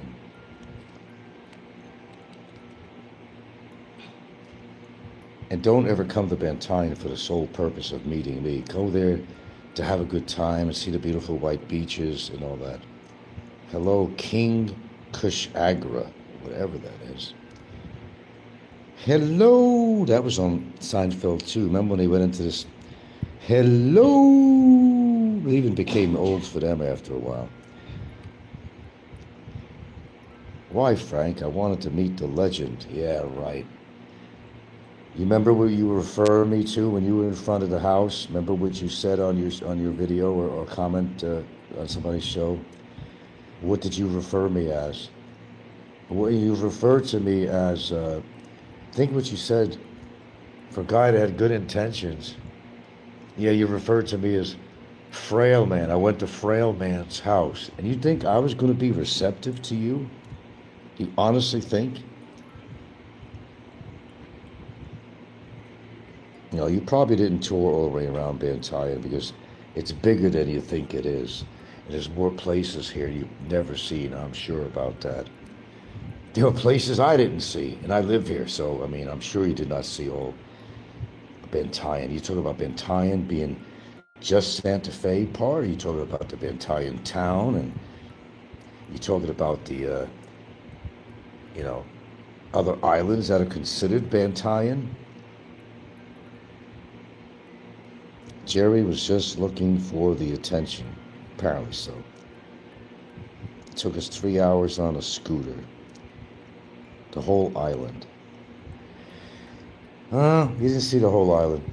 Because there are the barangays here that even I didn't see, or see all of it. There's still, and I'm living here a long time, they're part of some barangays that I haven't even seen. Because it's pretty expansive here. It's bigger than you think it is. A lot bigger than you think it is. I found that out. And after living here a long time, there were places I've never seen. Found them accidentally, or we had to visit somebody that lived in an area, and I said, wow, there's a lot of jungle here. There's a lot of Well, I didn't know that they had like a little river or some kind of estuary or something, you know. I mean, no, there are places to see here. No, you won't be able to go to every barangay or whatever. There's more, as I said, most people that come here to go downtown, they think that's all there is to Santa Fe. Oh no. Oh no. There's a lot more.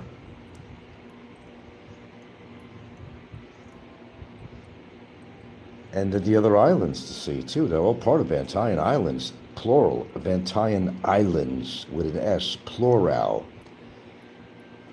that you haven't seen. There's some I haven't seen. Well, if you come back again, don't stop here. Because like I said, it's absolutely rude to show up at somebody's house unannounced and uninvited. I think there was a sci-fi or a spooky movie called The Uninvited. You don't want to go there. Trust me, you don't. I don't think you would. An invitation, that's a whole other animal. And you have the right to come by when you have an invitation. But when it's not an invitation, refrain from doing something like that. May not turn out as well as you think. You're not going to get a wonderful reception, I'll guarantee you that. Because I'll tell you straight off that, hey, you shouldn't be here, you're uninvited. I'll be rude if I have to be. Just like it's rude to come over anyway when you're not invited. Don't expect a welcoming committee. Mango cream cake like I did for Brevis. We were kind enough to take out for him and his girlfriend. We took some cake out, gave him some whatever. We were very cordial, but I didn't know a whole lot about the guy at the time. I didn't know he was a fucking sociopath. I had no.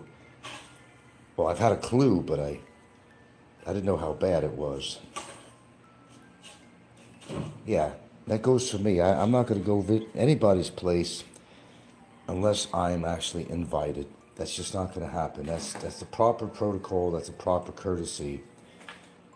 You don't just show up at somebody's place. That's where you did wrong. And then to make a reference to me when you were outside. I'm outside Frank's place now. Well, but you said I'm outside Frail Man's place or some shit like that. You're rude, Jerry. You're just fucking rude. And you expect a welcoming reception when you refer to me as Frail Man? You don't say my name Frank, you call me Frail Man. And you think I'm going to welcome you with open arms to my abode? Or with Gilda? That wouldn't happen. I'm sure you do. You got a belly to match. You're on my CCTV camera. We got the photos. You and your lady. We don't miss a trick around here. No, we don't.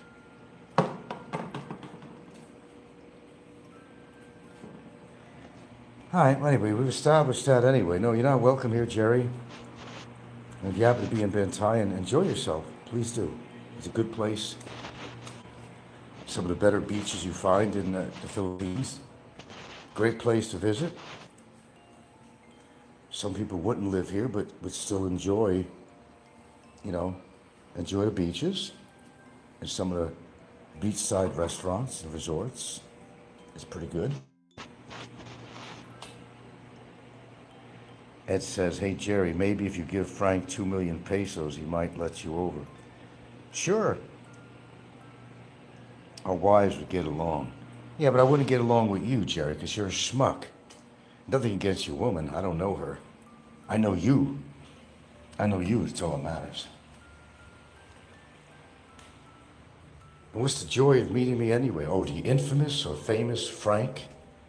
Is that what it's all about to say? Well, I met creeps like, Brevis and stuff like that. Infamous or famous people to get the thrill of actually meeting the famous vlogger.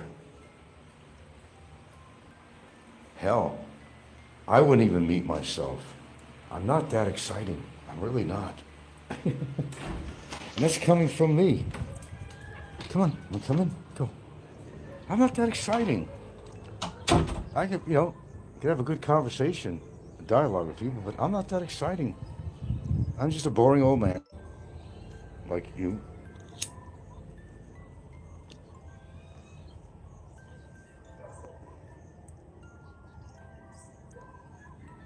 Well, you've already been around. There's nothing to show you around. Savina says, Jerry, don't you get it? Frank don't want you to kill. I'm trying to tell him. Trying to be as polite as I can. Some people would be receptive to Jerry, but most people would not.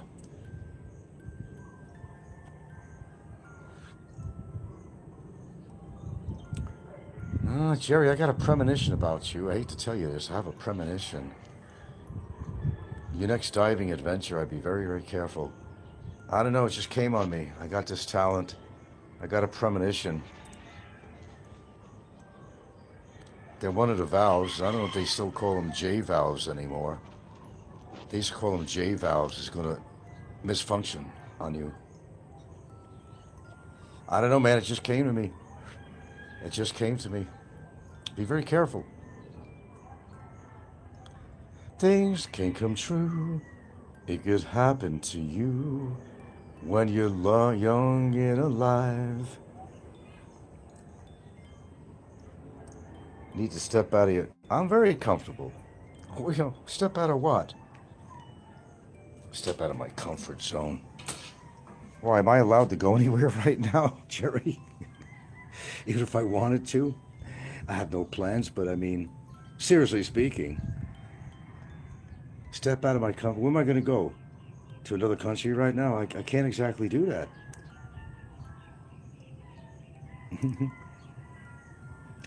No, Jerry's funny. That's why I keep him on here. You get to know a little bit more about the way this guy thinks. No, he was actually rude. When he came here, he did a show on that he was right in front of my place. He referred to me as frail man or something like that, which is insulting. And I'm going to take him into my abode when he's talking shit about me? Well, you think my memory is that bad? Because I'm getting older? No, I remember things that are important to remember, Jerry. I remember every asshole out there that's spoken a really negative word about me. I don't forget those things. I don't forget any of these people. What they said about my girlfriend, what they said about me, about my family. I don't forget that stuff. They say an elephant has a memory, but I tell you what, for shit like that, I've got an excellent memory. I don't forget. Well, I recall it. That's all that matters. I recall it.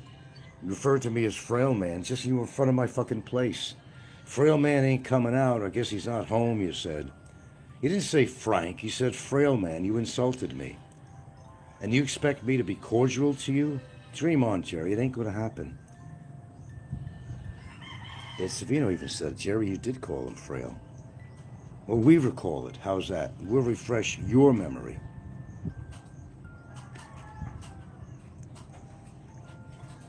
We'll help you out a little bit here.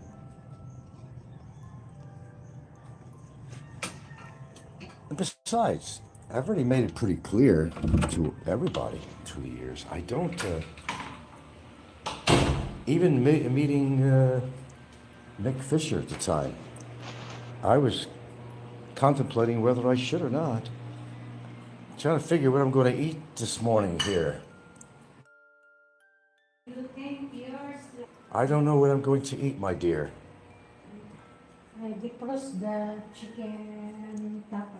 Chicken tapa? Save it for the kids. No? I defrost chicken tapa. I know you, with chicken egg. tapa. You want Huh? chicken tapa with egg? With eggs? Yeah, maybe I will. Maybe I will. That's a lot of cholesterol between the eggs and the chicken tapa. I don't know. Nah, Jerry, it ain't gonna happen, so don't even plan on it. Don't just ever show up here, because according to what mood I'm in, I might get myself in a lot of trouble. You catch me in a good mood after I've told you that I'm not interested in meeting you, and you have the fucking gall to show up at my place.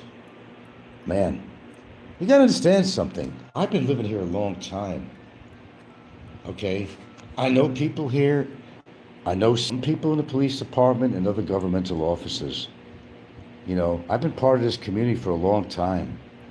Just one fucking phone call. I don't have to lift a hand. I'll say, this guy's stalking me. And I could show them a video where you came over once before. I mean, there's things I can do, Jerry.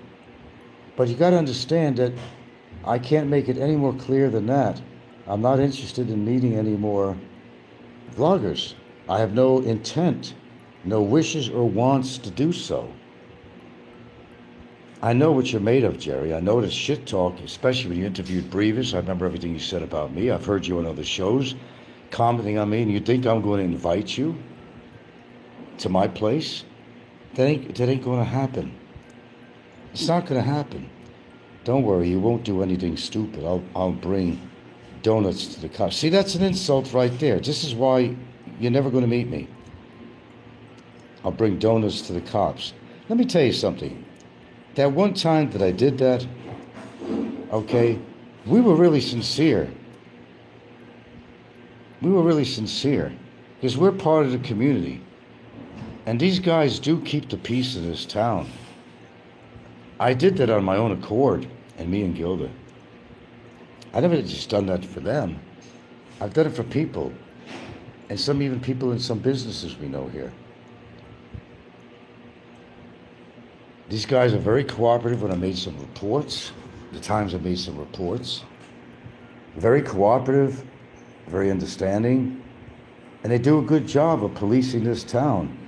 There's not that much crime here. Because these police they're on the go.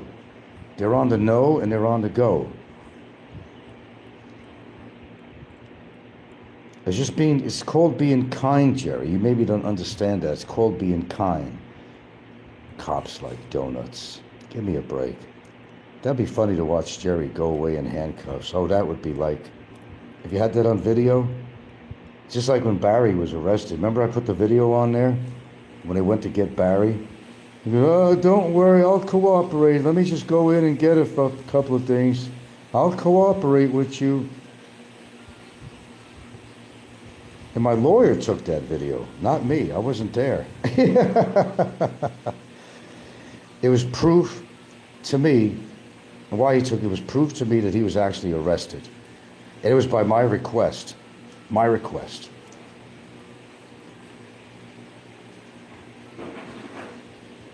They are.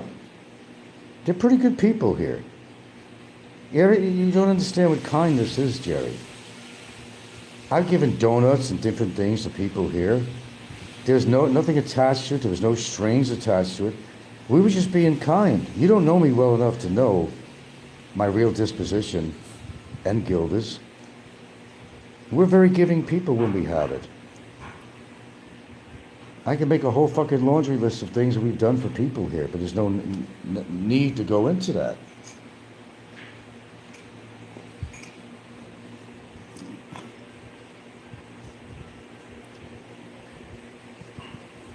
Yeah, they're good cops here. It's called kindness, Jerry. Don't misconstrue it as some kind of bribery or something that you're implying.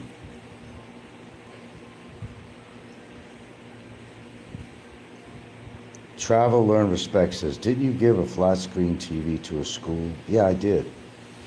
It was not like what people were saying. What happened was, and it was one of the classes that her kid goes to.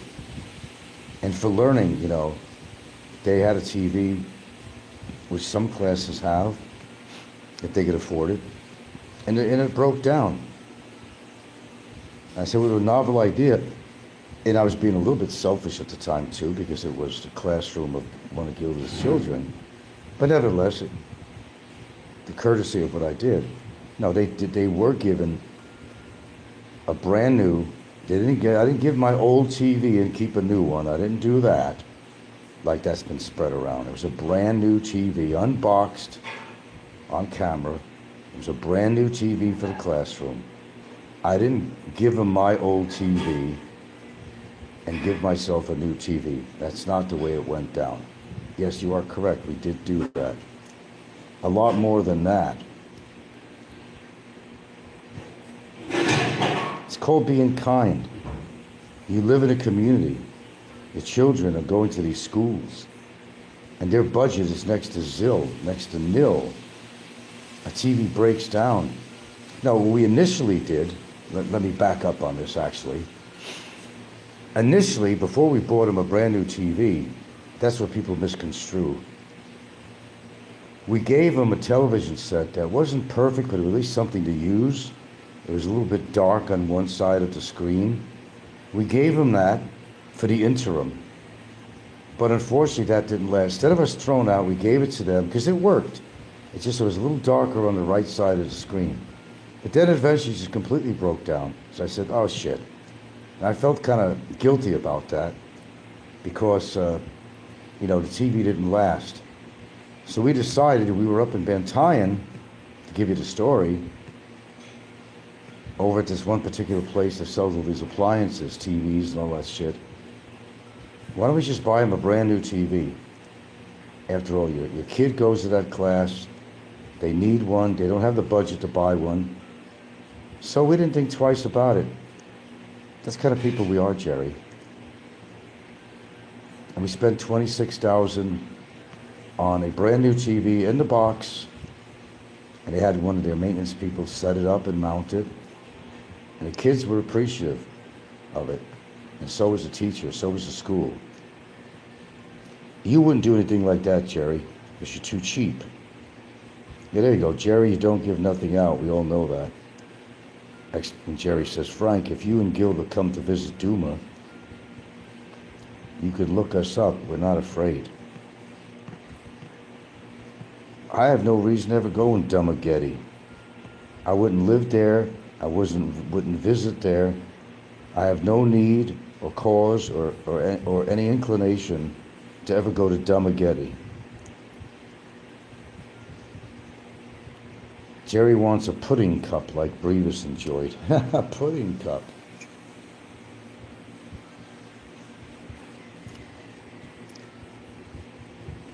You guys are intense today. We got 20 people aboard. A pudding cup.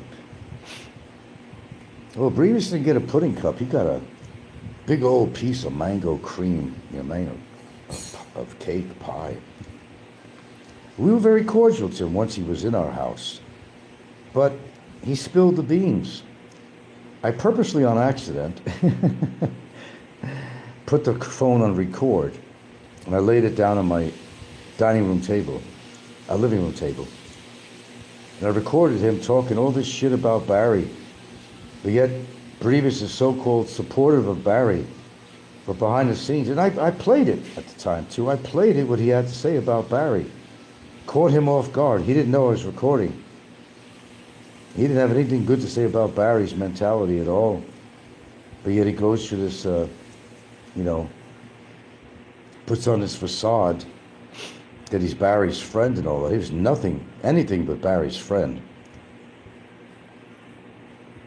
Duma is the bomb, Jerry says. No, Duma is where they should put the bomb and get all the fucking foreigners out of there. Leave the good people alone, the Filipinos, but put a bomb in there, like a roach bomb or something, and watch all the foreigners, expats scatter like cockroaches when the lights go out. Duma is like Epstein Island. I don't know about that, but what goes on in Duma stays in Duma. Well, the problem is it doesn't always stay. I'd never go there. Nevertheless, live there. You could offer me a fucking house, but the catch is that I'd have to keep the house and live there. I wouldn't even do that.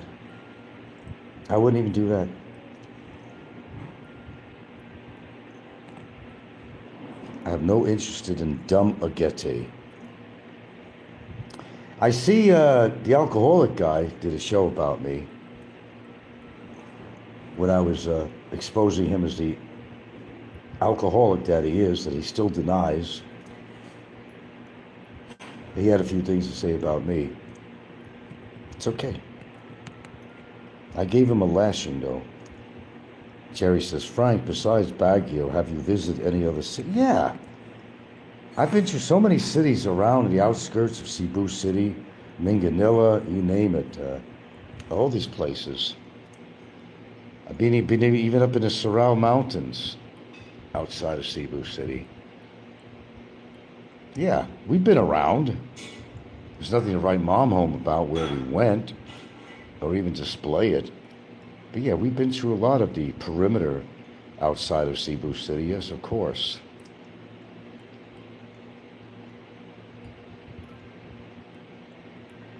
I just haven't found any particular place in the Philippines that we're willing to spend money on, spend our time traveling. I've yet, after all these years, come up with one particular place. We did decide to go to Baguio because you heard so much about it in the cool temperatures. I decided, let me check out these cool temperatures. What do we got here now? Beef tapa with an egg. Chicken. Oh, chicken tapa. That's better because that's a little better. Chicken tapa with... Boiled na. Is that a boiled egg? Water.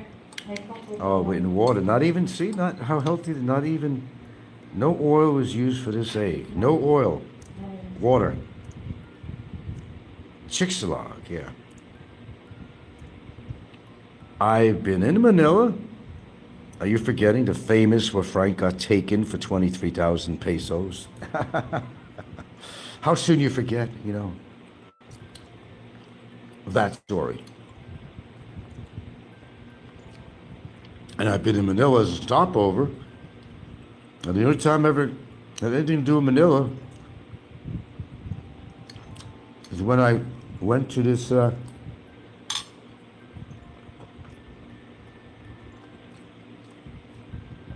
big old fancy bar with the dancing girls. Of course, I wasn't in a relationship at the time. The question is, did you have a good time? Yeah, I did. Did I spend 23,000? Well, not intentionally, but they act like I went broke or something from that. It was a scam. They got a little scout at the airport, and he makes a little money on the deal. To get people to go to this fine establishment. But did I have a good time? I certainly did. So what's the problem with that? Frank, you spent almost $400, $500 on that place? Well, not intentionally. There you go.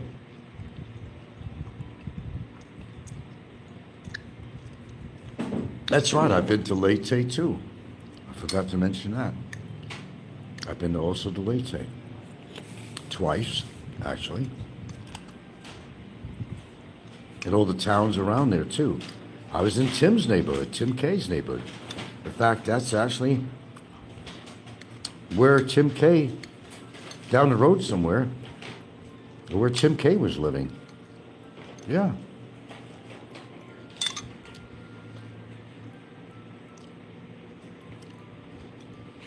So good. What was the neighborhood your mom's house was at? Was it So Good?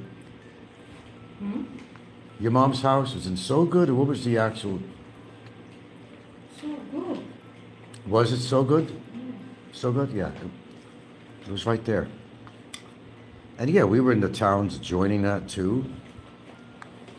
Even went to a resort in one area with the family. We actually stayed there and overnight or so, and When I go there, I stay in Thomas Opus. huh? Thomas Opus. Where? Thomas Opus. So Thomas Opus. Tomantopus? Thomas. Two Thomas Tomas Opus. Opus. Tomas Opus. I never heard of that. Yeah, it's all good there. I stay there. Yeah, we went to Mason. Yeah, that's where we got off the ferry one time in Mason City. Oh yeah, we've been there too. But yeah, we were close to Tim K's neighborhood.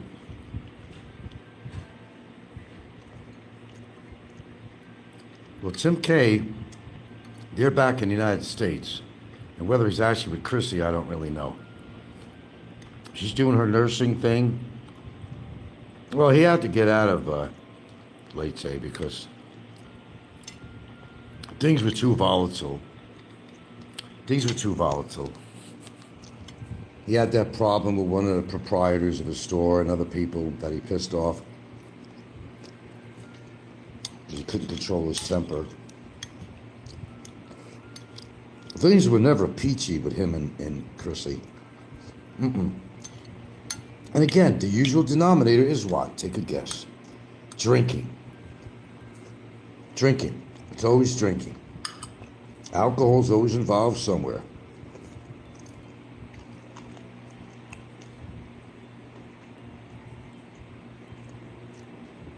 Oh, the expert dietitian here, Jerry. It's not good to eat chicken for breakfast. Well, that's what I'm eating. Protein from the eggs and the chicken.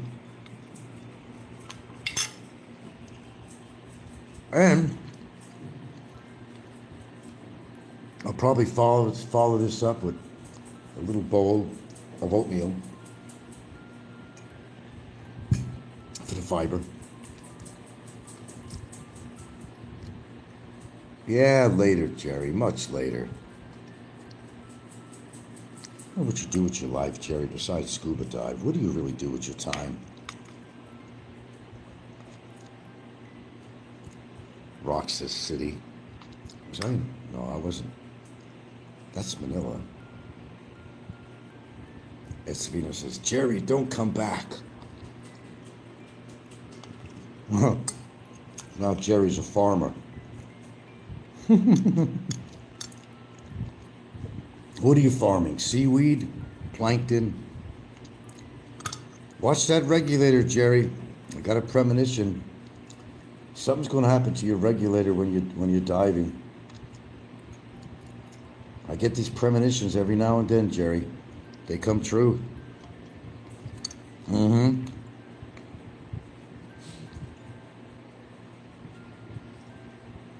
Oh, is Jay doing a live stream? Oh, that's why he's, yeah. I wonder if Jay has scored yet. Not without paying, he's not. And even so.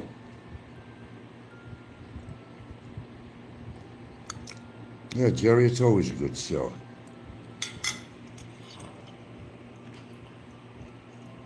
Good enough for you to come and put your nose in it.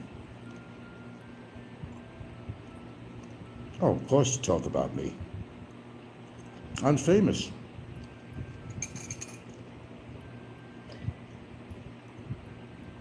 I am famous. Famous Amos cookies.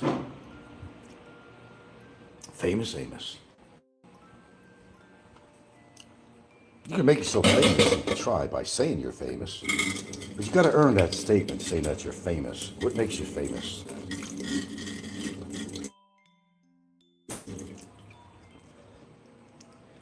Debbie. Didn't eat yet? I'll wait a few minutes. Let him build up an appetite. And a one-way ticket to the moon. You have many fans, Frank. Well, actually, I do. I've got fans in every room here. If not ceiling fans, they're stand-up fans. I do have many fans, you're right. Funny, huh?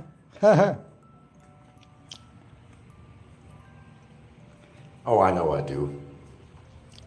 The numbers may not show it on my show, but the thing is, the beauty of it is that they promote my channel. Yeah, they promote my channel by talking about me, by simulcasting me, by copying my shows. It's free promotion. You don't have to pay for it in any way. Americano says, whole channels dedicated to you. Actually, they would hardly have any content without you. Well, that's true. The beauty of this, really. Free promotion. Good or bad, whatever. It's free and it's promoting my channel. That's why I'm surprised I don't have at least 100,000. Well, because the inconsistency of my shows, meaning I've gotten off YouTube a few times or actually deleted my channel once when I had 13,000 subscribers. My fault. Totally admit it. That was my doing. I thought I was hiding the channel. Instead, I hit delete channel. And I tried hard to get it back on. How many videos I had on there? At one point, I had over 1,200 videos. Yeah. Like that new alcoholic guy says, I went to his channel. He's only got like 4 videos on there. Well, he don't know my history, you know. Connor says, imagine Jay's live stream titled, Watch Me Drink Myself to Liver Disease and Pay for Women. That's pretty much it. They're enjoying a good life. I don't know what you call the good life. That's what you have to do. Pay for women. Pay for your companionship. Drink your liver to oblivion. That's not the good life. Like Ricky always says, you pay, you pay. Well, there's a lot of truth to that statement, what Ricky says. You do pay, literally. To get the women, you're also paying with your health, of constant drinking. But the one thing that really stands out on everything Ricky did, when he placed his tongue inside that lady boy's mouth, it was Vomit City all over the YouTube. Vomit City. Get out the vomit bags. God knows what he did afterwards. They call that life winning for some reason. No, they're not winning anything. That's losing. You've already made yourself stamped loser. Rubber stamped loser.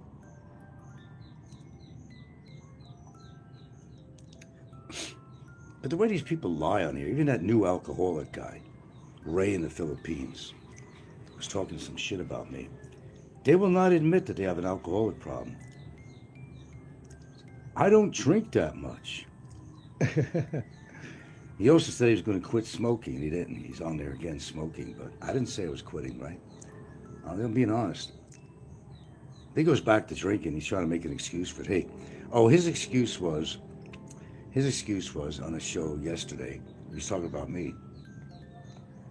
His excuse was that I drink so that we could share drinks together with my viewers, that we could sit down together and drink together. Well, you know, birds of a feather stick together.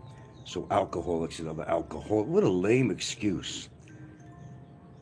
What a lame excuse for drinking. It is lame.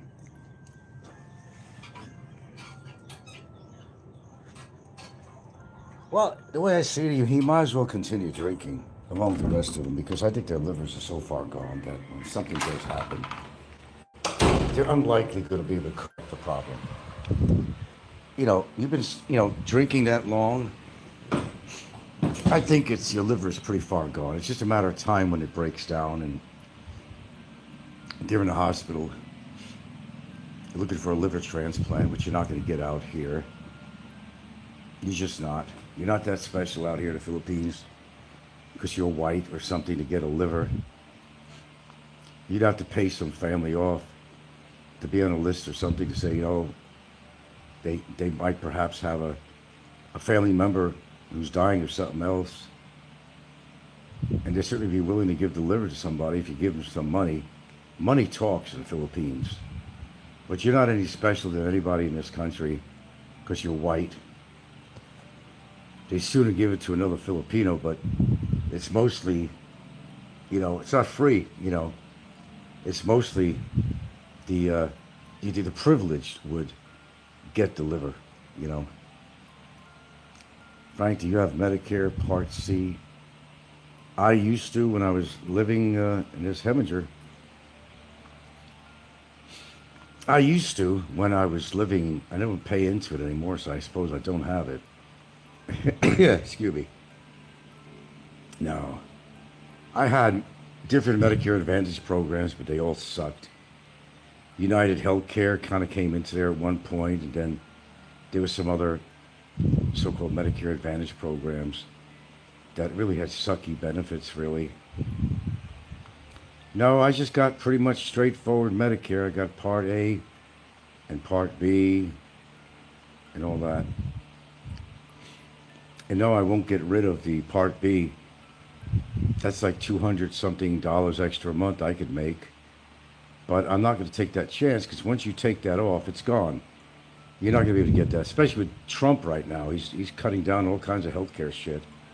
If you got Medicare Part B, trust me, keep it. Someday you just might need it. Heminger says, I just read that Medicare Part C is not eligible for expats. You're supposed to be a resident of the United States, not a long-term expat, when you get private insurance like Medicare Advantage. That might be some truth to that. I can't confirm that or deny it.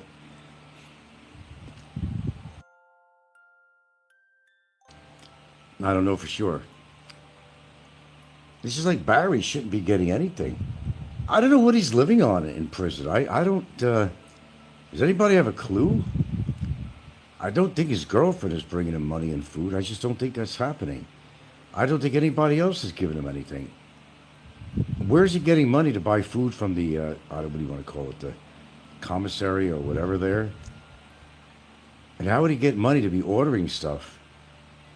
Because he can't order it from the cell from his phone. He could have somebody he knows order it from Grab or something like that and bring it over. You can do that. But he cannot order from his phone for Grab, in my understanding. And Medicaid also requires residency. That's where he's not qualifying. I mean, gee, the U.S. Embassy knows what's going on, everything else. They must know that he was getting a Social Security disability. They must know that. How could they not? If that's the case, that he shouldn't be getting anything. I don't know, maybe he thinks that when he gets back to America, everything's going to be retroactive. I don't think that's the case either. That they're holding him. Well, he's a felon now. He's a bona fide felon. Even for private insurance, you need residency in the country you stay. Yeah. 21 strong here. So how is he living? How is he getting toiletries and stuff like that? I'd say toothpaste, but he doesn't have any teeth. And how many incidents has he had there where he's getting gum disease, he's really in pain, got an infection in his mouth? Is he going over to, are they going to send him over to get that taken care of? And it's not free. Call it the state. It's just for, let's say the state is not going to help him in the Philippines pay for his emergency visits to a hospital during his tenancy, shall I call it, in prison. Even the transportation to get there, he would have to pay for. They have what they call a kind of a resident doctor there, but it's nobody that knows what the fuck they're doing. They could only treat you for tiny things. It's supposed to be an obligation for the prison that if you're really sick, that they have to do something, but it's on your peso, not theirs. That's what we're just talking about, Whistler. That he should not be getting anything. And yeah, Part B covers 80%, not 100. And he says, Frank, were you able to get into your SS account? They made it a lot harder with verification. No, I don't go online on my account. And every time I tried it, it was hard to get on. I don't know why. Not because I'm stupid, because the process, and I've tried it before, I just couldn't get on there and set up a Social Security account online. I couldn't even do it with my own bank in Hawaii.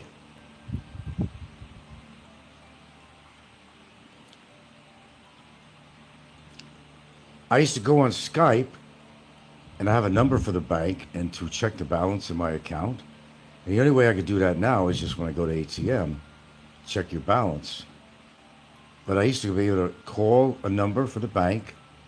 They tell you to put in your passcode and all that shit, your account number.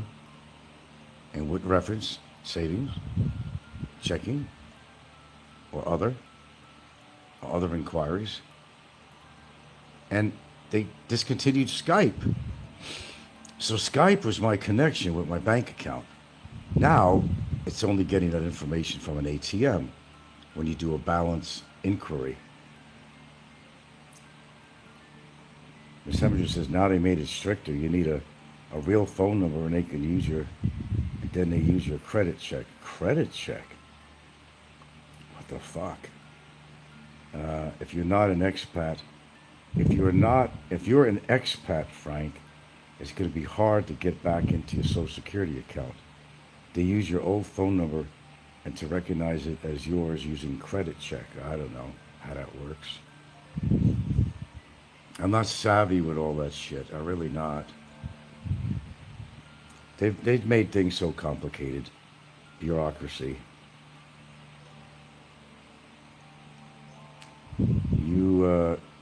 When you entered a phone number, they said they couldn't recognize your number, and you had to use my home phone, not my mobile, which they recognize. Yeah, most people do have direct contact online with their Social Security account. I don't. And the only way I know what the fuck is in there is basically by going to the ATM and do a balance inquiry. And that's the only reason I know if there's anything in the bank account or not. But my money is quickly taken out. I don't leave money in that account at all. It's taken out, all of it. Over how many days? You can only take 10,000 a shot, another 10,000, a limit of 20,000 per day. You know how that works. But I make sure my account is eliminated. Any balance in there that anybody could try to secure. In my case, with that thing going on in Hawaii, the bogus situation, tenants never got a dime from me, and they never will. And they never will. In fact, they had to spend money on their lawyers. I don't know if you know the rule on that. I'll tell you what it is. The rule on that, banks will protect your account to a point. The thing is, if you leave any money, you have a protection in a bank against creditors, especially the government, cannot go and take money out of your Social Security, number one. However, here's the clinch. If you're protected for, I think, 2 or 3 months, even from, if they're going to go into your account to take money, what do you call that? You're protected for 2, I think 3 months actually. So if you leave money in your account, they could attach and they could go after, but only 15%. It's even worse for a person trying to collect from you. They could only collect 15% at a time. They can't wipe out your account. If you had money owed, like on that so-called civil suit, the bogus one with the tenants, only 15%. But here's the clinch. If you keep money in your account, after so many months, they can go in and they can get money from you. But unfortunately for them, it would only be 15%, which is nothing. But as long as you're withdrawing your money out of the account, creditors can't get the money. Nope. If you didn't know that, now you do. Frank, you may need to consult all-knowing Don C. for legal advice. The know-it-alls. The know-it-alls. No, I'm protected with my Hawaii account all the way. They can't get a dime out of that account. Nope. No civil suit. They can't touch it with your dick.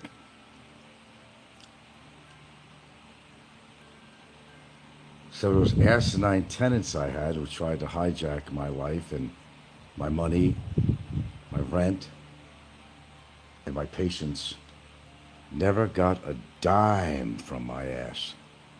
But I had to spend. Don't forget, I took a loss of thousands of dollars to fix up the place after they left. And not to mention 4 months of non-payment of rent. I always remember that hearing I had. It was funny as hell. Gorilla lady said in court, I don't really want to get into this, but this is funny. And she brought up the fact that, well, the judge asked her, why didn't you pay your rent to Mr. B? Well, he said this and he said this. He goes, I don't care. Almost word for word, he said, I don't care if Mr. B is the biggest tyrant or whatever in the world. Why didn't you pay your rent? He told him straight off, it's your obligation. And he should have seen her face. When he told her, that is your obligation. He didn't want to hear any excuses from her. That was one of the best moments in court. What are those tenants up to anyway? Are they divorced by now?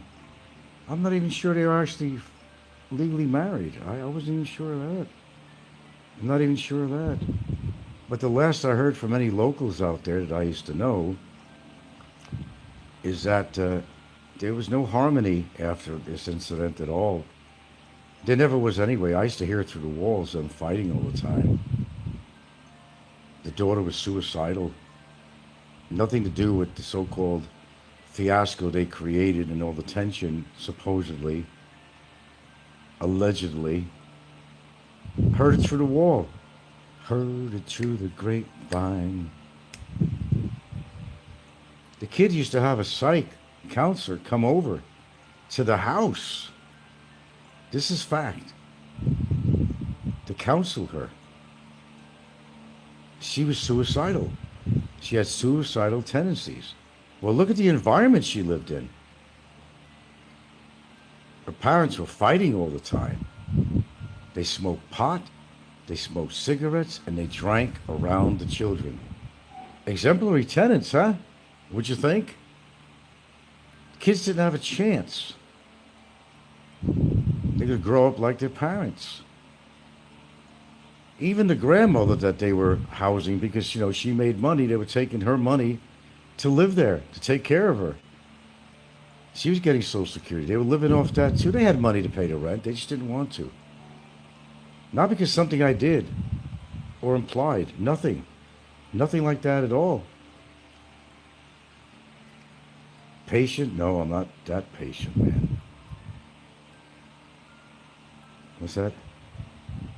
Heminger says, let me scroll. Frank, I don't know how you dealt with all those tenants. I could have never put up with any of those tenants you had through the years. Past a minute. Well, it was hard, but it was income for me, and I couldn't discount the income. But it got to a point. I told one of them he had to leave, and this guy was a potentially dangerous guy with a real bad attitude. He looked like Charles Manson. I'm not kidding. And he used to have to wear an ankle bracelet because he got out of prison. He was always involved with drugs and everything else, but he was in prison for one thing, and while he was in prison, well, I pick him right, don't I? Don't I know how to pick him? But anyway, apparently his cellmates, they killed a guard. He was part of the cellmates, and whether he helped do it, they fucked this guard up. They killed him pretty much. Practically mutilated him. So he didn't want anything to do with trouble because he was a 3-time loser. And one time I played with his head. This was great. I played with his head. I had some .22 caliber bullets. You'll love this one. And when I had the, kind of that carport thing, middle of the house, when I didn't make it into a bedroom, he used to park his car there, and I parked my vehicle there too. I purposely took a 22 and laid it down on the concrete pavement on the carport. Well, he found that bullet and he freaked out. He goes, "What's this? I can't have that around, man. I'll go back to prison." It kind of let him know that I had a weapon, which I did. Totally legal. It was a 22, but I had something other than a 22. But nevertheless, it didn't matter what the caliber was. It was a bullet. I put it on the floor. He freaked out on that. He almost voluntarily moved, because he could not afford to get in trouble anymore. He would have been a lifer after that. If they would have catched him with a bullet, then his attitude really sucked. We knew he was growing KKs. KKs mean children, babies, Hawaiian terminology. In my fucking attic space, man, there's a hatch in the apartment. It has a light in there, so it has a plug. And how do I know he was doing this? I know he was doing this because there's only been limited people that have ever been in my attic space. The only person's been in me and an inspector who was inspecting for termites. And there was these cut up pieces of plywood. You know how you have the, what do you call them?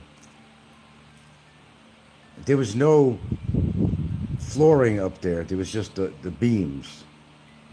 And of course there was a ceiling material, which was gypsum, If you want to go in the attic, you had to walk on the 2x6 or 2x8, whatever it was, to navigate around the attic, or else if you put your foot in there, you might go through the ceiling. So when I went up there on the ladder and I went to check things out, because I stored some stuff up there, I had some videotapes in boxes, some little knickknacks. So I went up there, and I'll be damned, I've seen this cut up plywood in big rectangular sections, which he used as a platform to put the KK, the starter plants, of the marijuana. And I also seen little bits of dried up marijuana leaves. And we don't, so what he did was, and that's the reason my electric bill was so fucking high, I couldn't figure it out. He was using some kind of a halide or halogen light to grow these things. Then he'd take them, sneak them out, and he'd have a location somewhere that he would let them grow. But he used my place as a fucking nursery. Wonderful tenant, huh?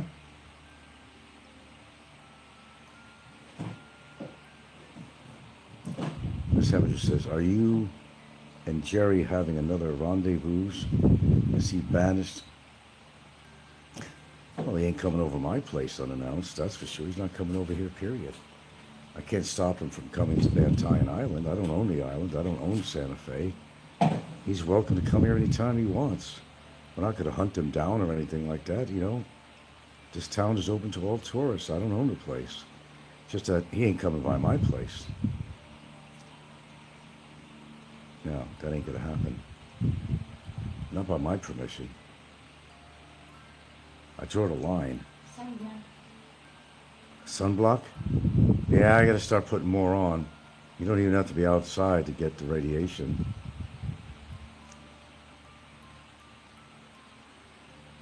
What's that song I'm always hearing there? On a one-way ticket to the moon. You know what, they have those caricatures on there with these, they exaggerate what Filipinos look like.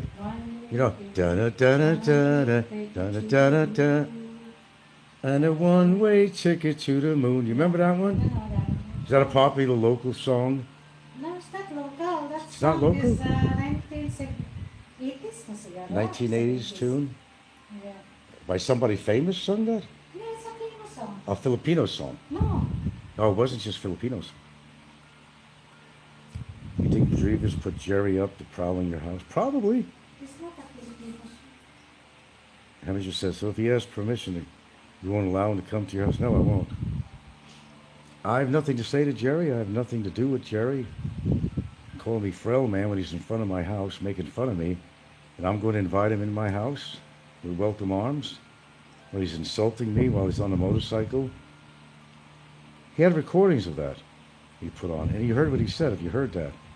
Well, frail man ain't home. He made other references too. And I'm going to invite him here?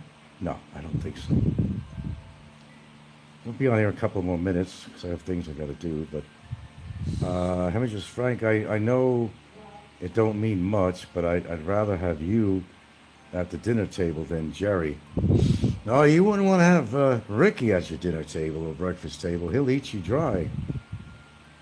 The famous Hungarian sausage caper. Hungarian gate.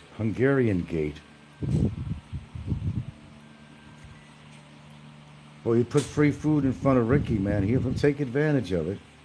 Man, I barely had a chance to. Maybe it was a good thing. It's just high in cholesterol. I wasn't that fond of Hungarian sausage.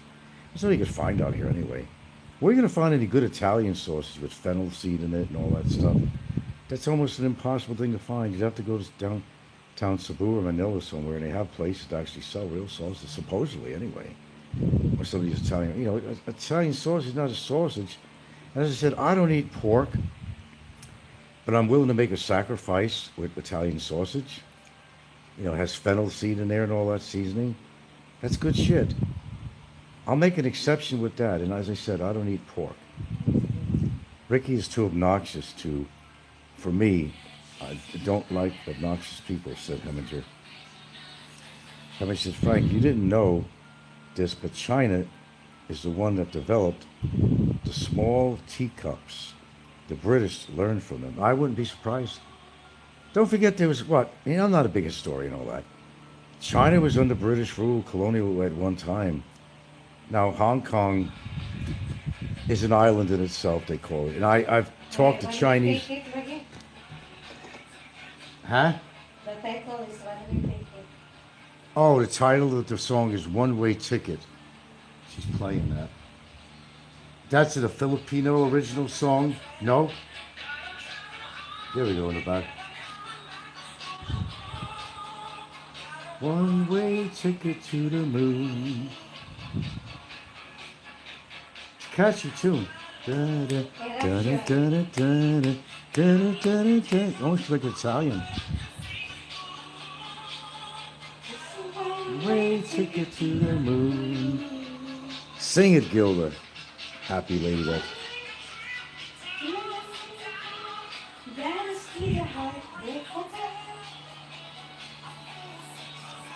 I don't know, what do you want to call it? British colonial rule or something like that. What's really interesting is, Hong Kong is an island, and they don't consider themselves China. Of course they're China. Okay. They're not, provincial China, but they're China. I remember I was on a dating site when I was single and all that. I was talking to a Chinese woman on there, and I said, oh, where do you live? She goes, oh, Hong Kong. Oh, so you live in China? She goes, no, I don't live in China. I said, what are you talking about?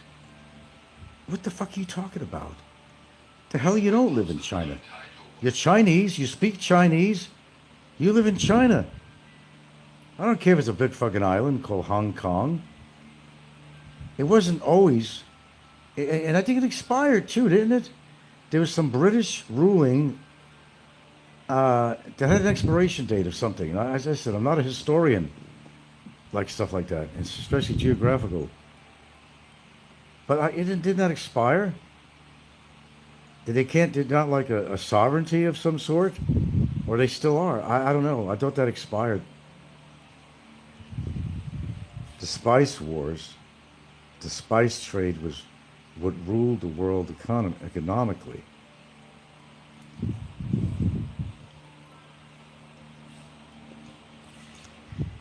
It's just like, people in Taiwan, there's a lot of Chinese, there's a lot of, but they will not call themselves Chinese. And even in Italy, the Sicilians will not refer to themselves as Italians, even though they are in Italy. They're on the boot. No, we are Sicilians. We're not Italians, they would say. They indeed are Italians. but their ancestry comes from, in part, Africa. They are black Italians, basically. If you didn't know that, you know it now. Henry said Magellan sailed from Europe to South America, then Philippines on his first cross Atlantic. He never made it back to America. He got killed. I didn't start. Hold on.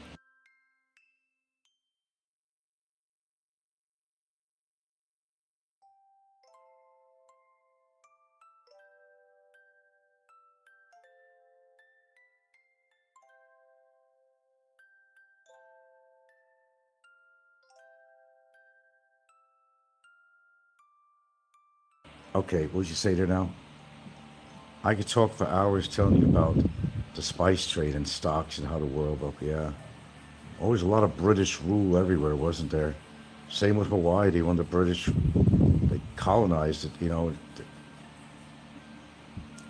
They came in there, took over, and pretty much told the natives what they can do and cannot do. The funny thing is, it was a terrible thing that happened to them, but yet, that's just why I can't figure out human nature. But yet they used the British flag as their flag. Huh? I paid already the dogs. Oh, you did? Yeah. Oh, thanks for telling me. Yeah, I need to know that. I was just about to feed them. Isn't it amazing? They used the British flag. They came in. But it was actually the Americans that actually put Queen, what's her fucking name? Kailani? I cannot remember her last name. In her own palace, exiled her in her palace under gun. Can you believe that shit? It was the U.S. that did that. But the British came in prior, told them they can't practice their own religion, they can't practice their own language. You got to put some clothes on, you got to learn English. Forget about your culture and traditions. We're telling you what to do. And at gunpoint, they'd kill you if you didn't listen. So yes, the Hawaiians actually do got a gripe. They actually have a legitimate gripe that yes, their land and whatnot was taken over. But don't forget, they also sold out too. They got greedy. They never understood back in those days what owning land was for. They never seen ownership of land. They may have occupied a territory and they protected it, but from other islands. But they didn't understand the concept of land ownership was not, you know, that it had value to it. But they eventually gave in and they wound up selling land. I'm going to get as greedy as the British and the Americans were. We're going to sell the land and make money. Money talks. Yeah. Because they feel that, you know, land was part of nature, that nobody owned the land, and that's the way it should be. The United States and other countries, they take over territories and take ownership of it. The government really shouldn't own anything. It's nature. If you believe in God, it's God's land. It doesn't belong to any government. They even take over water rights and everything too. It doesn't belong to anyone when you think about it. It doesn't belong to anyone. Nobody. But it is what it is, right? You can't think of what else to say about it. Just say it is what it is, because it is what it is. You can't fuck with the government. They're too powerful. You as one individual can't do shit unless you unite a big army and enough military weapons to do a coup or something against the government. If that's what you have in mind. As an individual, you can't do shit. You could talk about this, you could talk about that. Words ain't going to give you anywhere. Unfortunately, violence speaks. I hate that. To get your way these days, it's got to be violent to make your point. Nobody does anything peaceably anymore. And you know, you shouldn't be able to tell another government what to do with their country. All right, you're a non-communist country, right? America? You would think differently though, wouldn't you? But, you know, and you don't like communism because you're afraid it's going to spread to your country. go and kill the leader over with Venezuela because the guy is a communist, blah, blah, blah, blah. Well, America don't want to have that. But the truth is, if we left these countries alone to govern as they see fit, because it's their country, it's not America. The American government don't own or have anything to say with these countries. Now, different circumstances. If they had a missile, they're about to go send a missile over to America. I could see the concern and a need to react and remedy. If a country wants to be communist, then, and what does that mean to be communist when you really think about it? Does that imply socialism? Does that imply socialism? Is that what it is? Socialism works for some countries, where people are going to get free health care and stuff like that. There's a lot of benefits to socialism. However, the problem with that, Canada's kind of a socialist country, the health care, but the thing is with the health care, sure, but you're going to be paying taxes up the cazoodle to get that. And secondly, you're going to have to wait a long time to get a procedure done. There's a big waiting list. I mean, Norway is a socialist country. I was dating some chick from Norway, as you know, because you listen to everything I say. Even while she was in Seattle, she wasn't telling them where she was or whatever. She was collecting money while she was living in Seattle. They take care of your health over there, all that shit. They do all that for you. But she was abusing the system. She had kids. She was living in Seattle area. And she was collecting money every month. It would go to her sister. Her sister would collect the money and she'd send it over to her. That's what she was doing. I found out. A lot of people abusing the system. A lot of people. Like Barry. He should have been collecting anything.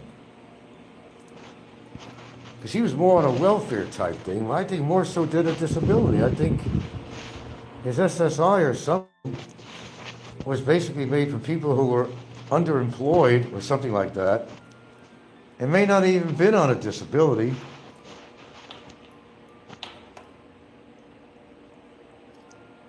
People don't realize that Africa was the first route to the Portuguese and spice, not America. The Dutch East India is what got South Africa rolling economically when it was set up. Miss Heminger with all the information. You need to know something, ask Mrs. Heminger. Well, as I said, I'm not that educated in that kind of history or trade and all this other shit. Come on, go out, girls. No, I'm not real savvy with that. I'm really not.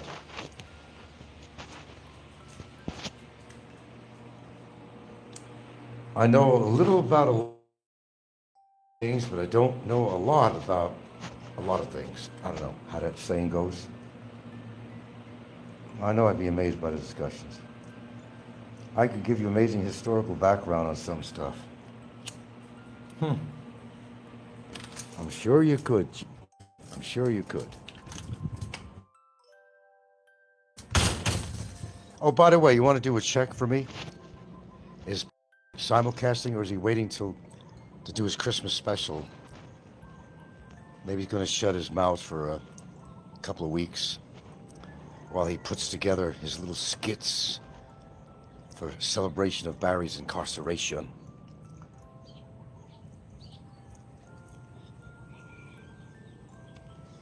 Well, I've learned a lot about a lot of things, but it doesn't mean I'm expert in any particular historical subject, topic. I was never an avid reader. That was my problem. I'm more so now because I got the internet. You can look up anything you want. Now, I'm pretty avid with that. But growing up, I just wasn't really an avid reader. Even college books, I used to skim through them. Skim through them.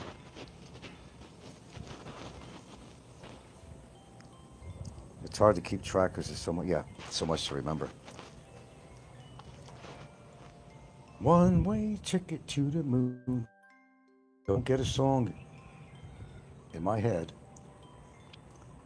We'll carry this out for just a little bit more. And then,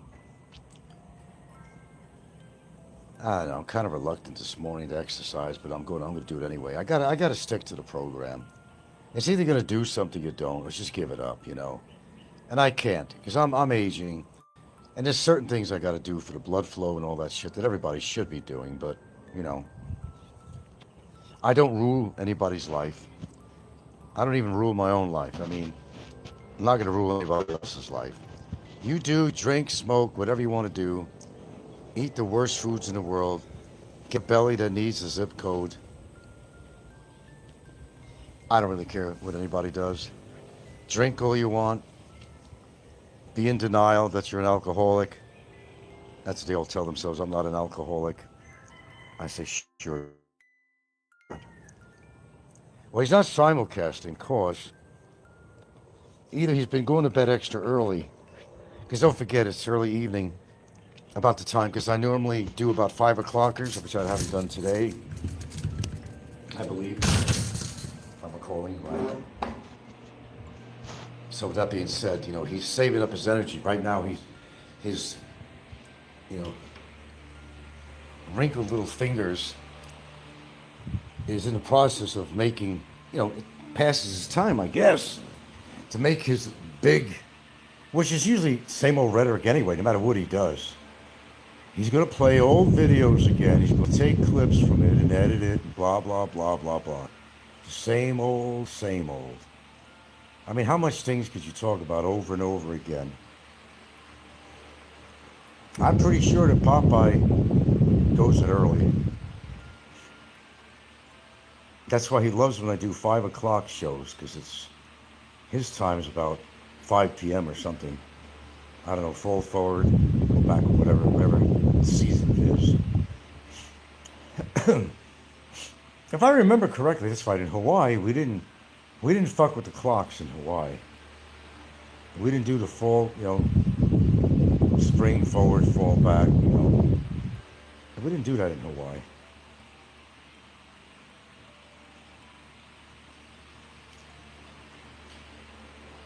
If my memory is correct. But yeah, he's preparing for his big debut, you know, about Barry again. But he'll throw me in there too. It's not all about Barry. You can guarantee he'll throw me in there somewhere. That's almost a guarantee. As I said, it's pretty pathetic. But you already know that. And I'm just repeating myself like he does. We all know about Robert Clausen.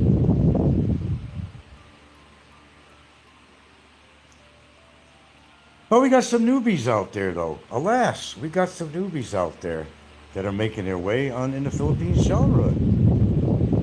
Pro-life traveler. Boy, is he an accident waiting to happen. And that's like literal, not figuratively speaking, my friends. 3 already. Now his girlfriend's kind of starting to get on his ass a little bit. See, she's afraid she won't leave that relationship because she's got a child to raise and she doesn't have a job. He leaves her home all the time with the kid. Oh, I'm going out now, honey. Find more victims, you know, so I can make my show. Don't worry, I'm not going to screw around any of these women. Well, we don't know if he does or not. The fact that he's married and has a child, and he chooses to hang around some young, possibly even underage Filipinas, there's something to say about that. They're all sick on here, man. Let's just sum it up. Save a lot of breath and oxygen. A lot of these YouTubers are all fucked up. They all got history to them. A lot of them have been in jail. A lot of them are alcoholics or ex-drug addicts. Or they're running away from something from their own country, coming here to the Philippines. These are the people that immigration should go after. Real undesirables. Not word of mouth hearsay, but real undesirables like Barry and people of his nature, Ricky, people like that. Those are the people that they should be going after. Philippines Antics chick. They should be going after her, for sure. Oh God, let me close this door. Fucking flies coming in here. Ugh. If it ain't ants, it's flies, right? Always something. That's what they should concentrate on. Not some stupid, two-bit bullshit, false, revengeful complaints against somebody because they're upset that their boyfriend, who created his own problems, is incarcerated. Please get out the tissue for this. Get out the small violin players and the small violins for Barry Lee Jordan. Not. There's some people that deserve to be in situations like that. I am no undesirable in any form or way in the Philippines. I've helped more people out than any of these people combined together have ever done, locally or in their community and otherwise. I could live with myself. They can't. I didn't develop a reputation on here. They developed it for me. I never developed a reputation other than speaking the truth. That's it. That is it. I got no reputation on here. They just created it for me. I'm not the villain. I'm not the villain with the black hat they like to paint me to be. But you all know that anyway. But it's fun to listen to, right? Right, what people have to say about other vloggers. But when you take a deep look at their life, then you understand when you hear that expression, hey, just examine the source of where this information is coming from. Then you understand completely. Then there's no question. But again, did I deserve to have a complaint against me by Barry's girlfriend? Absolutely not. Never met her. Never wanted to meet her. Never seen her in person. I never said those things that she claims in her complaint. Complete lies, complete bullshit.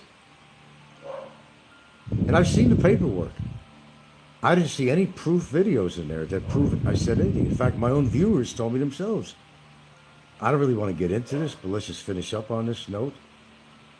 I asked my own viewers, have you ever heard me, and I'll say it again, have you ever heard me call her a whore or a prostitute, which she claims on her complaint that I did? And every single one of them said, no, I never heard you say anything like that about her, Frank. Because it happens to be the truth. I never did. I'm pretty blunt. And if I wanted to say that, I probably would have said it. But I have more sensibility than to say that about her. Knowing how revengeful she is in lieu of her relationship to Barry Lee Jordan. I'm smarter than that. It's kind of going along with the boys' club is what it is. That's why people say these things. It looks good on paper. You hire a lawyer, you can say anything you want. You can write up an affidavit, a complaint against somebody. You can say whatever you want in there. But you got to substantiate it. You got to prove it. And in part, that's why there's no resolve on this matter. Oh, I know part of what's really going on. I told you I can't discuss it on here. I know in part what's going on. Not complete, but I know in part one definite thing that's going on. Why there has been no resolve in this issue. But I expect it to be. A matter of time coming up. Maybe real soon. Now, I don't talk about everything legal on here because there's some things I will not talk about. I don't want to divulge certain information that I know. I could talk about a whole lot of shit. There's some things I will not reveal on here to anyone.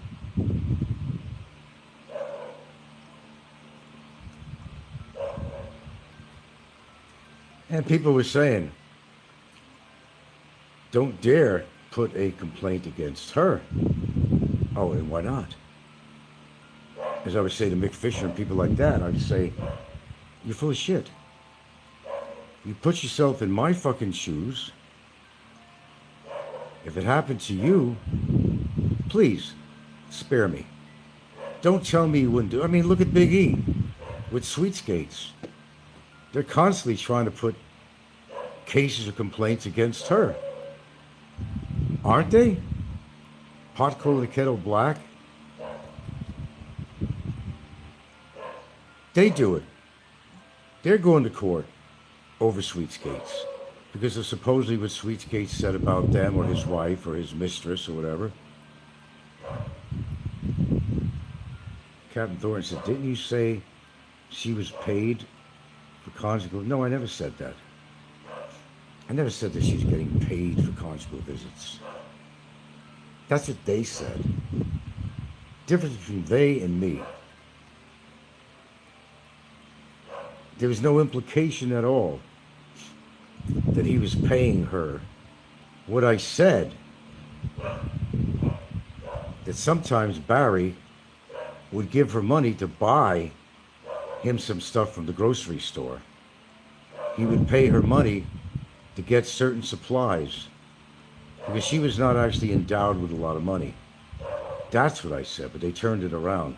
No, I never even implied that. That's what the trolls said. No. And whether or not he even had conjugal visits, I don't even know that. I don't even know that. What they allowed and what they disallowed. I'm pretty sure they did. But no, I never said. And they turn around my wording.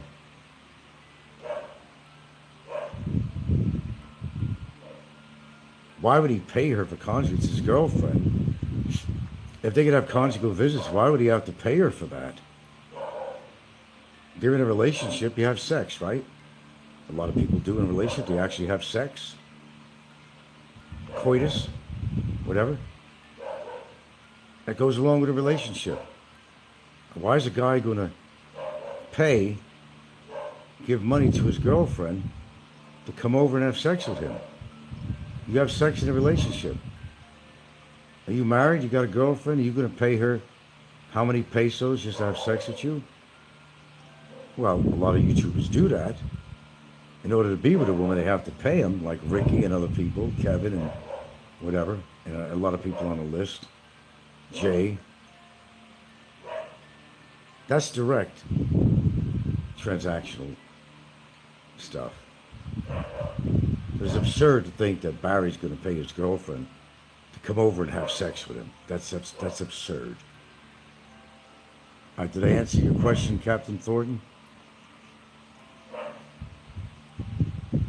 No. The answer is no. Why would he do that? Don't make any sense. So scratch that one out. Scratch it out. Anywho and anyhow, well, I have any inclination to do any exercise, I'm going to need to do it or else I'm going to wind up passing off on it. I get too carried away with my show. I'm on almost 2.5 hours this morning.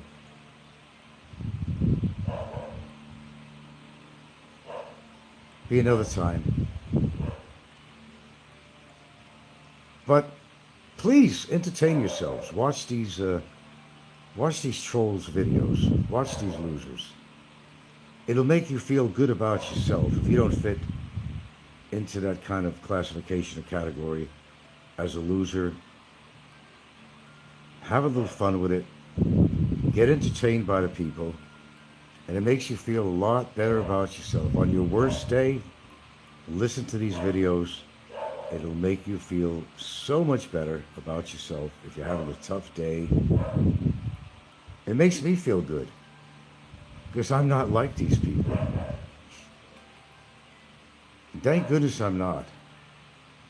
Because if I was like these people, let me tell you something. My girlfriend would not be with me. And she's an attractive woman even for her age. There would even be foreigners that would be interested in her, who normally are interested in really young, bubblegum chewing girls at that age. She's still got the spunk. She's an attractive woman. And believe me, she don't need me. Top 10 list, I don't have time for that. If she didn't want to be with me, she wouldn't be with me. She's endowed with enough money on her own that she could handle. Doesn't need to live off my income. You could say, oh, she got what she wants. She's got a house. You're right, she does got a house. I have no problem with that.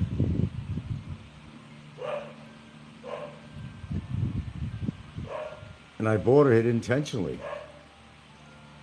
But it helps me out. I don't have to pay rent here. And all these saps have to pay rent. And they're not living on much of a pension. And they got to pay rent on top of that. I don't have to do that. Nope. Not one peso for rent. That's the beauty of having a house out here, rather than renting. And you can do what you want with it, really. Paint it with polka dots if you want to. You can do whatever you want. It's yours. You don't have to argue with the landlord because they're not doing any work on the house. You don't have to argue with anybody. Oh, let me let her in. All right, any last words? Come on, girl. What are you barking at now? There you go. There you go. So there's problems with ownership of a house out there because you obviously have certain responsibilities. Maintenance, we got that all the time. It kind of goes with the territory. I don't like having to spend extra money when things break down, but things do break down. Gutters may leak or something or whatever. Something breaks down, an appliance or whatever. That's just part of anybody, really. If you're renting, you own your own appliances per se, they break down, you got to take care of it, right? There's certain things the landlord ain't going to take care of that she didn't buy. If you bought your own appliances or something, that's your responsibility. Otherwise, it's the landlord's. But get them to pay anything. Dream on. It just doesn't happen. Well, unless you got a really good landlord like me, and I was.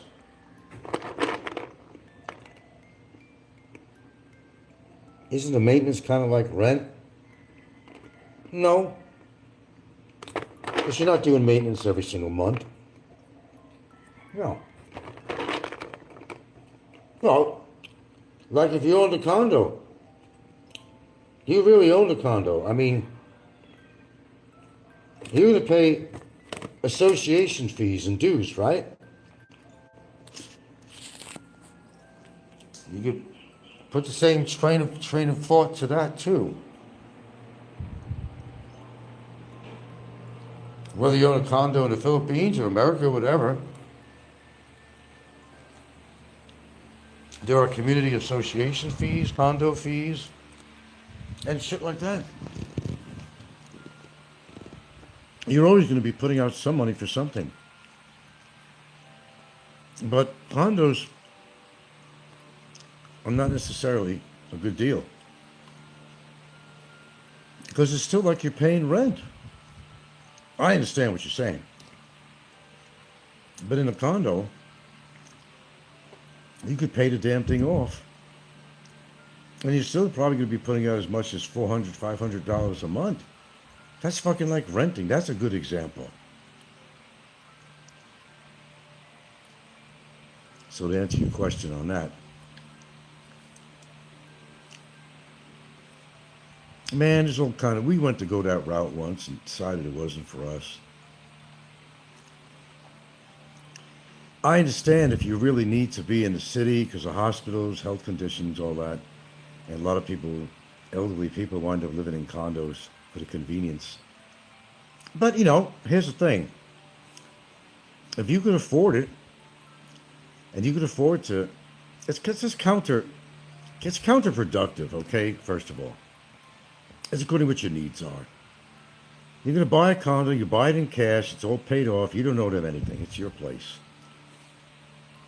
But then if you have to pay $300, $400, $500, $600 a month in various fees having to do with the condo association, to this, to that, to this, to that, I don't know, man, you're kind of defeating the purpose of ownership.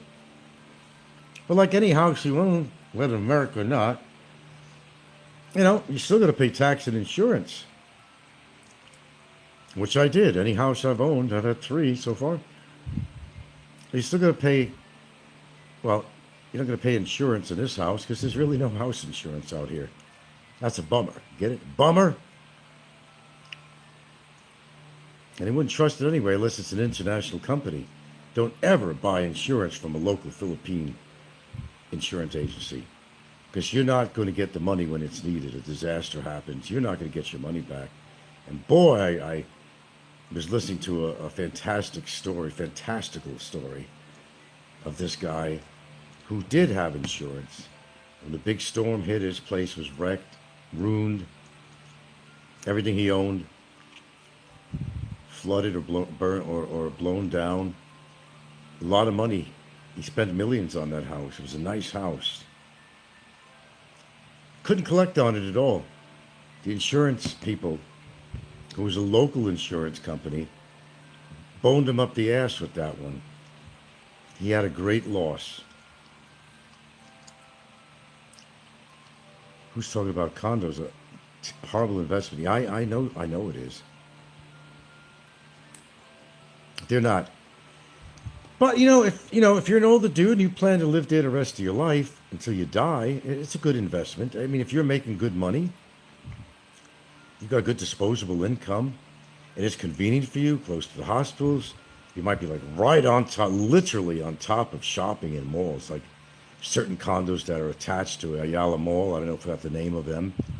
If I go in an elevator, you go down into the mall just like that. You don't even have to go in the street.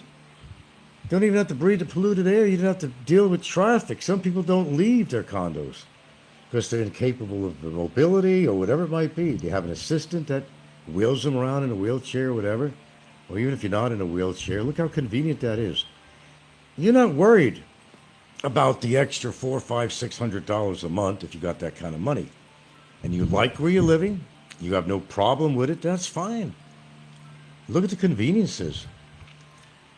But if you're like hermetically sealed in your condo, that's sad. That people find their living situation so workable for them that they don't need to go in the outside world unless they needed to go to a hospital. Then they'd have to leave the condo. Imagine living in a newer condo complex. You got the money, you paid it off. Okay? You got plenty of money in your bank account, you got a good income. And a goddamn condo is attached to a fucking mall that has restaurants, that has clothing supplies, that has hardware, that has everything that you need. You don't even need to leave your condo apartment, the building structure itself anyway.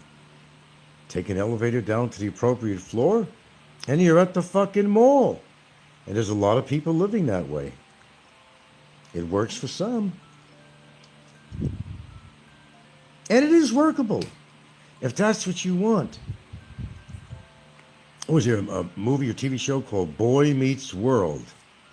Well, you gotta meet the world. You moved out there hopefully to mesh with the culture. You can't stay hermetically sealed in your condo like that. You might say, well, what is the old coot missing out on, really, if you think about it? He's probably seen all the sights. He doesn't have to go travel to a mall because he's living right next to a mall. He's attached to a mall. It's his umbilical cord. The mall is his umbilical cord. Think about that. Condos are a ripoff. Well, like I said, if you have the money, excuse me, I just ate some cashews. I mean, good, but gets you your throat. If you got that kind of money, you don't give a shit. You got people that do errands for you anyway. If you got health conditions, you got personal aides that you might even have living with you. to tend to your medical needs or your mobility issues or whatever it might be. If you're in such a position to afford that, I don't see why not. You're old as it is, you got health problems. You don't care about the outside world anymore. And if you want socialization, you just take the elevator down to the mall and walk around the mall if you're mobile. Of course, Popeye wouldn't be able to do that, but a lot of people would. You sit down, have a cup of coffee. You want to be around people. You decide when you want to be around people and when you don't want to be around people. You got that choice. At least you got that choice. Now, of course, if you had some really heavy-duty medical issues, you should have taken care of it in America or wherever you came from. And if you had medical issues like that, you should have came here in the first place. But if you got that kind of money, there's a lot of foreigners that do. A lot of foreigners, it's no bullshit story. They got a lot of money. They planned very well. They've had pensions from various jobs, not to mention military, not to mention Social Security, not to mention family inheritance. They're sitting high and pretty, man. High on the horse. They could afford that kind of luxury, and good for them. And I do really mean it, good for them. I don't fit that category. Wish I did. They get the companionship by their aides, too. Of course, if you got that kind of money, you're going to have some young Filipino around you to entertain you, right? Even if you can't get the fucking thing up, you still get entertained by some beautiful Filipina who would walk around without her clothes, give you a little bit of stimulation, even if you have to self-stimulate. They'll do that too. They get their entertainment. They get no kick from champagne, as they say, but they'll definitely get a kick by a naked Filipina roaming around her house doing maid work. You'd be surprised what goes on behind closed doors with foreigners. You may be shocked. Some of you maybe not. Money talks, suckers walk. You get the most beautiful Filipino in the world to live with you and take care of you if the money's right. And they can make a living off you. Shit, yeah. Shit, yeah.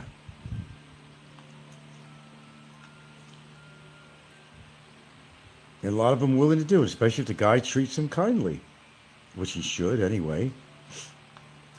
But they're also lonely. You get older, you get lonely. You want to have people around you. I can't stress this enough. We have a lot of YouTubers on here that are extraordinarily lonely. They may not act that way on YouTube, but they're not going to take.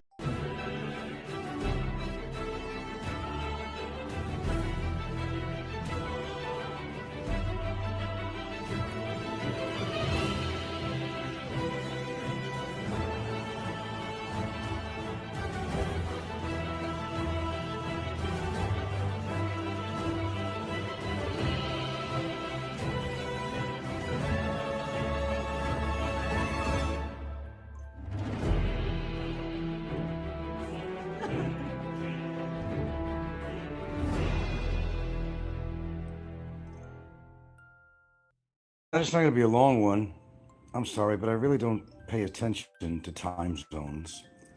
And around this time, I have an audience that I'd say a good percentage is not from the Philippines. A good percentage of people who watch me. But that's okay. I'm going to do my little show anyway here. I hear so much negativity on the Philippines. So much. And it's kind of getting out of hand. For those who could make it here, they stay here. For those that got something going on here, they stay here. You got your choices, but I think the majority of people who can't make it, in the Philippines, leave. But it's the same thing, rinse and repeat. They go to another country. They can't make it there either. Now, is there something wrong with this picture? Perhaps. Maybe it's not the country. Maybe it's them. Well, at least that's how I look at it. The Philippines is not really a bad place, and it's got its problems. We all know that. We don't have to go through all the shit like infrastructure and all that crap. Everybody knows that, but you should know this. The ins and outs of the Philippines before you pick up, sell everything, sell the farm, and leave everything behind. Be knowledgeable first about the Philippines. I don't care if it involves a Filipina. I don't care about that. It's more than just a Filipina because you would have to live here. You would have to live here. It's not always about the Filipina that brings you here. Some of us, it did happen that way. But it's kind of a double sword thing with me. It wasn't just a Filipina, it was needing a change. And that's perfectly acceptable. But as I always say, no matter where you go, there you are. And you bring yourself and your problems to another country. It's not necessarily greener on the other side. And that's something people have to keep in mind. So I strongly emphasize that you do your research before you move here. Let's get into more positive things about the Philippines instead of all this negativity. A lot of you want to live here. If you want to live here, don't bother. If you can't hack it, where you from, Hackensack? If you can't hack it, don't come here. Simply said, it's a challenge. It's a challenge even to people who are very well versed in the Philippines, who have made numerous trips, like I did, to the Philippines before I actually moved here. So I was pretty much well versed in the ins and outs of a place we call the Philippines. I knew about the storms, I knew about the infrastructure, I knew about politics, a lot. I picked up a lot of knowledge prior to actually moving here. It took a lot. Remember, I had to give up everything to move here. Everything I owned. And so does a lot of other people. But don't jump into it. You got to begin with the training wheels before you take the training wheels away and ride that bike without the training wheels and be a big boy. Know what you're getting into. The greatest thing on the list is that they speak a lot of English, of course. That helps a lot. We've kind of touched upon this recently. That's a good start. Are they friendly people? Yeah, they are. They show you hospitality? They do. Are the women very nurturing and caring? Yes, they are. All great reasons to be here. Does it have beautiful beaches? Yes, it does. Beautiful mountains? Yes, it does. Even lakes, even rivers. Is the Philippines full of crime? Well, yes, like any other place is. Sometimes a crime is poverty-based, as you will find in any countries that has a lot of poverty. That just goes along with the territory. I personally celebrate the Philippines. I've been long enough here, lived long enough here to know the do's and don'ts, the good and the bad of actually living out here, not visiting, living out here, developing a grounded life and lifestyle. So I've come that far. And I could say at this point, despite some of the negativity that you hear all over YouTube, and I don't know, I'm just thinking that some of these vloggers are just trying to convince themselves that they're happy here. But they're not doing a good job of trying to make us believe that they really like being here. Some of them are stuck here because they have, babies, their own babies from their own blood, and they got a wife. Maybe they bought a house or built a house, and they feel obligated to stay here. But how are they feeling internally? Look, when you're in your retirement years, you have to be happy within your own self and your own skin. And where you're living, the environment, whether it's the weather, whether it's political issues, local issues, community issues, family issues with your spouse or girlfriend. This all weighs in, and it weighs in very heavily. Now you sold everything, right? And you got nowhere to go back in America or wherever you come from. Don't have to be America. But did you do it with thinking or just kind of do it on the spur of the moment? Were you planning this for a long time and you did your research about the Philippines? Hey, look, there are worse countries. Look at Nicaragua and countries like that. There's so many of them, really. that living health-wise, political-wise, social-wise could be very dangerous. A lot more than the Philippines could ever possibly be.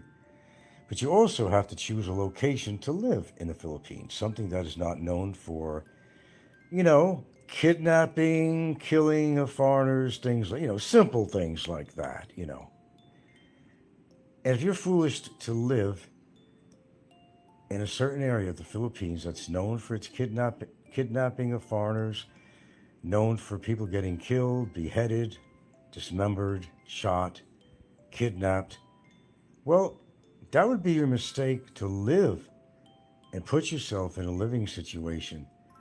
I know one guy that's living in the Mindanao area, and he's got supposedly police coming down, checking on him every now and then, always asking him for the same credentials, passport, everything.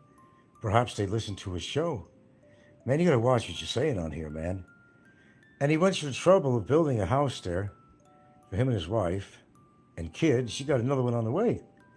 Kind of a bad scenario. They're not coming by for no reason. There's got to be a reason. But you make the choice of where you want to live. I think that has to be researched too. I think that's high on the list. Even for little things like, is there karaoke nearby? Unruly neighbors? Dangerous neighbors? Uncaring neighbors? Do you live in a real swamp like Philly in the Philippines does? These are decisions you have to make for your health and for your happiness. And stop lying to yourself that you're so terribly happy about living where you are in your living situation in the Philippines and trying to make excuses for yourself as to why you should be here. I think you're better off just, if you have a house, sell it. If you're not happy where you are, sell it.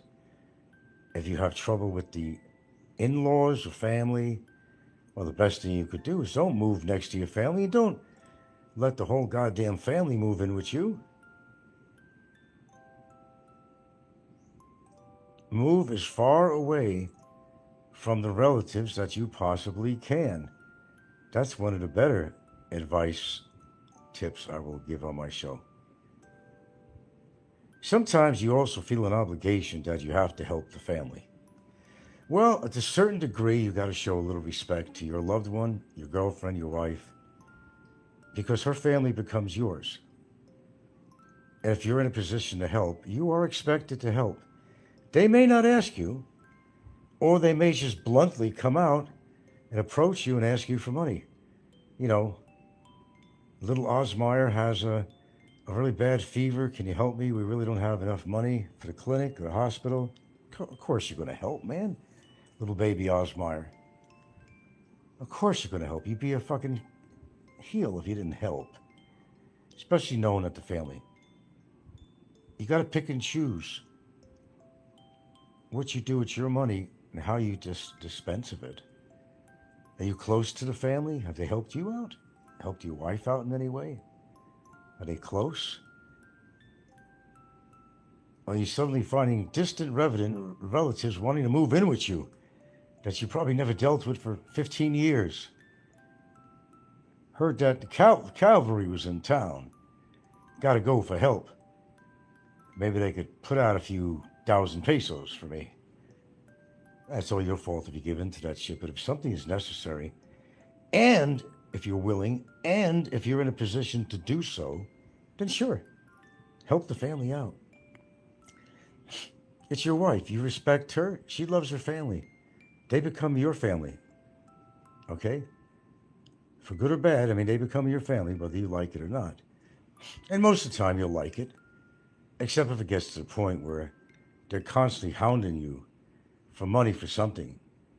Or with the assumption that, well, you built a house, you must have money. You're white, you must have money. Well, come on, folks, that's not the case all the time. Not at all. There are more brokies that move into the Philippines than you could count. Sure, they may pretend to be living the life and have all this money and lifestyle, but you know better than that. You know it's all bullshit for the majority of them. You know it's all bullshit. So, you know, I kind of wish that more people would concentrate on the good in the Philippines. Look, I'm not saying, but it's been talked about over and over again. I'm not saying that you can't talk about these things, but don't overemphasize it. You know, don't lean on it all the time. Just get, you know, stuff for your show, material to talk about. You know, because it depresses a lot of people. Some that are living here, some that want to go here. You're preventing people from coming here. And if it's the wrong people coming here, then I'm all for it. You know, convince them this is not the place for them. Absolutely, I would agree with you on that. I'd back you up on that. We've let too many criminals into this country anyway. Oh, they swear up and down that they never inhaled. But according to those stains on their shirt, they not only inhaled, but they enveloped something like alcohol or something, or one of the whores on the streets. We realize it boosts the economy, of course, when expats come in here and they're picking up whores and all that. Yeah, they're boosting the economy.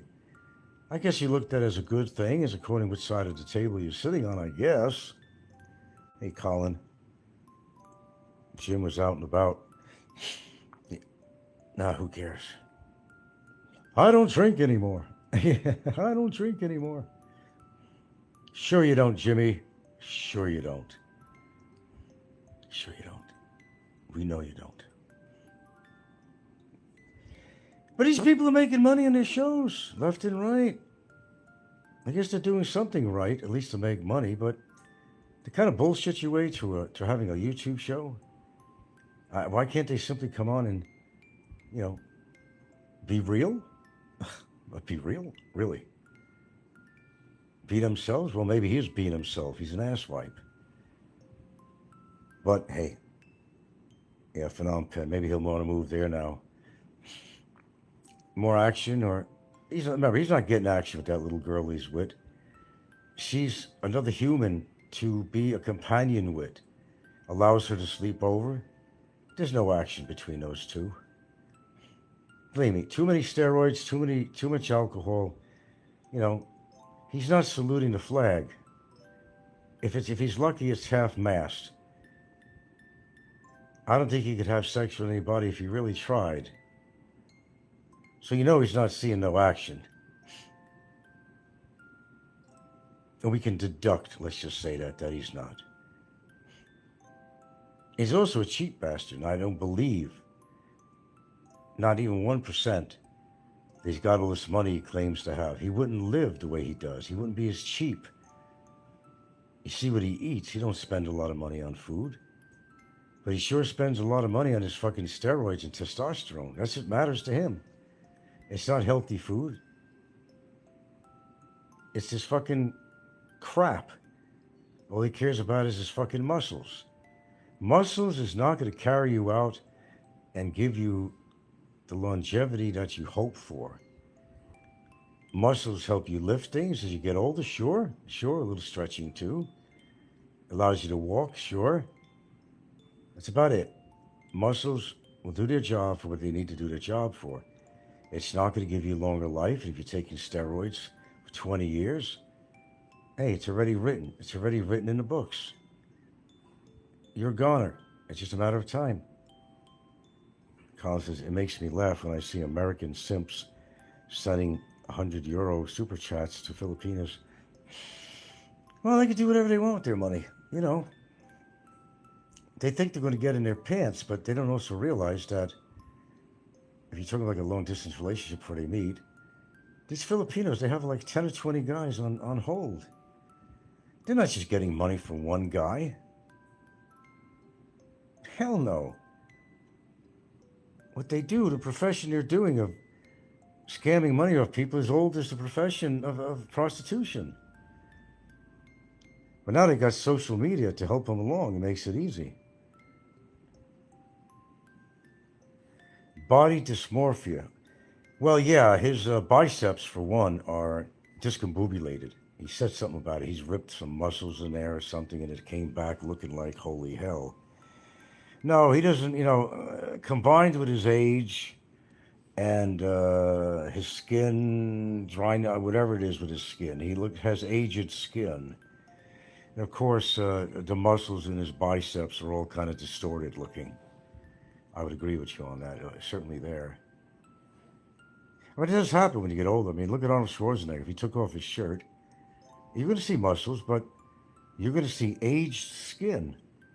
And it's not like really elastic. It's not like a young man's body where you see those muscles and the skin is very, saturated with moisture and very hydrated. When you get older, you could develop the muscles, but your physique is just not the same anymore. I don't know, dysmorphic, whatever you want to call it. Even with Arnold Schwarzenegger and other people that are older and they still work out, it's never the same. It's never the same. If you took steroids, it's even worse. So don't be envy of people like this, because if they're drinking and taking this kind of shit all the time, man. Hey, I remember a funny Seinfeld thing I have to bring up. I'm going to tell you something about the Philippines. There's other countries too. Small community. If you have a doctor or a dentist or, I don't know, a specialty doctor of any sort, don't matter what profession in health, if you piss off one of these people, it's like the coconut wireless in Hawaii. It gets around to other professionals. It's a small community, smaller than you know. Let's say they're, oh, I don't know, whatever, an endocrinologist or something, okay? There we go. I don't know, you should just something to piss them off or something. They don't want you as a patient. They will tell all the other endocrinologists about you, and you're not going to have one. Nope. It's like on that Seinfeld show, you remember when Elaine, I think it was a dentist for her, and I don't know what she did. She pissed off some dentist or something, or laughed at him. I don't know what she did. It's a long time ago. I don't remember every episode and all the details of the episodes. But that doctor, I don't know if it was a skin doctor or a dentist, but he got on the phone immediately. This was in New York, right? Supposedly. So she'd go to other dentists, let's say it was a dentist, and they didn't want to take her in. You were lost. So if you needed a specialist, let me give you a little hint. If you see a specialist for something, be very kind and gentle. It's not your country, and it's a smaller world out here than you think it is, because the chismis goes on like the coconut wireless. You least know it, you're already talking about you, like on Seinfeld, that show, and the word is already out. And you may find yourself without a specific specialist that maybe you need. So think about that if you're living in the Philippines. Inspired by the Seinfeld show, of course. Poor Elaine. It's the same as the soup Nazi. It's the same thing. If you're rude to the soup Nazi, the first time you could say, "No soup for you today. Come back tomorrow." If you keep on pissing the guy off, "No soup for you today. Come back next year." And if you really piss him off, "Do not come back here." Same goddamn thing. Don't piss people off that have a specialty trade, whether it be food, whether it be medicine, whether it be whatever. There'll be no soup for you, my friends. So if you develop a reputation in a community, they're going to remember it. You need help someday, they're not willing to help you. Keep that in mind, whether it's neighbors or whatever. Your girlfriend or wife's family. You do people good, they're going to do back. It's unfortunate, though, that a lot of it involves monetary issues. Like if you help them out financially, they're going to love your ass. But let's talk about the good, and that was the whole point of this thing. Yeah, shit does happen in the Philippines as it happens anywhere else. Some things perhaps happen more in the Philippines, okay, than other countries. But if you have any plans to come out here, you got to have a positive attitude. You got to know what you're getting into. And while you're actually living here, don't publicly gripe like Steven as a good example. Expat, living in the Philippines, whatever.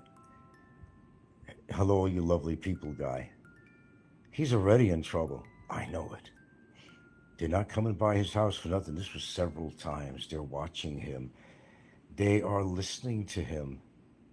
They're on the prowl with him. They're waiting for him to totally fuck up. Think about that. Think about that. You probably think they have better things to do with their life in immigration and other departments, DOJ, which is all integrated with Immigration, Department of Justice. Don't fool yourself. You might think that they ignore your letters. Don't fool yourself. If it sounds important enough, it will go into the hands of the right people. However, if you can't back up what you write, well, it's kind of useless. Sometimes it works, but most of the time it doesn't. Unless it's backed up by a legal representation in a form of an affidavit and concrete evidence about something that you reported about somebody. I'm going to give it 2 more minutes and I'm going to go. I'm already bored already. I've already been online. I did even an upload. I did live already. You know, I think I said what I had to say today, but I try to encourage people to talk about some of the good things in the Philippines. I'm sure there must be something besides the girls that you like about it. Stinky wants to do a runner before the bill arrives, or the bill for the pregnancy for his the girl he knocked up, or what a louse, man. Sounds like Jay Stillman. What a louse. Jay Stillman did that. Frank, you give Jerry a life. I give a lot of people a life on here. God forbid I actually permanently got off this thing, which is, you know, it's coming, my friends. It's coming. You don't believe me? Last time you didn't believe me either. I was off for 3 months, wasn't it? That was my training wheels. That was purposeful. That was my training wheels before I get on the big boy bike, okay? The big boy bike is me getting off permanently. That was to see how I could take it. That was to see how it would be with me, how much of an urge it would be for me to come back on after a week, 2 weeks, 3 weeks, 4 weeks, and 3 months. And as it got further into, I was in there more time off, it was easy as pie. You like to see me and Popeye knuckle up? So would I. That would give me great satisfaction. It really would. A few other people. Great satisfaction. Let's not be negative. I'm going to try to keep this show for as long as I'm on. We're going to try to keep this a little bit positive. Oh, we could laugh at certain things people do, but let's not viciously attack somebody. Okay, let's not do that. We could laugh at what they said or what they implied. That's fun to do. Sure, why not?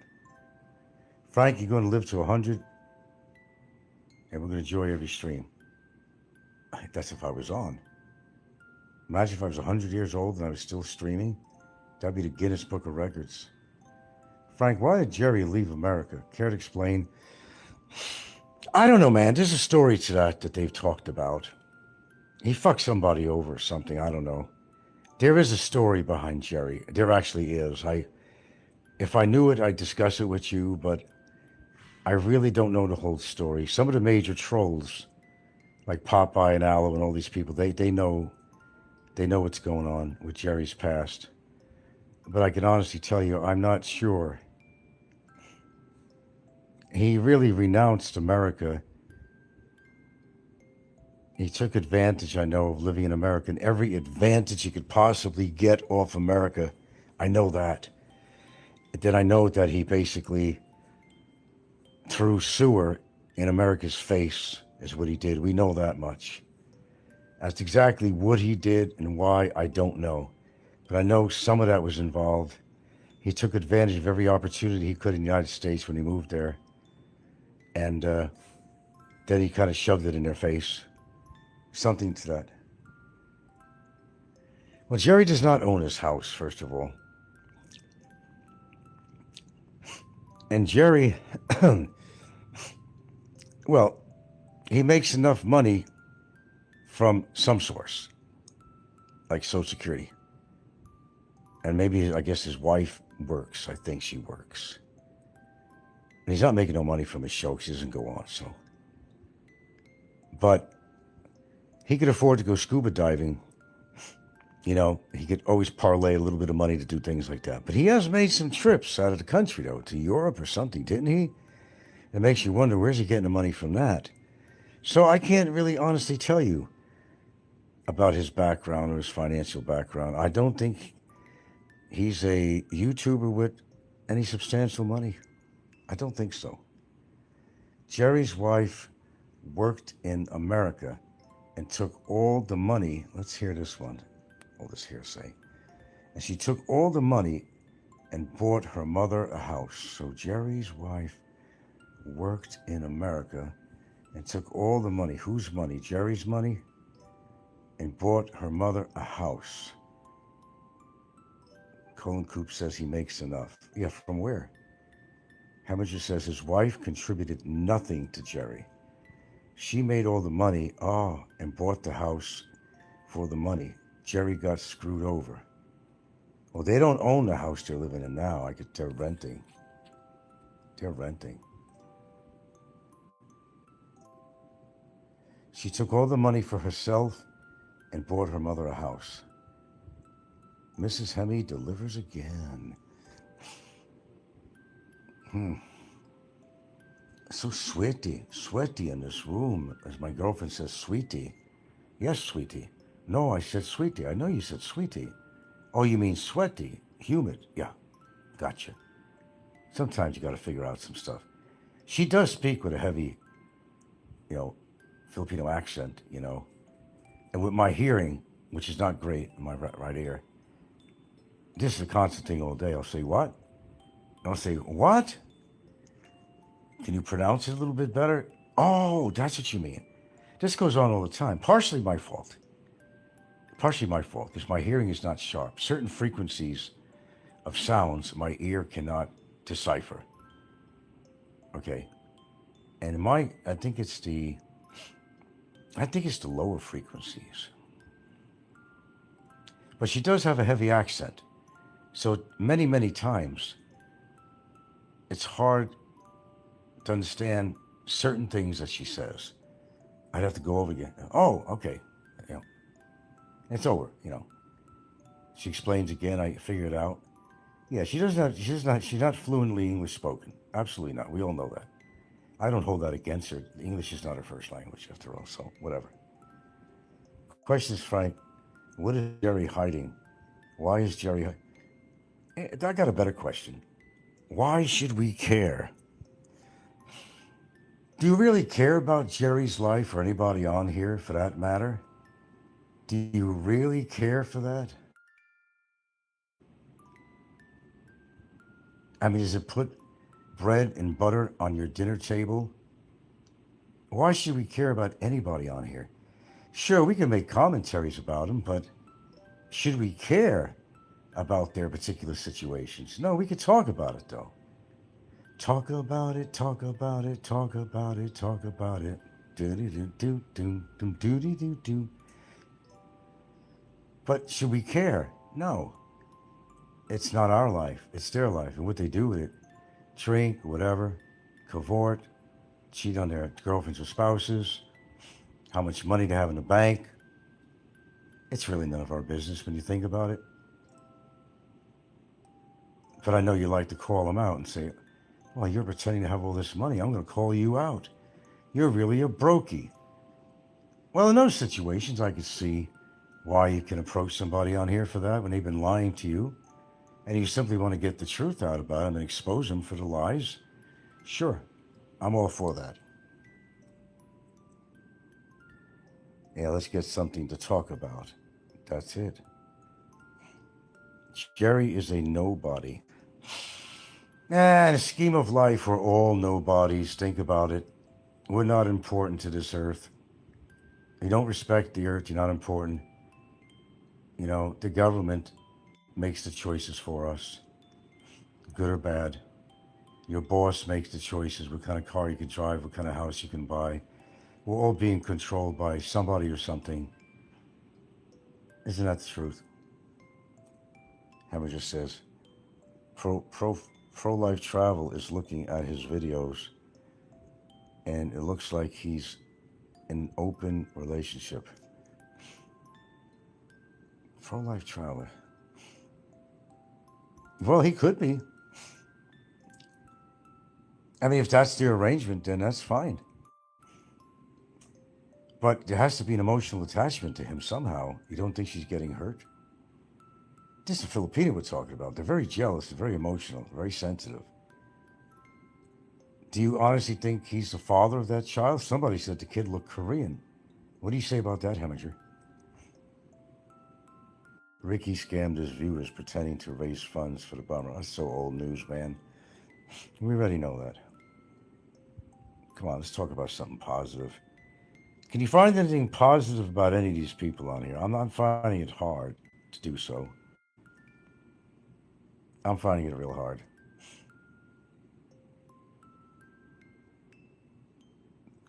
But in regards to what you just said about pro-life traveler, if you don't like the guy, don't worry about it. He's going to get into a serious accident where he's going to be hospitalized or killed. You see the way he's driving, what he's doing to cause these accidents. It just goes to say, what are the mathematical odds, if you were betting, that this was going to happen? He's already had 3 accidents that we know about. As far as his girlfriend being in an open relationship, that's a distinct possibility. And that's why he's able to get away with this. But what's with the big show? The big kiss to him when he comes home, all that stuff. He pats little Bubba, little Russia Bubba on the head, feeds him a salted egg that almost choked the kid. Seriously, did you see that one? The kid was choking. He had to run over there. He gave it. He went to the store, and these colored eggs, he didn't know that they were special salted eggs.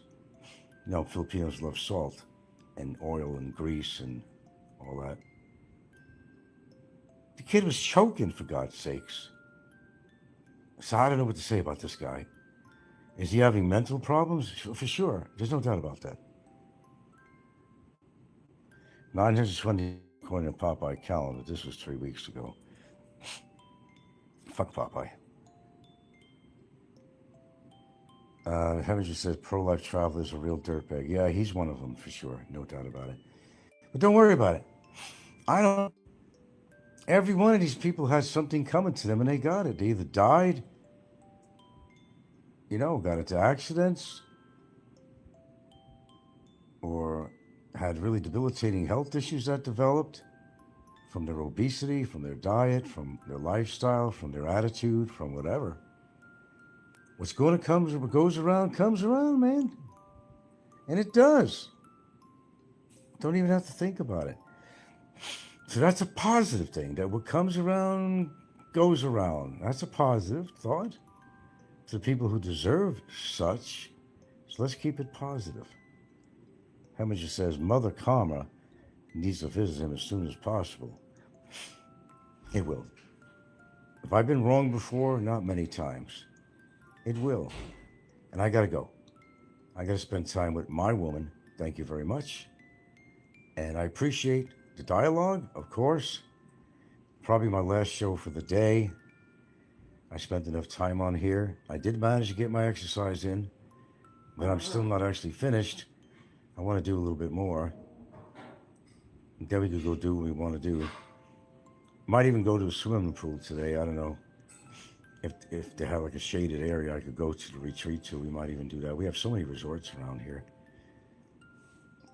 I haven't been swimming in a long time. I'd rather swim in a goddamn pool than the ocean around here. All right, you people, take care. Do care. Please be positive. Don't be part of the losers on here. And be so goddamn negative. Look what happened to Elliot Eastman for divulging such crazy information, getting himself in trouble. It could happen to you when you're young at heart. Just happened. Right on, brothers and sisters. Let's see. What can I show? I can't hold the camera and do this. Oh my goodness. Nah, I'll show my little guns another time. Okay. You know, not really much to see. Go to your homes, ladies and gentlemen. Nothing to see, but I mean, there's something. It's like a Seinfeld show. It's a show about nothing, but it's about something. The show, Heminger says, must go on. Do a bit more for what? I'll tell you what, I'll have a smoke. Speaking about muscles and health, right? You hypocrite, Frank. You're such a fucking hypocrite. Yeah, I guess I am. But a healthier hypocrite than most people actually on here for my age and all that. Yeah, I'm going to have a smoke, joke. That'll keep me on a few more minutes. It could happen to you when you're young at heart. Yeah, let's do that. Like Rayinthephilippines says, come on, folks. Let's join me for a drink. Let's have a drink together. So did Barry said that, but when Barry said it, when he said let's have a drink together, he meant send me a super chat so I could go out and buy the liquor. And I'll tell you what, folks, he said in those words, sure, we can have a drink together. Well, I don't see how it's physically possible to share his alcohol over the internet. He goes, sure, I'll drink it. Send me the money for a drink, I'll go out and buy it. And he goes, we'll drink together. Let's get drunk together.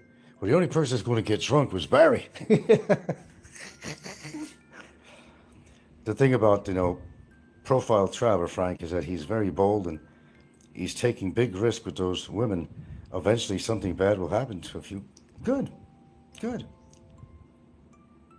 Don C. wants to join the table. Where? Why is he on there making comments or something? I wouldn't know because he's blocked. Fairy tales can come true. It could happen to you when you're young at heart. Oh, damn, I didn't take my vitamins this morning. Shame on me. Shame, shame, shame. Shame a fool. 25 minutes, fuck that. Oh, because lunch is coming. I don't know. No, I don't think so, man. I come on here, impulsive, not repulsively, as you might think. I come on here impulsively, and I leave impulsively. Well, you might find me repulsive, but that's besides the point.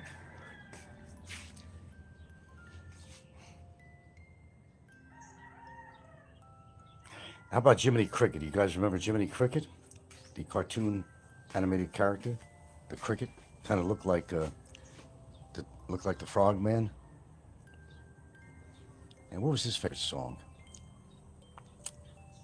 Okay, his famous tune was, I just had it on the tip of my tongue. Yesterday, I'm going to live to be 103. I'm no fool. Something like that. I'm going to live to be 103. Because I'm no fool. Frank, your streams are like an airport lounge. Why is it like an airport lounge? Sing a song. The problem is, guys, I don't remember the lyrics. I could sing you some. Maybe I'll get a lyric sheet somewhere online and, look at it. I'll sing a whole song. Oh my God, I must be so miserable. The adversities of life, legal, politics, age,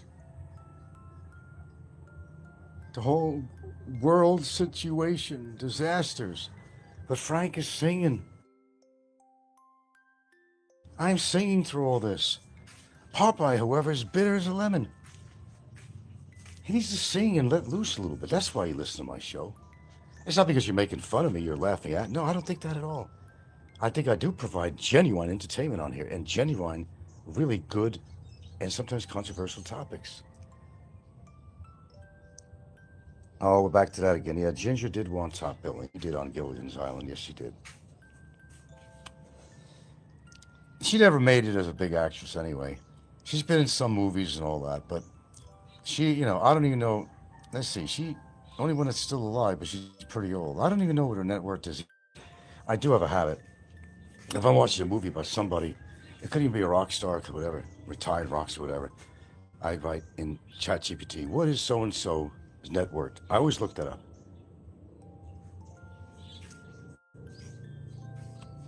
I just get curious, their lifestyle, and what did they do with all their money that when they made it big, a lot of them just went up their nose, or their accountants ripped them off. They didn't pay their taxes. Typical stories. Hemi says, Frank, what time do you take your pea protein powder? I don't. I would like, see, here's the thing. I don't want to take protein powder. And the reason I want to take it is because, I think it has to do with creatinine. I think it has to do with creatinine. Hello there, just doing a shorty here. Doing a little shorty. You want the AC on? Yeah, it is a little bit humid in here, my love. 26, that's all we need, plus the fan. That's all we need. In fact, I gotta drink some water. I gotta hydrate. Speaking of, I gotta really remind myself sometimes to hydrate. Because if I don't, so they took the empty off. Oh, okay, so they left it for me. Okay, so I have to pick up one of these big boys. I gotta pick up one of these big boys. Is that empty? Oh, that's empty. Okay, I gotta go grab a full one.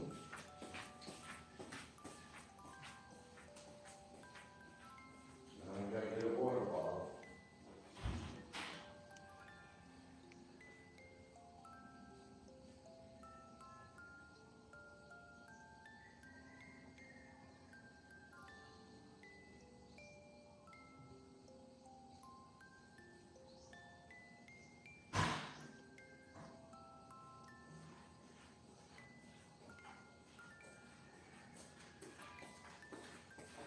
I don't know, these things are about like 60 pounds. Gotta rip that seal off here.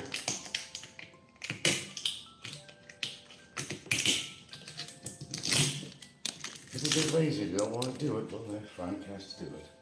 It's all right, it's exercise. I look at it that way. See, I'm looking at it for something positive. Positive. And you have to know how to lift.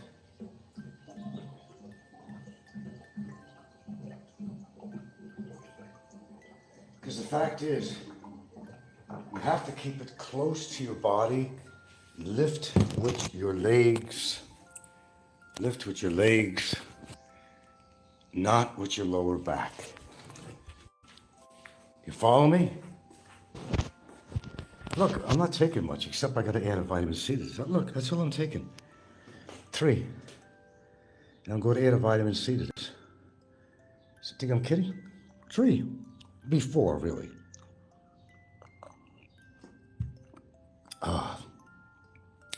Did I just drop one? Did I just take it? Oh, here's one here. It's like fish oil. It looks invisible. I gotta finish this whole cup of water, man. No, I don't have a bunch of poison things in my house for ants or anything like that. No, I don't. No. Nope. I buy the boric acid. I haven't bought it in a while. That's what I use. What time is our flight? What flight?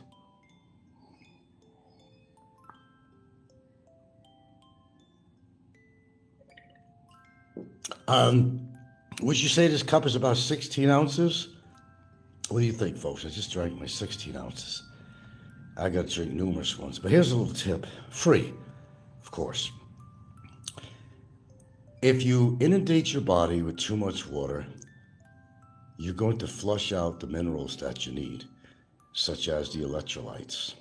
So what you have to sometimes do, take a pinch of salt now and then, put it in your water. So you're getting the sodium. Because although drinking a lot of water flushes out your kidneys and toxins and all that stuff, and you need it to hydrate, you are actually flushing out, unless it's actual mineral water, you are flushing out the electrolytes and everything that you need. There you go, free. So this is 16, right? You see my hand. Okay, and there's a cup. So that's about 16, right? You agree on that? Okay, good, we're somewhere. All right, I go back to the living room and join my lovely one here because I just turned the air conditioner on. It's about that time. You know, the funny thing is I exercise even when I'm not actually structurally exercising. I can be sitting on the chair, I'm moving my legs up and down, I'm moving my feet all the time. Yeah, I actually do that. Now we got air conditioning. That's what I like. Oh, how refreshing it is. So, you know, you dump down a number of 16-ounce water per day. Add a pinch of salt to it, a tinge of salt. You don't need much. Well, you're defeating the purpose because you're actually flushing out, you know, these wonderful electrolytes, different minerals in your body. Unless you're getting like one of those little tincture supplement little bottle with the squeezy thing on it, which is basically minerals. You can put that in your water too. Or simply buy you know, don't overdo it, but buy one of these electrolyte drinks, like Pocari Sweat. I tend to go for that. And by the way, even Gatorade has a no sugar drink. You don't see them, not predominantly, you don't see them on the shelves. But if you look around, you read it, you may say no sugar, that's the one you want. Gatorade is not healthy for you if you drink a lot of that. Because my brother drank a lot of Gatorade, he hated to drink water. But with all his problems and sugar problems and all that stuff, he would drink a lot of Gatorade. Forget it, you know, I tell him, you lead a horse to water, water, right? But you can't force him to drink it. Or what kind of water? Those water bottles weigh around 45. Yeah, they got some weight to them. I never really put it on a scale to measure it. I thought it was up to 60, but it could be wrong, yeah. Yeah, they weigh a lot. 1 cubic foot of water is, I forgot how many pounds. But Miss Heminger has all the answers to that. What do you want to know? If you want a simple way to know where you stand with Aloe, ask him to invite you to the Discord. I don't go on Discord. I'm lucky I'm even on here. Discord is running wild. Why is Discord running wild? And should I care? That's my response. You don't just have the air conditioner on, you got a fan that pushes all that cold air around so you can actually feel it. You could have the air conditioner on in a room, and it may not feel as cold as what you think is coming out of there. But when you have the forceful air around you, it blows that cold air around. Because, you know, what's better? Moving air rather than stagnant air, right? You're only getting so much oompa out of your air conditioner as far as pushing the air out. That's why we combine a fan.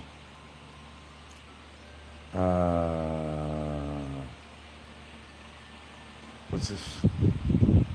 Heminger says, the point is Aloe is not going to let you on there, Frank. That's how you know Aloe is not your true friend. I'm not interested in being on there. If Aloe won't allow you on Discord, then there's your answer. I know how Aloe feels about me. You guys think I'm so stupid. Colin says, I'm not on Discord, Frank. It's just the Aloe boys talking. Captain Phillips says, I'm surprised your brother didn't drink the sugar-free version of Gatorade. Well, my brother didn't research it, and part of him didn't really care. He figured he had so many things wrong with him, he just didn't care. He kept on drinking alcohol, known as full of sugar and calories, and it was destroying his liver and everything else in his body, like most alcoholics. And he was. I think he'd be drinking a pint a day, minimum, which is still a lot. That was daily. That's where a lot of his money was going. That's why he's broke all the time. He's putting it out on alcohol. That'll kill you financially if you're on a fixed income. I'm surprised your brother didn't drink. Okay, yeah, I got that. No, he did everything wrong. He did just about everything wrong that a man could do to himself. Physically, morally, psychologically, chemically, you name it. And that's why he's no longer with us. He's no longer with me. Look, you could talk to people like I do. They're going to take your advice or not. And as I said, you can't force somebody. You could be a nice guy and, hey, here's a little hint about something. Maybe you could try this. This might be a better way of doing this. Might be a better way, you know. I mean, Jesus Christ, I mean, he, you know, I really got on his ass one time because lucky to pump, he had one of those, you know, for oxygen, it's an oxygenator thing, machine, you know, and he wanted to shorten the hose. I'm lucky I caught him. And good thing he didn't have the machine on. He's over there with a cigarette lighter on the plastic hosing that's going to go to his mask. He wasn't wearing a mask at the time. That it could be some ambient oxygen in that hose. I said, what the fuck are you doing, man? Whoa, whoa, whoa, whoa, whoa, what are you doing? Is the machine on? No, machine on. I said, well, there's still be some oxygen in that hose. What, do you want to kill yourself? Oh, man, you don't do that.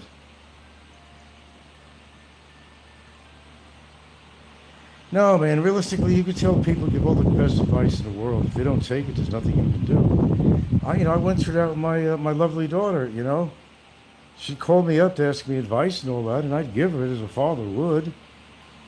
Being a good father that I am, and I was. But if she don't listen to me, how can I help her? It even got to the point she was trying to throw all her woes on my brother who didn't need to hear it. He had his own problems. Well, what do I do, Uncle Al? What do I do? Well, he'd give her advice too, as best as he could. Not being a person that ever took his own advice from anybody of his own, you know. And she wouldn't listen to him either. He got tired of it. If she tried to call him, he wouldn't even answer the phone anymore. Unless he was that lonely feeling that he wanted to talk to some family member, but that was about it. That was about it. Don C. never had kids. Frank, your legacy moves on. Does it really? Well, she does have my blood, unless, you know, it was somebody else who got my wife pregnant, had her. I don't know. I don't even know that for sure. I don't even know. I raised her as my kid. She did look like me a lot growing up. I assume she is my kid. She had some of my traits in some ways, except she didn't really have my sense of humor. She'd get embarrassed very easily. Dad, what are you doing? Oh, you're embarrassing. Well, example, you know, happy-go-lucky I am. In a supermarket, they play all that supermarket music, all kinds of stuff, you know. I might be in the aisle, I'm in a good mood, and I'm kind of dancing in the aisle. I see a roll of toilet paper I'm going to buy, and I throw it up in the air. I go, toilet paper, that's what we need. Dad, you know. Then she really got embarrassed one day when I told her I was going to be on a live radio show. It was the BJ Shea show in Seattle. And I was going to do a live broadcast with BJ Shea. If anybody remembers BJ Shea, if you know anything about Seattle, he's pretty popular. Got kind of resonated with the younger liberals in Seattle. No, she's not single unless this guy left her too. No, she just had a new baby half a year ago, 3/4 of a year ago, whatever it was. I haven't even counted.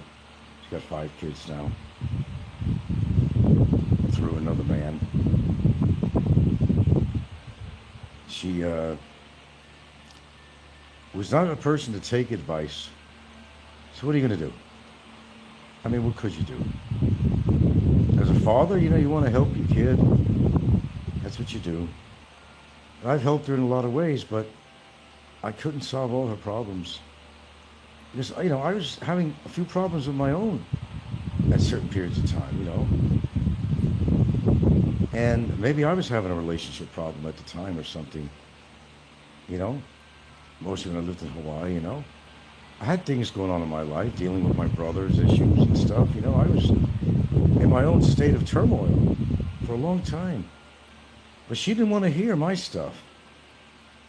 She'd interrupt me in my train of thought.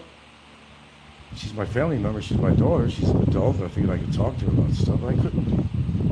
Very rare that she actually, you know, cave in and give me a little advice as an adult. It turns the point your child becomes an adult, they can start giving you advice now. But it was always the other way around. I'd give advice and she wouldn't, you know, she wouldn't listen to me. So it's like this, if you're not going to listen to my advice, then don't ask me. I think that's a fair statement, you know.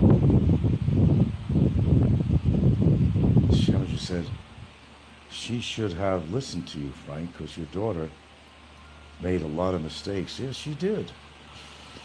And she's probably paying for them right now, I'll tell you the truth, you know. But the dear old dad is not there to help her out. I'd be glad to. Find something. Huh? Find something. File? For what? Find something. Oh. See, I don't always understand it. She said, let's go find some food, something to eat. I thought she said files here with the trike or something. I told you. My hearing with the fan on, all that. Sounds like your daughter deserves a good man. I wish the best for her. Of course I do, you know. I hope the guy she's with now is a real good guy. She needs that. She deserves it. The men that she was with. Don't forget, she married the first guy she ever got together with. That was wrong. I knew it from the beginning it wasn't going to work out. And to find out that the guy was kind of a prevert. Don't ever relate me with him. I hardly ever talk to the guy. This guy went online sharing naked photographs of young children, and he went to jail for it. I don't think he spent any good behavior. He was out in 3-4 years, whatever it was. But he's now got to register. Now, you didn't know this. I said, you didn't know this. How could you not know this? How could you not? There were certain signs going on that he was perverted. She caught him one time listening in on his daughter in the bathroom, having a private moment, or was the bedroom, having a private moment, and I won't go into what was going on. He was getting off on that shit. That wasn't a sign? I'm like, hello? Anybody home? Anybody home? She was, I don't know, 19? Somewhere around there, I don't remember.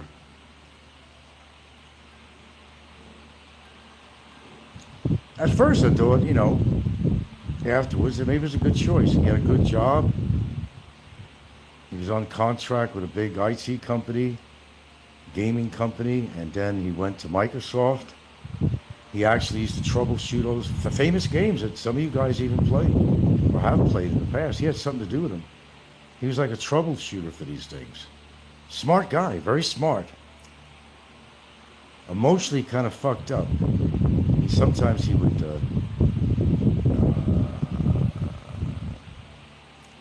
when he talked, he was what do you call it? Oh, whatever. Stumble on his talking. But I never trust a guy. And any guy that's not is ready to introduce himself to me, you know, she meets this guy. I say, you know, do you want to go out? You know, well, you know, I want to see who you with. I said, that's a father's job and a mother's job too. Since she's never dated before, I want to see who you're going to hang with. And if you're going to tell me, if I'm going to tell you that I want you back by 11 o'clock and you don't come home until 1 o'clock, and here I was sitting on the chair worried about my daughter, she was all right. I don't know where she was because I didn't know much about this guy. This is why you're a father. You love your child and you're concerned about your child. I have every right to be concerned. No, I'm going to be gone less than that. A few minutes, actually. So, pardon me. I did my job. I did more than some parents would do. I didn't even have to take her in. I could have left her with the mother when me and the mother divorced. I said, here, it's all yours. Take on responsibility. But then I would have had to pay a hefty child support. But I fooled her, the ex. Not only did I get custody of her, but she was paying me child support. Gangman style. Frank style. Pay support. Ha. Dauncey makes fun of you, but he never did half the stuff you did. Yeah, probably. With his attitude, he'd probably be a lousy father. Can't imagine him being a father. I just can't. What you do and say on YouTube kind of bleeds into your real life personality. If that's the case with a lot of these people, they shouldn't have any kids at all.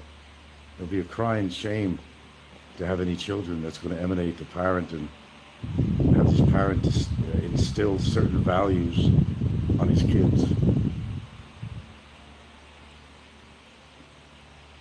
No, he's a good parent. Perfect? No, I don't know what a perfect parent is. I really don't know. I did the best I could for her. I didn't beat her up. I didn't sexually touch her. None of the above, thank you. She always had a good birthday or holiday. She never went without. She had my love. She had my attention. I exercised authority as a parent would, but nothing overly. I was protective of her. Yes, I absolutely was. That's what a parent should do. Well, I see people even here. The kids are all over the street. They're toddlers. They're walking in and out of traffic. Or they're running down these sidewalks alone. There's dogs around that could attack them. What I see here is heartbreaking. But it's not just here.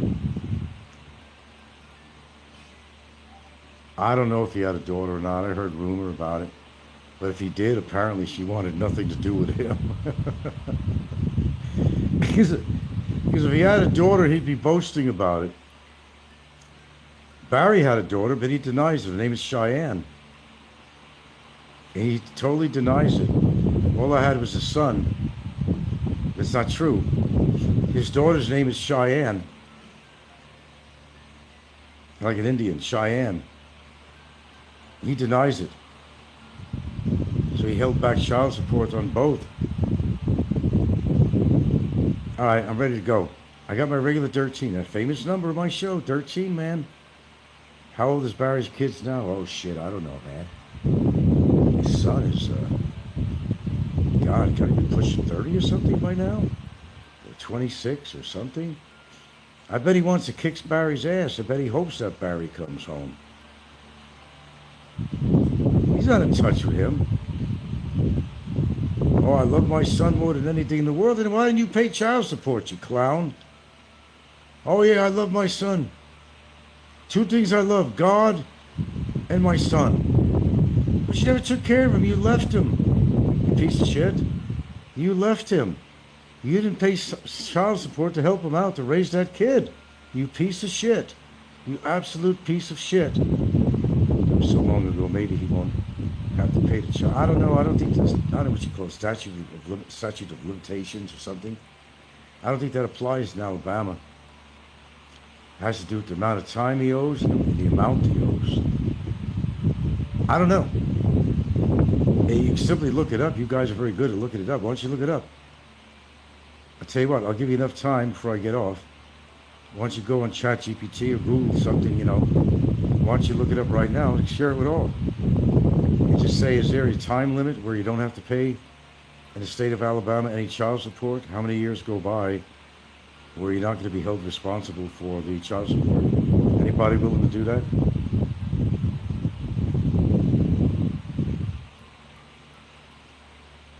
I'll give you that time. It's real quick. I don't have a separate phone to look it up. I gave away my other phone. Yeah, I'm not working on my computer. I'll give you a couple more minutes, then I'm going to go. Let's get an answer here. Give me a second, Frank. Hold on. Okay, Hemmer's just going to look it up for us. The state of Alabama. God, I've been through that town. What a mess. Of course, we're talking 25, 30 years ago. I don't know. A lot's changed, I'm sure. Maybe a lot hasn't changed in Alabama. I don't know. All right, Hemmer's just going to look it up. Let's find out the answer to that question. But he might also have some bench warrants for some other shit too, so we'll see. Well, he'll see, anyway. All right, Heminger says, yes, Alabama has a 20-year 20 years, huh? 20 years, okay. Okay, you're ahead of me now. I gotta scroll. Okay, let's read it. Alabama has a 20-year statute of limitations for collecting past due child support, arrears, meaning a custodial parent has 20 years from the date each payment was missed to enforce collection. But this debt accrues interest, can still lead to severe penalties like wage garnishment, oh, he's in trouble, and jail time if ignored. As the obligation itself doesn't disappear, the best action is early enforcement. So it's not been no 20 years. It's not been anything close to 20 years. So if he gets sent back to America, they may get him at the airport. Wouldn't you think that might be something? And if he tries to work, they're going to garnish his wages. So you know he ain't going to stay in Alabama.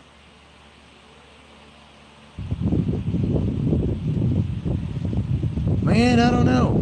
Barry's been on YouTube for 10 years or so. Okay, before he moved here.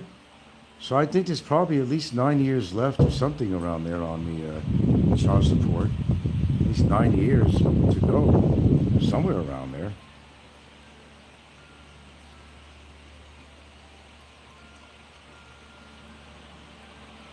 No, I think it's still valid. Man, he don't have anything to look for going back home to Alabama. In fact, he has nothing to look forward to. He has no friends back there anymore. Or else they would have helped him. His family don't want him around, or else they would have helped him.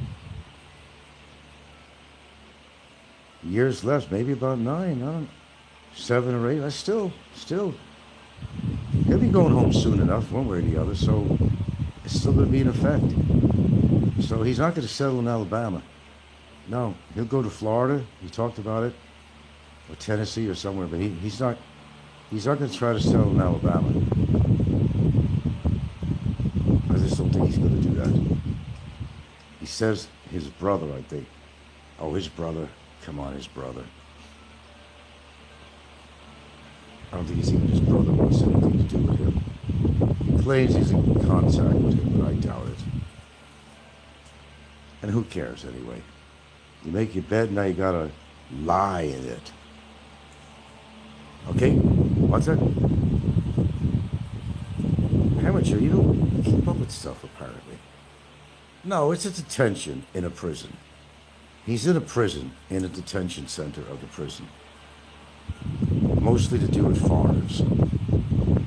He's around a lot of Chinese people that he admitted he's having a hard time with. He used to, on his community page, he'd do some postings or he'd hear his comments on somebody's show. It wasn't too long ago, terribly long ago. He says that they all smell, the Chinese all smell, they're filthy, and they're troublemakers. He's having a hard time with the Chinese because predominantly, apparently, the bulk of the populace where he is being detained is Chinese, and you don't want to fuck with them. What's the status of him? Well, I'll say it one more time. He's in subsidiary imprisonment, which simply means that he would have been out if he would have paid the court and me the money that the court made a judgment on. Of course, he hasn't paid. They take it out of him, if not out of dollars or pesos, they take it out of him on jail time. So generally it's 6 months, but it's been over 6 months. He should have been out already. I guess they can do what they want. But by law, supposedly they can't keep him in more than 6 months. Now, it doesn't excuse him for what he owes, like even if he didn't want to pay me. But he'll always owe me that money. Always. And if he ever found a way to move back to the Philippines, which is not going to happen because he's a felon now. It's permanent blacklisting. Then, you know, I'd own him. If he had paid the Philippines but not you, would they have deported? Probably. Probably. Because my thing is would be known as civil. Civil. In a way, it's kind of separate from his criminal charge as a felony for cyber libel. But he would always be obligated for that amount of money. Even accrue interest on that too. So in other words, if he really ever wanted to come back to the Philippines, and he constantly fought to come back in, promised to be a good boy and all that shit, and by the way, there's a lot of work to do that, to try to, if you're permanently blacklisted and try to get back in the Philippines, you need lawyers, he ain't never gonna have the money to do that. So let's say that he did manage to get back in the Philippines, because that's exactly where he wants to go, and you know why. He will still owe me that money. Then he's going to get in trouble again because of that money. But anyway, that's the way it works. Yeah, they probably would have got rid of him if he did that. Yes, they would have. Okay, I kept on the extra time, sir. It's time for me to get off. It's time for me to fly. McFlea and McFly. If I had twins, I'd call them McFlea and McFly. Maury McFly. Would they jail him again? It'll be a civil matter. That means if he ever owned anything at all, and I mean anything, I could go after him and take it, even in this country, right? That's right. And I'm not sure about America, but here anyway. Yeah. You ever acquired a car, motorcycle, whatever, it'll be mine. Just a little bit of paperwork for my lawyer. Definitely find out where he lives, go and repossess whatever he owns. There is a 6-month rule, actually, yes, for what I read. Unless I read wrong, but I don't think so. I went over it a few times. The 6-month rule. They generally can't keep you in there more than 6. But then again, like I said, they break the rules all the time. They can do what they want. Because let me tell you something. When you go against a judge, they take it personally. Eventually, the judge gets information that he's still locked up. He still doesn't want to pay the penalty. The judge is God. And whether you believe in God or not, he is God in that courtroom. And what he says goes. If you go against what he says, he just puts more sanctions and stuff against you.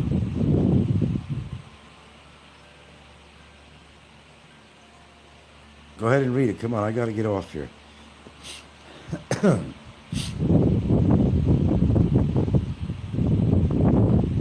You'll read the same thing I did. So theoretically, he should have been out already. I think he's over the 6-month mark. I thought he'd be out for Christmas, maybe. Who knows? Okay. It says no imprisonment for debt. Right. I know that. You cannot be imprisoned solely for the non-payment of a civil debt. That's true in the Philippines, same as in Hawaii. As this is prohibited by the Constitution, imprisonment only becomes a risk if the debt involves criminal acts such as fraud, estafa, bouncing checks. Let's see. I'm interested in the estafa thing here. Let's see. Imprisonment becomes a risk if the death involves criminal acts such as fraud, estafa, etc.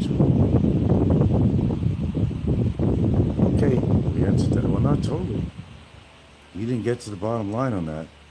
Can they keep you in prison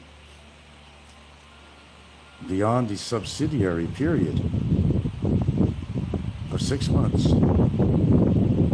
if you have not paid your debt to the court on a criminal charge? Estafa scams. So there is no prison period, they said. Not beyond 6 months. On Estafa, well, I mean, on him owing me that court money for my, damages, it's considered civil. It's civil. Like Sybil Shepherd. God, she got old. What happened to her? Always time going by. But he will always owe me that. It doesn't stop. He will always owe me that money. Of course, he'll say, you're never going to get nothing from me. But hey, whatever. Then again, you're never going to be able to come in this country again. So, what is that worth? Pesos. Put a dollar sign to that. I mean, how great is that he will not be able to come to this country ever again for the rest of his life? That's worth more than 250,000 pesos. We'll see, said the blind man. Trump's falling asleep. He keeps falling asleep. Donald Trump is asleep. Look at him falling asleep. Asleep sitting at his desk. Asleep at a press conference. Asleep in the Situation Room. Asleep down. I don't think people should get pissed off at anything. Okay, just make things right. Okay, good afternoon, early evening. Welcome. Just happened to be in the neighborhood, just thought I'd stop by. Who do we got out there this time of day? Just watching some Death Wish movies. You know the funny thing about that? You never find it on there, full movies. All they do is excerpts of all the people that he annihilated. Paul Kersey, Charles Bronson. I always enjoyed those movies. I think a lot of people picture themselves in that kind of a situation, a vigilante, where the police weren't doing shit, and people took the law into their own hands. But that's funny how you look at this. You're doing the citizens a favor by ridding of crime. Who could blame Paul Kersey? He lost his wife. Well, he decided that he'd take the law into his own hands. Now, I don't advocate that at all, but it's an enjoyable movie, nevertheless. Good evening, Philippines King. Hello.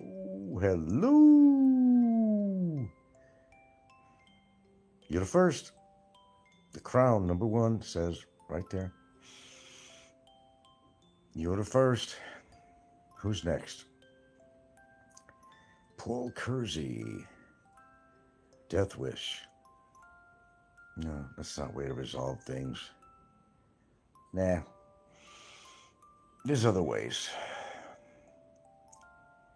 But a very enjoyable series of movies that he done. He really was a war veteran. What was it, Korean War? I think it was. I think he won some medals, too. Oh, man. I know what I smell right now. She's making some roasted chicken and potatoes, and oh, my God. I can smell it right now from the other room.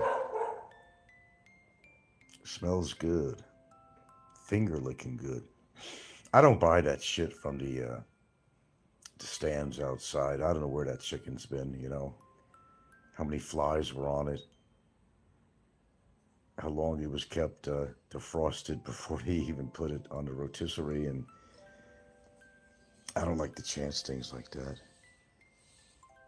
Chicks and taters, oh yeah, baby, yeah. Oh, it's one of my favorites. I do eat a lot of chicken. More chicken than beef ever. I don't know. As long as there's roasted potatoes around, I don't get sick of chicken. The combination goes together. Though we eat a lot of chicken, sometimes I get, chicken again, huh? Chicken again. But when it's roasted chicken in the oven with some potatoes, that's a whole different story. Then it's all good. I just got to think of a vegetable to go with it, though. I just can't have chicken and potatoes. I don't know. You know the broccoli that I'm always buying? It's good, but it has to have flavor in it. Broccoli by itself, I don't like the taste of it. Surprisingly, you know I probably eat a lot of broccoli, right? I do. It's either got to have butter on it or chicken juice, something. It has to be flavored. Or else I don't really appreciate it that much. Taters, well, whether they're sweet potatoes or whether they're white potatoes, it's all good. Of course, the healthier is the sweet potatoes.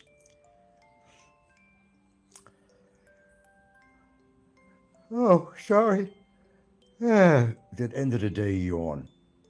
Pardon me. So what am I missing? What's going on out there? Who's killing who? Who's talking about who?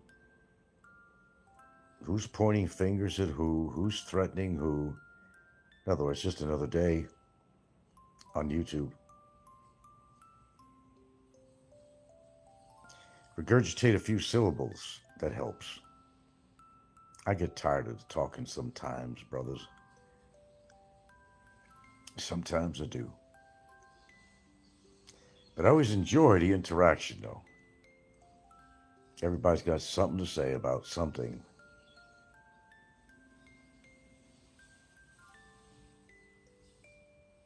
Abe is staying at the New Star 5, the New Star 5-star. Who's putting her up in there? Did I say her? Who's Abe? I don't know any Abe. I know nobody by that name.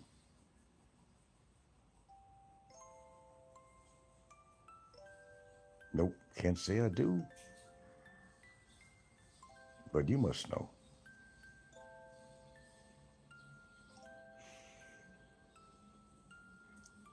But thanks for sharing.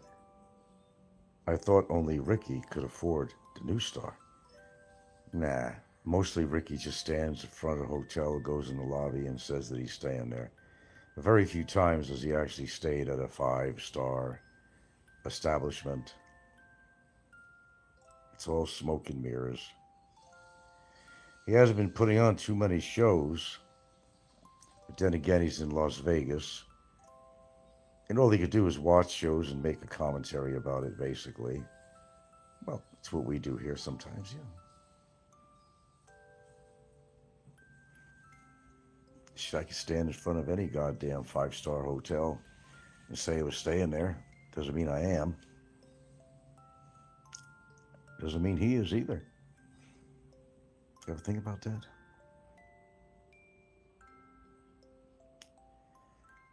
Okay, so now we're talking about New Star. What's going on at the New Star?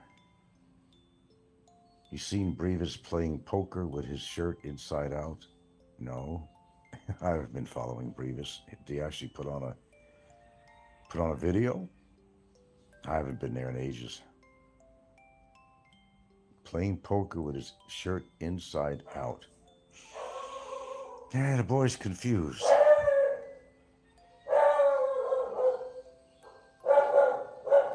So I can't say I have. Would that surprise me? Cebu Poker Club, the Facebook page. He's playing poker at the Cebu Poker Club. I didn't know there was a Cebu Poker Club. That they had such. I guess so. You tell me they do. On the Facebook page. So he was on his Facebook page. Is that what you're saying?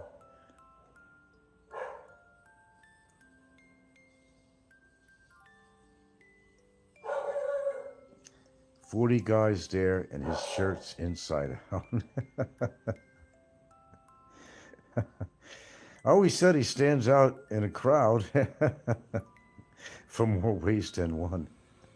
with his Deadpool eyes and yeah, shirt inside out. I thought he was impeccable. How dare him? Okay. On the poker club page. I just never knew there was a poker club. Never knew there was a Cebu poker club. That's new to me. Wouldn't be of my interest. I don't play poker, cards, any of that shit. God, the last time I never even been inside a casino since I've ever lived in Philippines.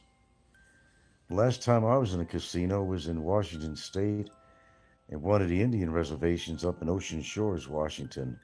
Of course, I didn't win shit. The house always wins on these machines, one-armed bandits. Never had luck on that, really. That's the last casino I've had my ass in. That was going back a long time ago.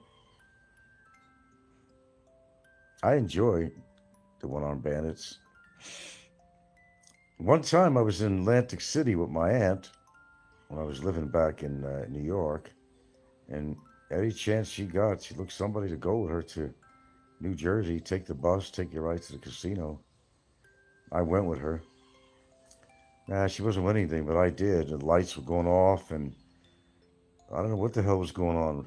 Bells ringing, red light. I think I won big. I think I won like $400. Everybody gathering around to see what my winnings were. I was looking up at the digital board that if I would have got, I needed one more black bar is what it was. Whatever you call it, a black bar. If I would have got 4 across, I would have won whatever was on that big digital board above it. And I know it was a lot of money. I don't remember how much it was. But I thought I won big. But, you know, $400 was still a lot of money back then. So, you know, I shared some of it with my aunt because she felt bad she wasn't winning anything. Yeah, they're fun to go to. But at an Indian reservation, I never had any luck at an Indian reservation. It's fun to play. I'm actually surprised I've never been to a casino in Cebu, ever. Opportunity was always there. Somehow we just never went. I don't know, I just thought it was a waste of money. The house always wins, you know. And they're run by computers anyway. They'll set these things just to make people happy now and then, that they have to show that somebody wins something. It's how they work it. It's all illegal shit. And it's run by computers, and they know how to set these things. They have to appease the crowd every now and then and let people win a little bit of money. They have to. They don't have a choice. There's a certain regulation, but not that they follow regulations, but they have to show somebody's winning or else nobody would come back to play anymore. Big news about the Angeles vlogger, Leon, getting punched for video and Leon for videoing in Walking Street. Who's Leon? I was hoping you were going to say Scotty Boy.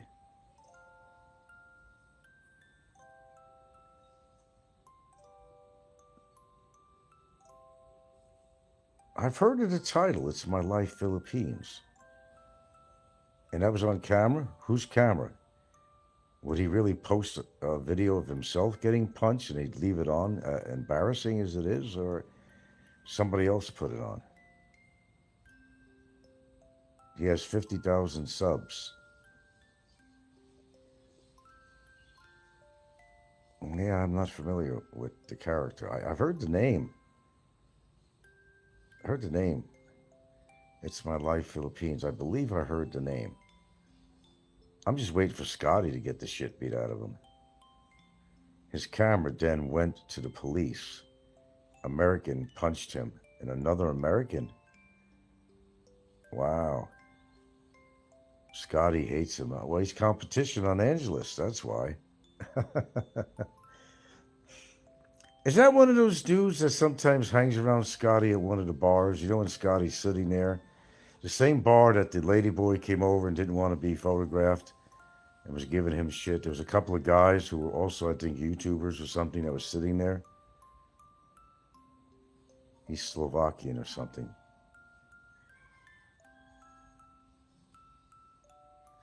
Oh, it's one of those dudes that was sitting around with him?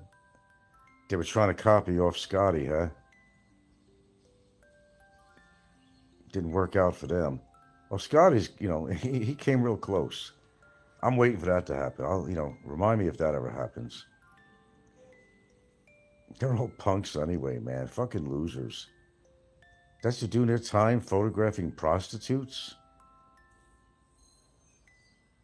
Then bad enough Scotty calls them babe-a-roonies. This guy's in his fucking mid-40s or some shit. Calling women babe-a-roonies? Is this like Fast Times at Ridgemont High or something? Or, I mean, he's got this mentality as a high school student. The guy's in his fucking 40s or so. It's unbelievable. Then the way he combs his hair, it all comes to the side. It's freaky. It's just fucking freaky. He's like a cartoon caricature. Bunch of losers, Scotty and Honey Bunny. Who is the Honey Bunny? I've heard that name too. Is this a woman or Honey Bunny? I know the name. I've heard him mention Honey Bunny on there. I don't follow these people closely, understand? I normally don't even follow Scotty. I'm just waiting for somebody to beat the shit out of him for putting the camera in their face, which they have every right to do. He has no right to photograph anybody without their permission. He's supposed to have a law about that now, but nobody follows it, and I guess it's not being enforced, so nobody does anything about it. Yeah, you do got to protect people's privacy. There's a lot of criminals out there that don't want to be on camera. You got to understand that those are the ones that are going to fight back. The ones that got something to hide, that don't want to be on camera. Come on, more than one thumbs up, folks. The ones that don't want to be on camera.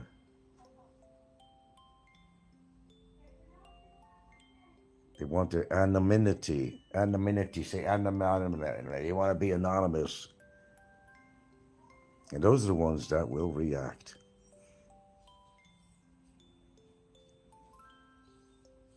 Scotty, his day's coming. I'm telling you, man.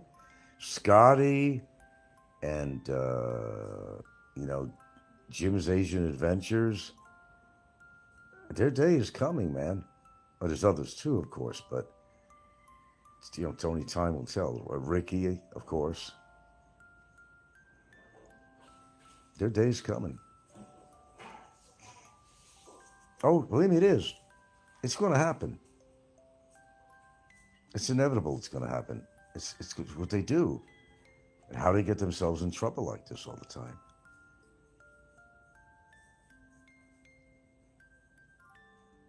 Anyway, I enjoyed watching some of these Death Wish scenes. I can't see a whole movie, though. But I don't need to, because all they did, which was great, it shows all the people that he annihilated. Just on one video. So it was Death Wish 1, 2, 3, 4, and there's a fifth one, Face of Death or some shit like that. I don't know. I don't like to see people getting annihilated like that. I don't like violence. But, it's a movie. And it's nice to see the bad guys lose. Police, you got to understand the concept of vigilantism, or vigilantism, however you want to pronounce it. They're doing a job for the police that the police aren't doing, because otherwise it costs taxpayers a lot of money. You got to bring them to court. You got to do this and that. This could go on for years. And they're actually saving the force a lot of money. As in the movie, there was this one big guy, police sergeant, whatever he was. He let it go with Paul Kersey. He knew that he was doing a job that his police force couldn't do. He let him get away with it. He figured out it was Kersey that was, shooting all these people. But they were doing the police department a favor. And I don't know, during that period of time, I'd like to know how many people were killed as a result of his movies. Vigilante stuff. I would not be surprised that there were plenty. They didn't even report about it. People wanted to copy off him in a movie, under the name, of course, Paul Kersey in the movie. I would think it probably happened.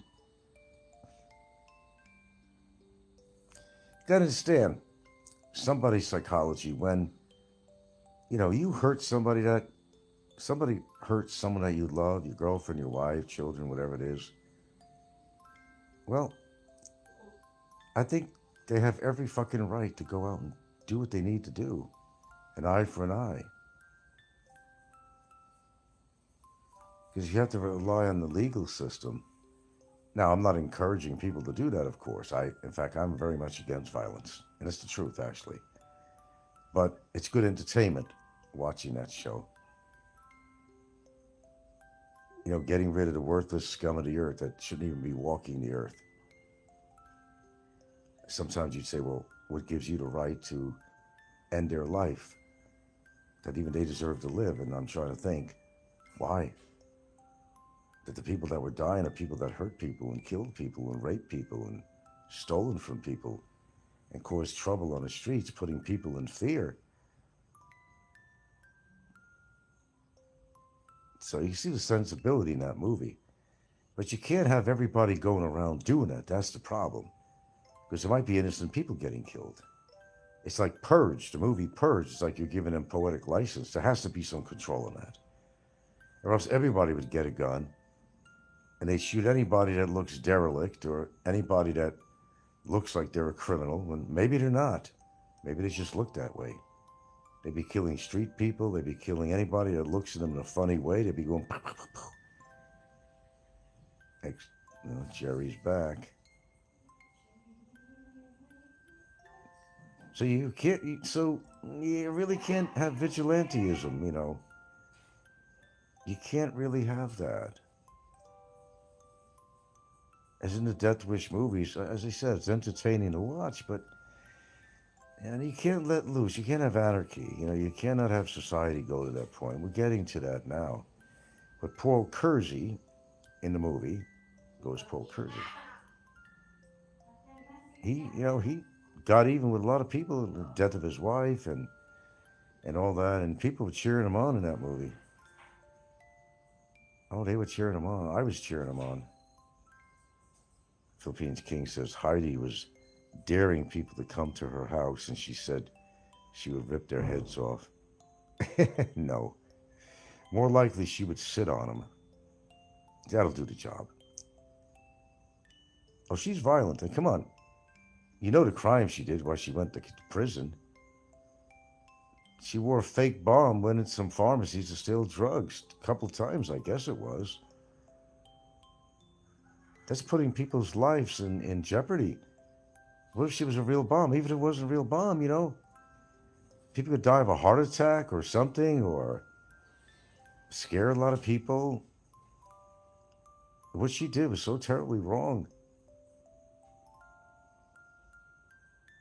Well, she's got more problems than her weight. Don't forget, she's got lupus, very serious disease. I think she's got diabetes, she's got high blood pressure, obesity, and she still chooses to eat a lot of sugar. Apparently, she don't care. And if she don't care about herself, why should anybody else care about her? The way I see it. I'd love to see Jerry the Fairy and Sneeko fight. Yeah. I don't think Sneeko would fight anybody. All of that has to do is with her eating habits. Well, I'm sure it brought on a lot of the problems, certainly high blood pressure, diabetes, Do you ever see the old pictures of her she's seen on there? She was a skinny, kind of a drug-induced looking chick. She looked totally different than she looks now. She was actually underweight. I'm thinking, what the fuck happened? What went wrong in her life to gain that kind of weight?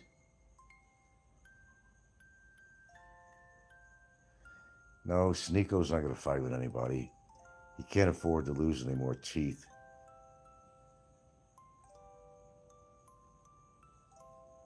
That's for sure. What is he supposed to marry, that Maria chick or something? The one he pays for to hang around him and accompany him on the motorcycle and supposed to be his good friend. Didn't somebody say he put a ring on her finger to get engaged or something like that? There's another hearsay again I heard on here. She married an Arab. An Arab. That's what went down. Wait, who did? Wait. Who married an Arab? The girl that hangs around with Sneeko married an Arab?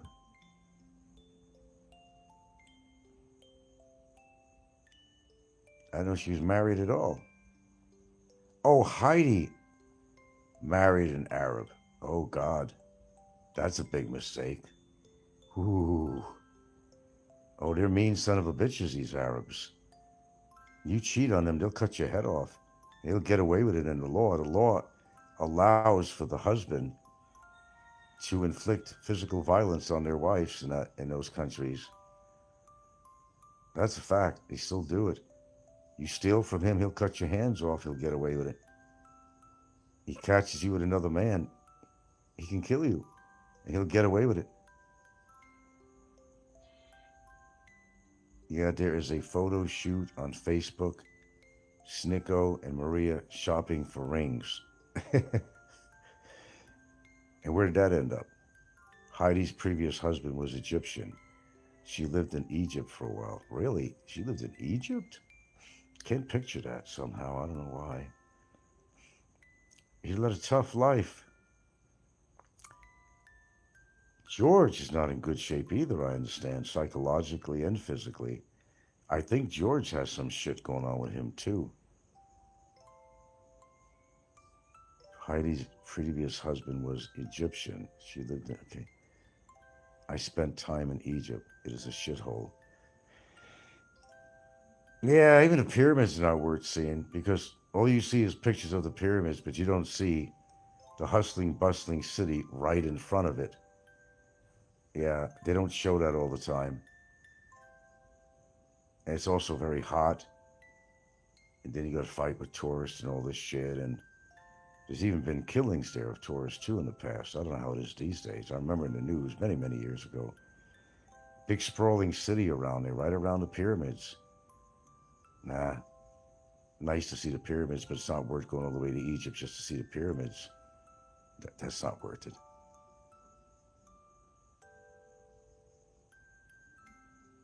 How do you afford to travel, Jerry? You've been here, you've been there. What money? Where's this money coming from? In fact, not too long ago, weren't you in Europe somewhere several months ago, 6 months ago, whatever it was?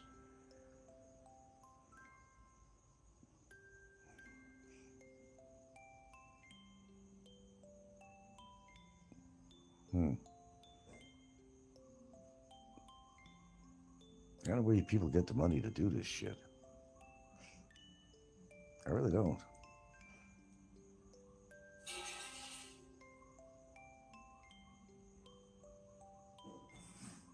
Is she ready with the food? I'm not sure.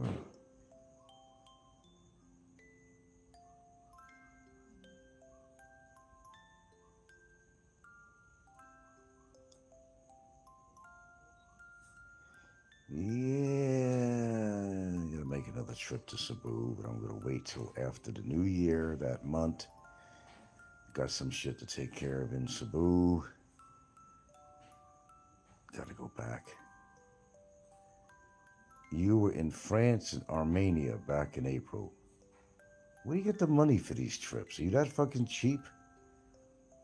That you're saving your coins and for these trips, and where are you getting your money from?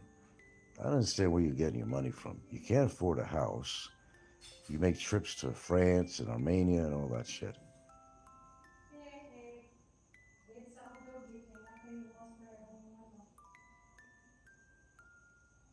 Your wife paying for this?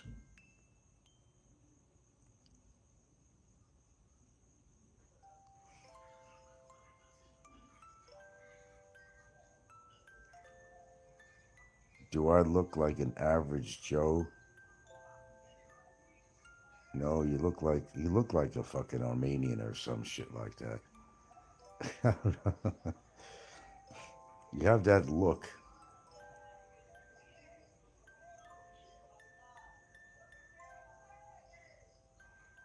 No, you look sub-average. I'm being real. You look like a real shyster, you know, scammer, shyster, whatever. Kind of guy that'll sell Arabian rugs to people when you just picked it up at fucking Woolworths or Walmart and selling them as an original Arab carpeting or something. Like a used car sale. Yeah.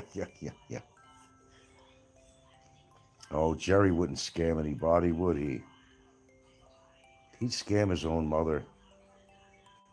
Probably has. Yeah, I could never trust somebody like Jerry. He's a guy that if you're not looking, he'll steal the rings off your fucking finger. They're all the same to me. They're all the same to me. Armenians, Arabs, whatever, they're all the same to me. I don't care how fucking offended you are. You offended me a lot of times. Fuck off. You're lucky I let you on here. It's just a charity case, Jerry.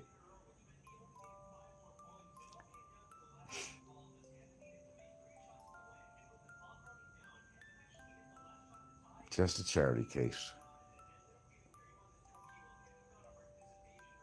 I get a kick out of that. People go to France, they go to different places and they're buying artwork, you know. And in these shops, you know, they got people that draw this shit up, you know. Oh, they say it's an original. Actually, it's the guys in the streets that are doing these paintings and drawings in the streets, you know. A lot of them, they're not even doing that, you know. And they fool people, you know. They get lots of money off people. They say, oh, this is an original oil painting or something, or lithograph or something, you know. Well, it's inside the stores where it really happens a lot. It's, you know, just selling things that's supposed to be totally authentic, down to the thread count in these carpeting and all kinds of, you know, rugs and stuff. When, you know, you could walk down to some bargain place and find the same fucking thing for a tiny fraction of the price to try to write them off. You're just trying to take, I mean, the tourists, the biggest people that are being just ripped off is the tourists in all these countries, big time. Because they're gullible and they're going to believe it's a true artist and he really did draw this and all that crap. Oh, it's such a scam. It's such a scam. Such a scam. Hi, Jerry. Back in the 80s and 90s, I used to travel a lot. It was cheap to travel back then. Colin Coops, remember, I forgot to mention before. Loved the Gilligan rant. Oh, okay. Well, it's good talking about something else other than trolls on here, you know. Gotta give it a break sometime, you know. No, Junior, I don't know who the father was. Jerry could be a body double for George the Animal Steel. Well, I never watched wrestling. I assume that's wrestling. George the Animal Steel. I don't know. I'm not a wrestler. I don't watch phony shit on like that. I don't understand what people get off on the so-called professional wrestling. It's all fucking choreographed. I mean, what do you get out of that? I just don't understand it. Now, mixed martial arts is not choreographed unless, you know, somebody pays you off to lose. Okay, that could happen, but it happens all the time, even in boxing. But as a rule, that doesn't happen, and wrestling is just phony. Why would people go out of their way and they got their favorite wrestlers, the whole fucking bit? Why, when it's all choreographed?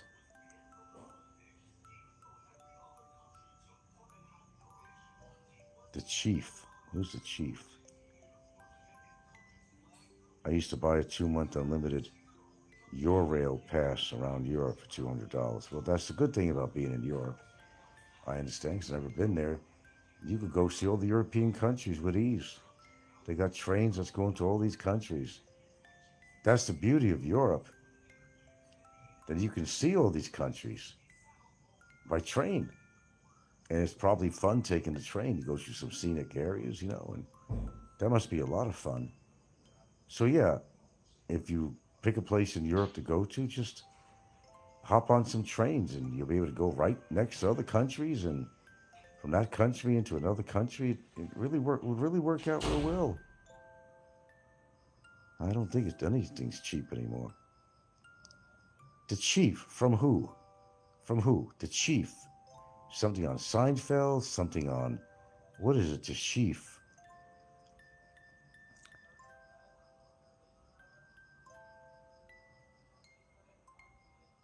Oh, The Chief on Get Smart?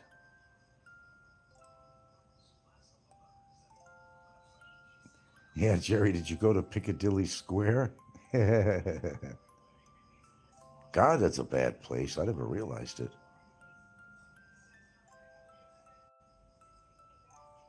How about Gorky Park? Is that in Russia? That's a, what do you call, song by Bono, isn't it? Gorky Park? And that's like a real bad drug addict park. And where's Gorky Park?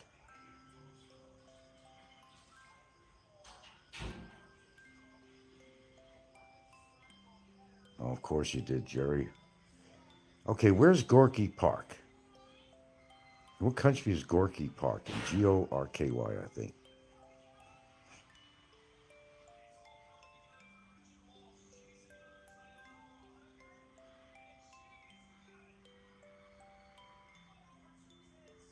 Come on. I don't have time for this. Because I got to eat in a few minutes. In Gorky Park. Didn't Bono sing that with his band? I mean, was that the band that was singing about Gorky Park? It was in the title or something and in the lyrics. Come on. Gorky Park was a song. Yeah, it was a song. But is there really a Gorky Park?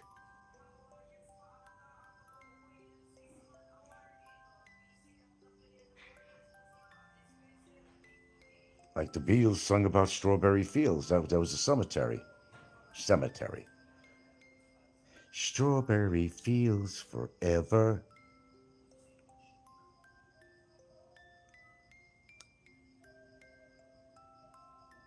You know how many people took pictures of themselves on that crosswalk in England, in London, whatever, that the Beatles walked across? Was on the album cover.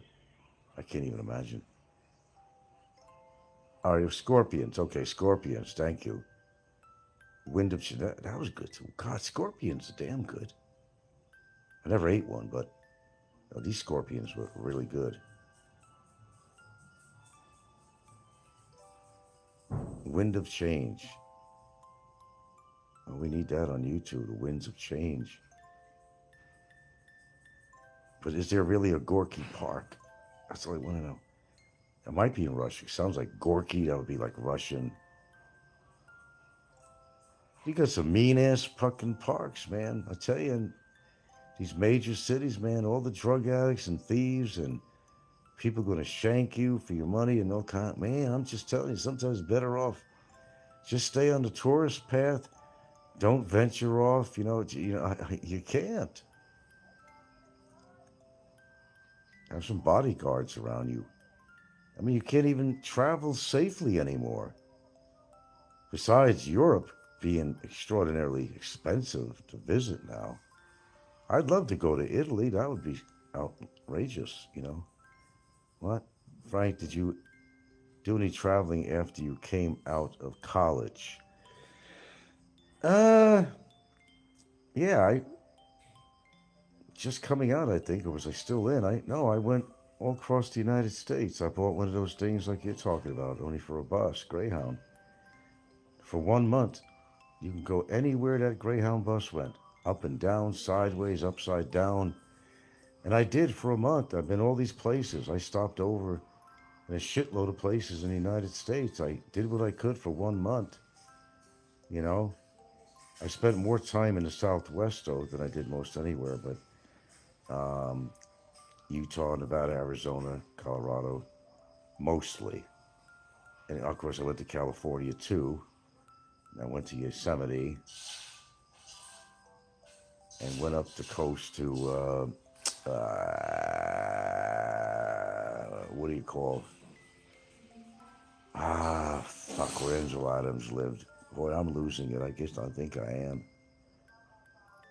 Jesus. Oh, Gorky Park is in Moscow on the banks of the river.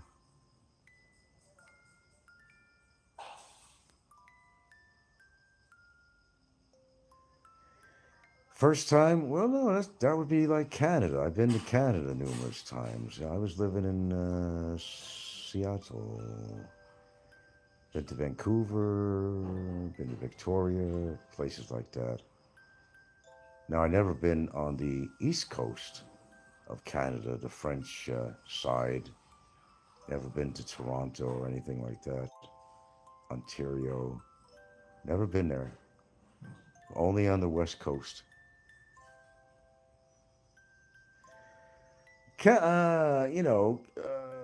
Vancouver's like a sister city of Seattle. It looked alike in every way. On the bay, on this, it's just, yeah. They had the Gaslight District. It was a sister city. It was good going there, but the alternative was Victoria, which there was nothing there. Unless you want to go to the Butterfly Gardens, which we did wind up going anyway, me and my daughter.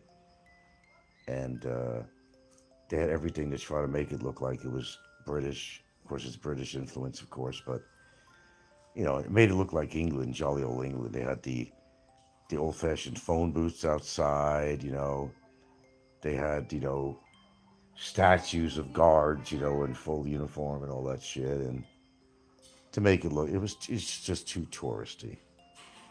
It's just too touristy. I mean, the ferry ride to Victoria was kind of long, actually, from Seattle. I took it all the way to Victoria. And it was even expensive to stay the night if you smoked. I mean, my God, American cigarettes were so much. I wasn't, really impressed with it. It looks like I'm about to eat here. She got the flashing lights on, and my dogs are eating, that's good. What we got here? We got chicken from the oven. Loving out of the oven. Look at that. Look. Oh, yeah.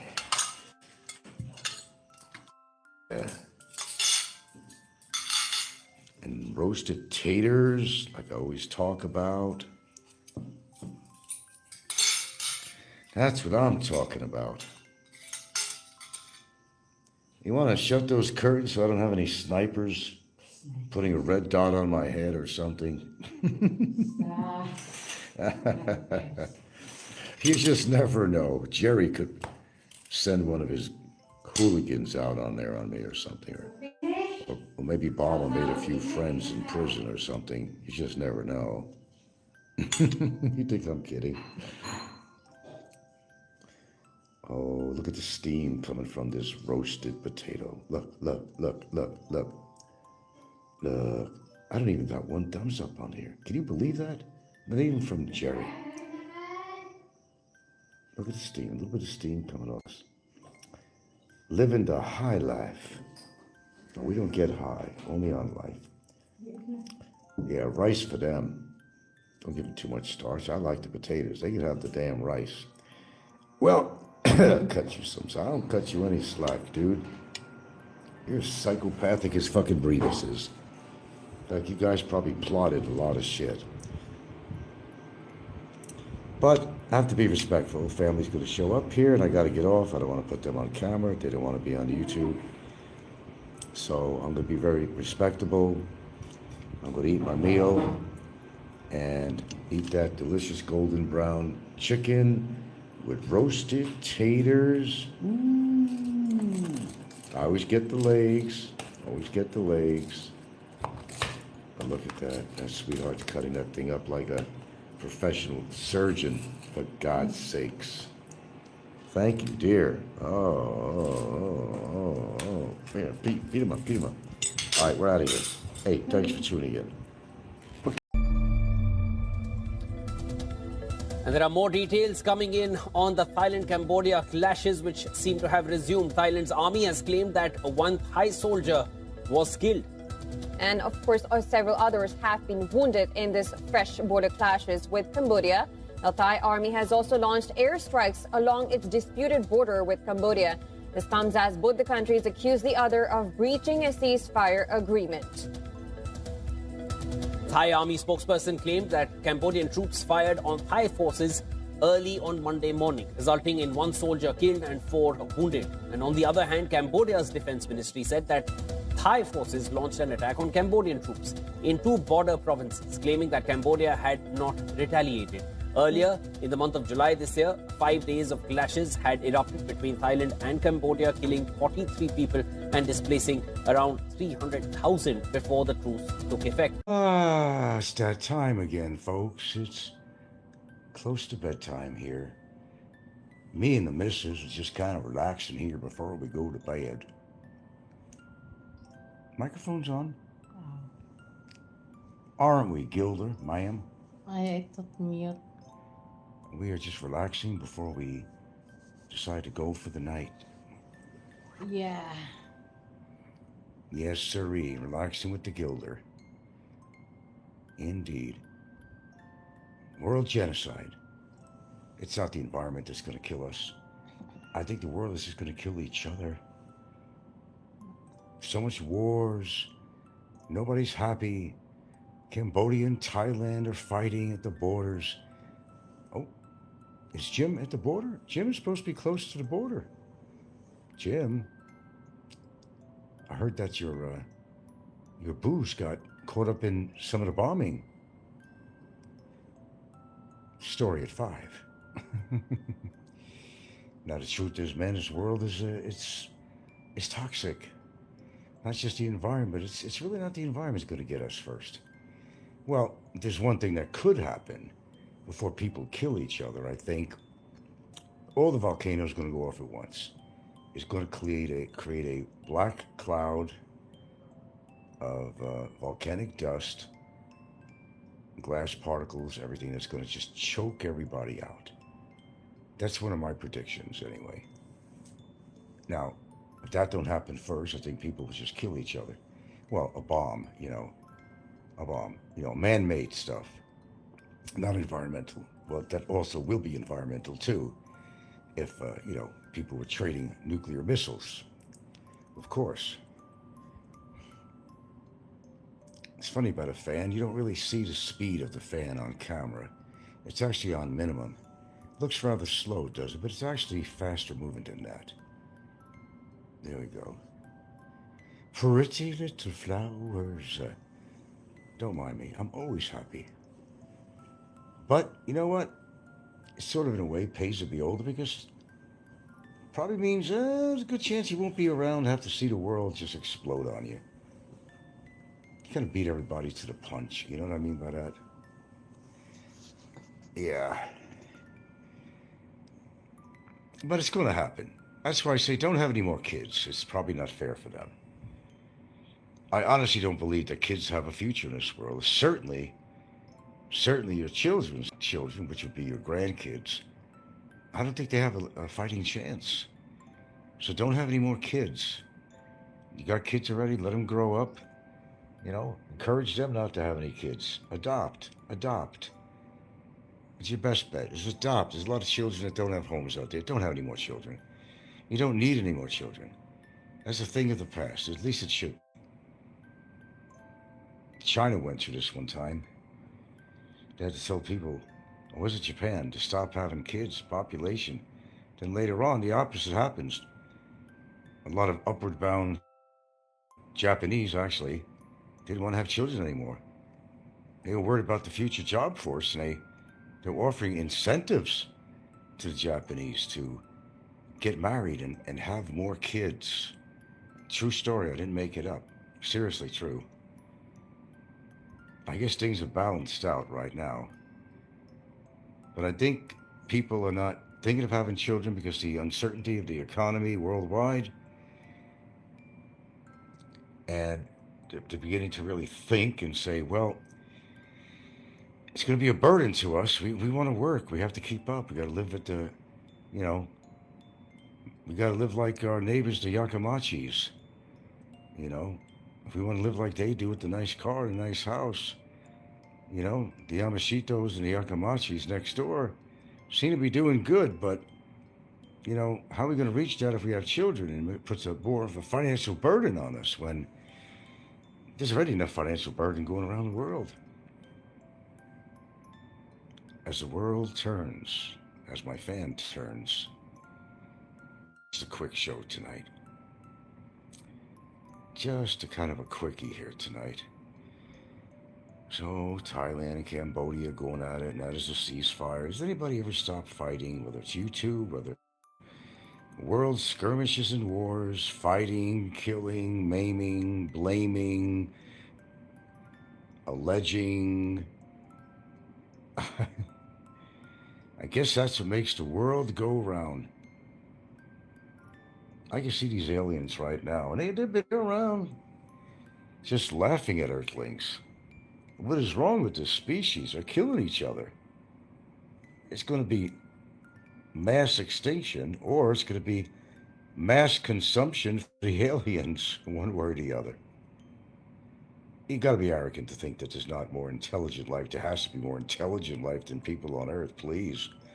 With the millions of galaxies, you think you're going to be that arrogant to think that we're the only planet with life on it? Come on, get real. How could you think that way, possibly?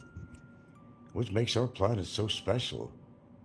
That we'll be the only planet in millions of galaxies, which contains millions and billions of planets, whatever. We're the only planet that has walking, talking life on it. Nah, you're not thinking outside the box. That's the problem. Well, unfortunately, I don't think the Earth is going to last as long as you would hope it to be. I think we're coming to an end. I really do. Repent, repent. The end is near. If you're religious, go talk to your priest and give him your sins. Now might be the time. Hey, we're just fucking with you tonight here. I gotta go to bed soon. No, but in all seriousness, I think it's not going great for this world in any form or way. Nobody seems to be happy. Everywhere you go, just, you know, we were talking about, you know, London area. We're talking about, you know, all these, Europe, everywhere Europe. There's a guy that goes around, he shows everything going on. Boy, he does a good job of showing the conditions, how people are living, the fighting, you know, the paranoia, everything that's going on in the world. And nowhere is actually safe anymore, to be honest with you. There is no safe place. Perhaps you have to create your own safe place and take care of yourself and not worry about the rest of the world. Which we are those type of creatures anyway. We're self-supporting, self-sufficient, self-protective for ourselves and our family.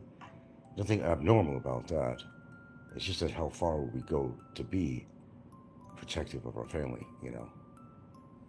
Are you willing to kill your neighbor if he's after you for food? He's hungry, he wants to eat you? He wants to harm your family because you got food and water and your shelter and they didn't decide to build a shelter and you got one and they want your shelter, they want everything you have. These are neighbors that you barbecued with, you went on vacation with, you went fishing with, you went camping with. The very neighbors are going to turn on your ass one day. And that's the truth. Anyway, that's my show. I don't really feel like talking. I want to look at this beautiful ceiling and I want to fall asleep and face another beautiful day alive tomorrow morning. Wake up to the dawn until you just can't do it anymore. That's what life is. It goes on until it doesn't go on anymore. Words of wisdom from yours truly. Think about it. Learn something. Real. People's feelings are real. If someone tells you they feel a certain way, whether you think that they should feel that way or not, doesn't matter, because it's not your feelings, it's their feelings. All you can do is respond to the other person's feelings and make it right. You can call that weak. You can call that like a pushover. I don't know what you call it. But if someone tells me, like, I hurt their feelings, I'm going to apologize. Like, whether I meant to hurt their feelings or not is irrelevant. If they're telling me their feelings are hurt, I'm sorry. Like, I don't want your feelings to be hurt from something I said. And that's genuine.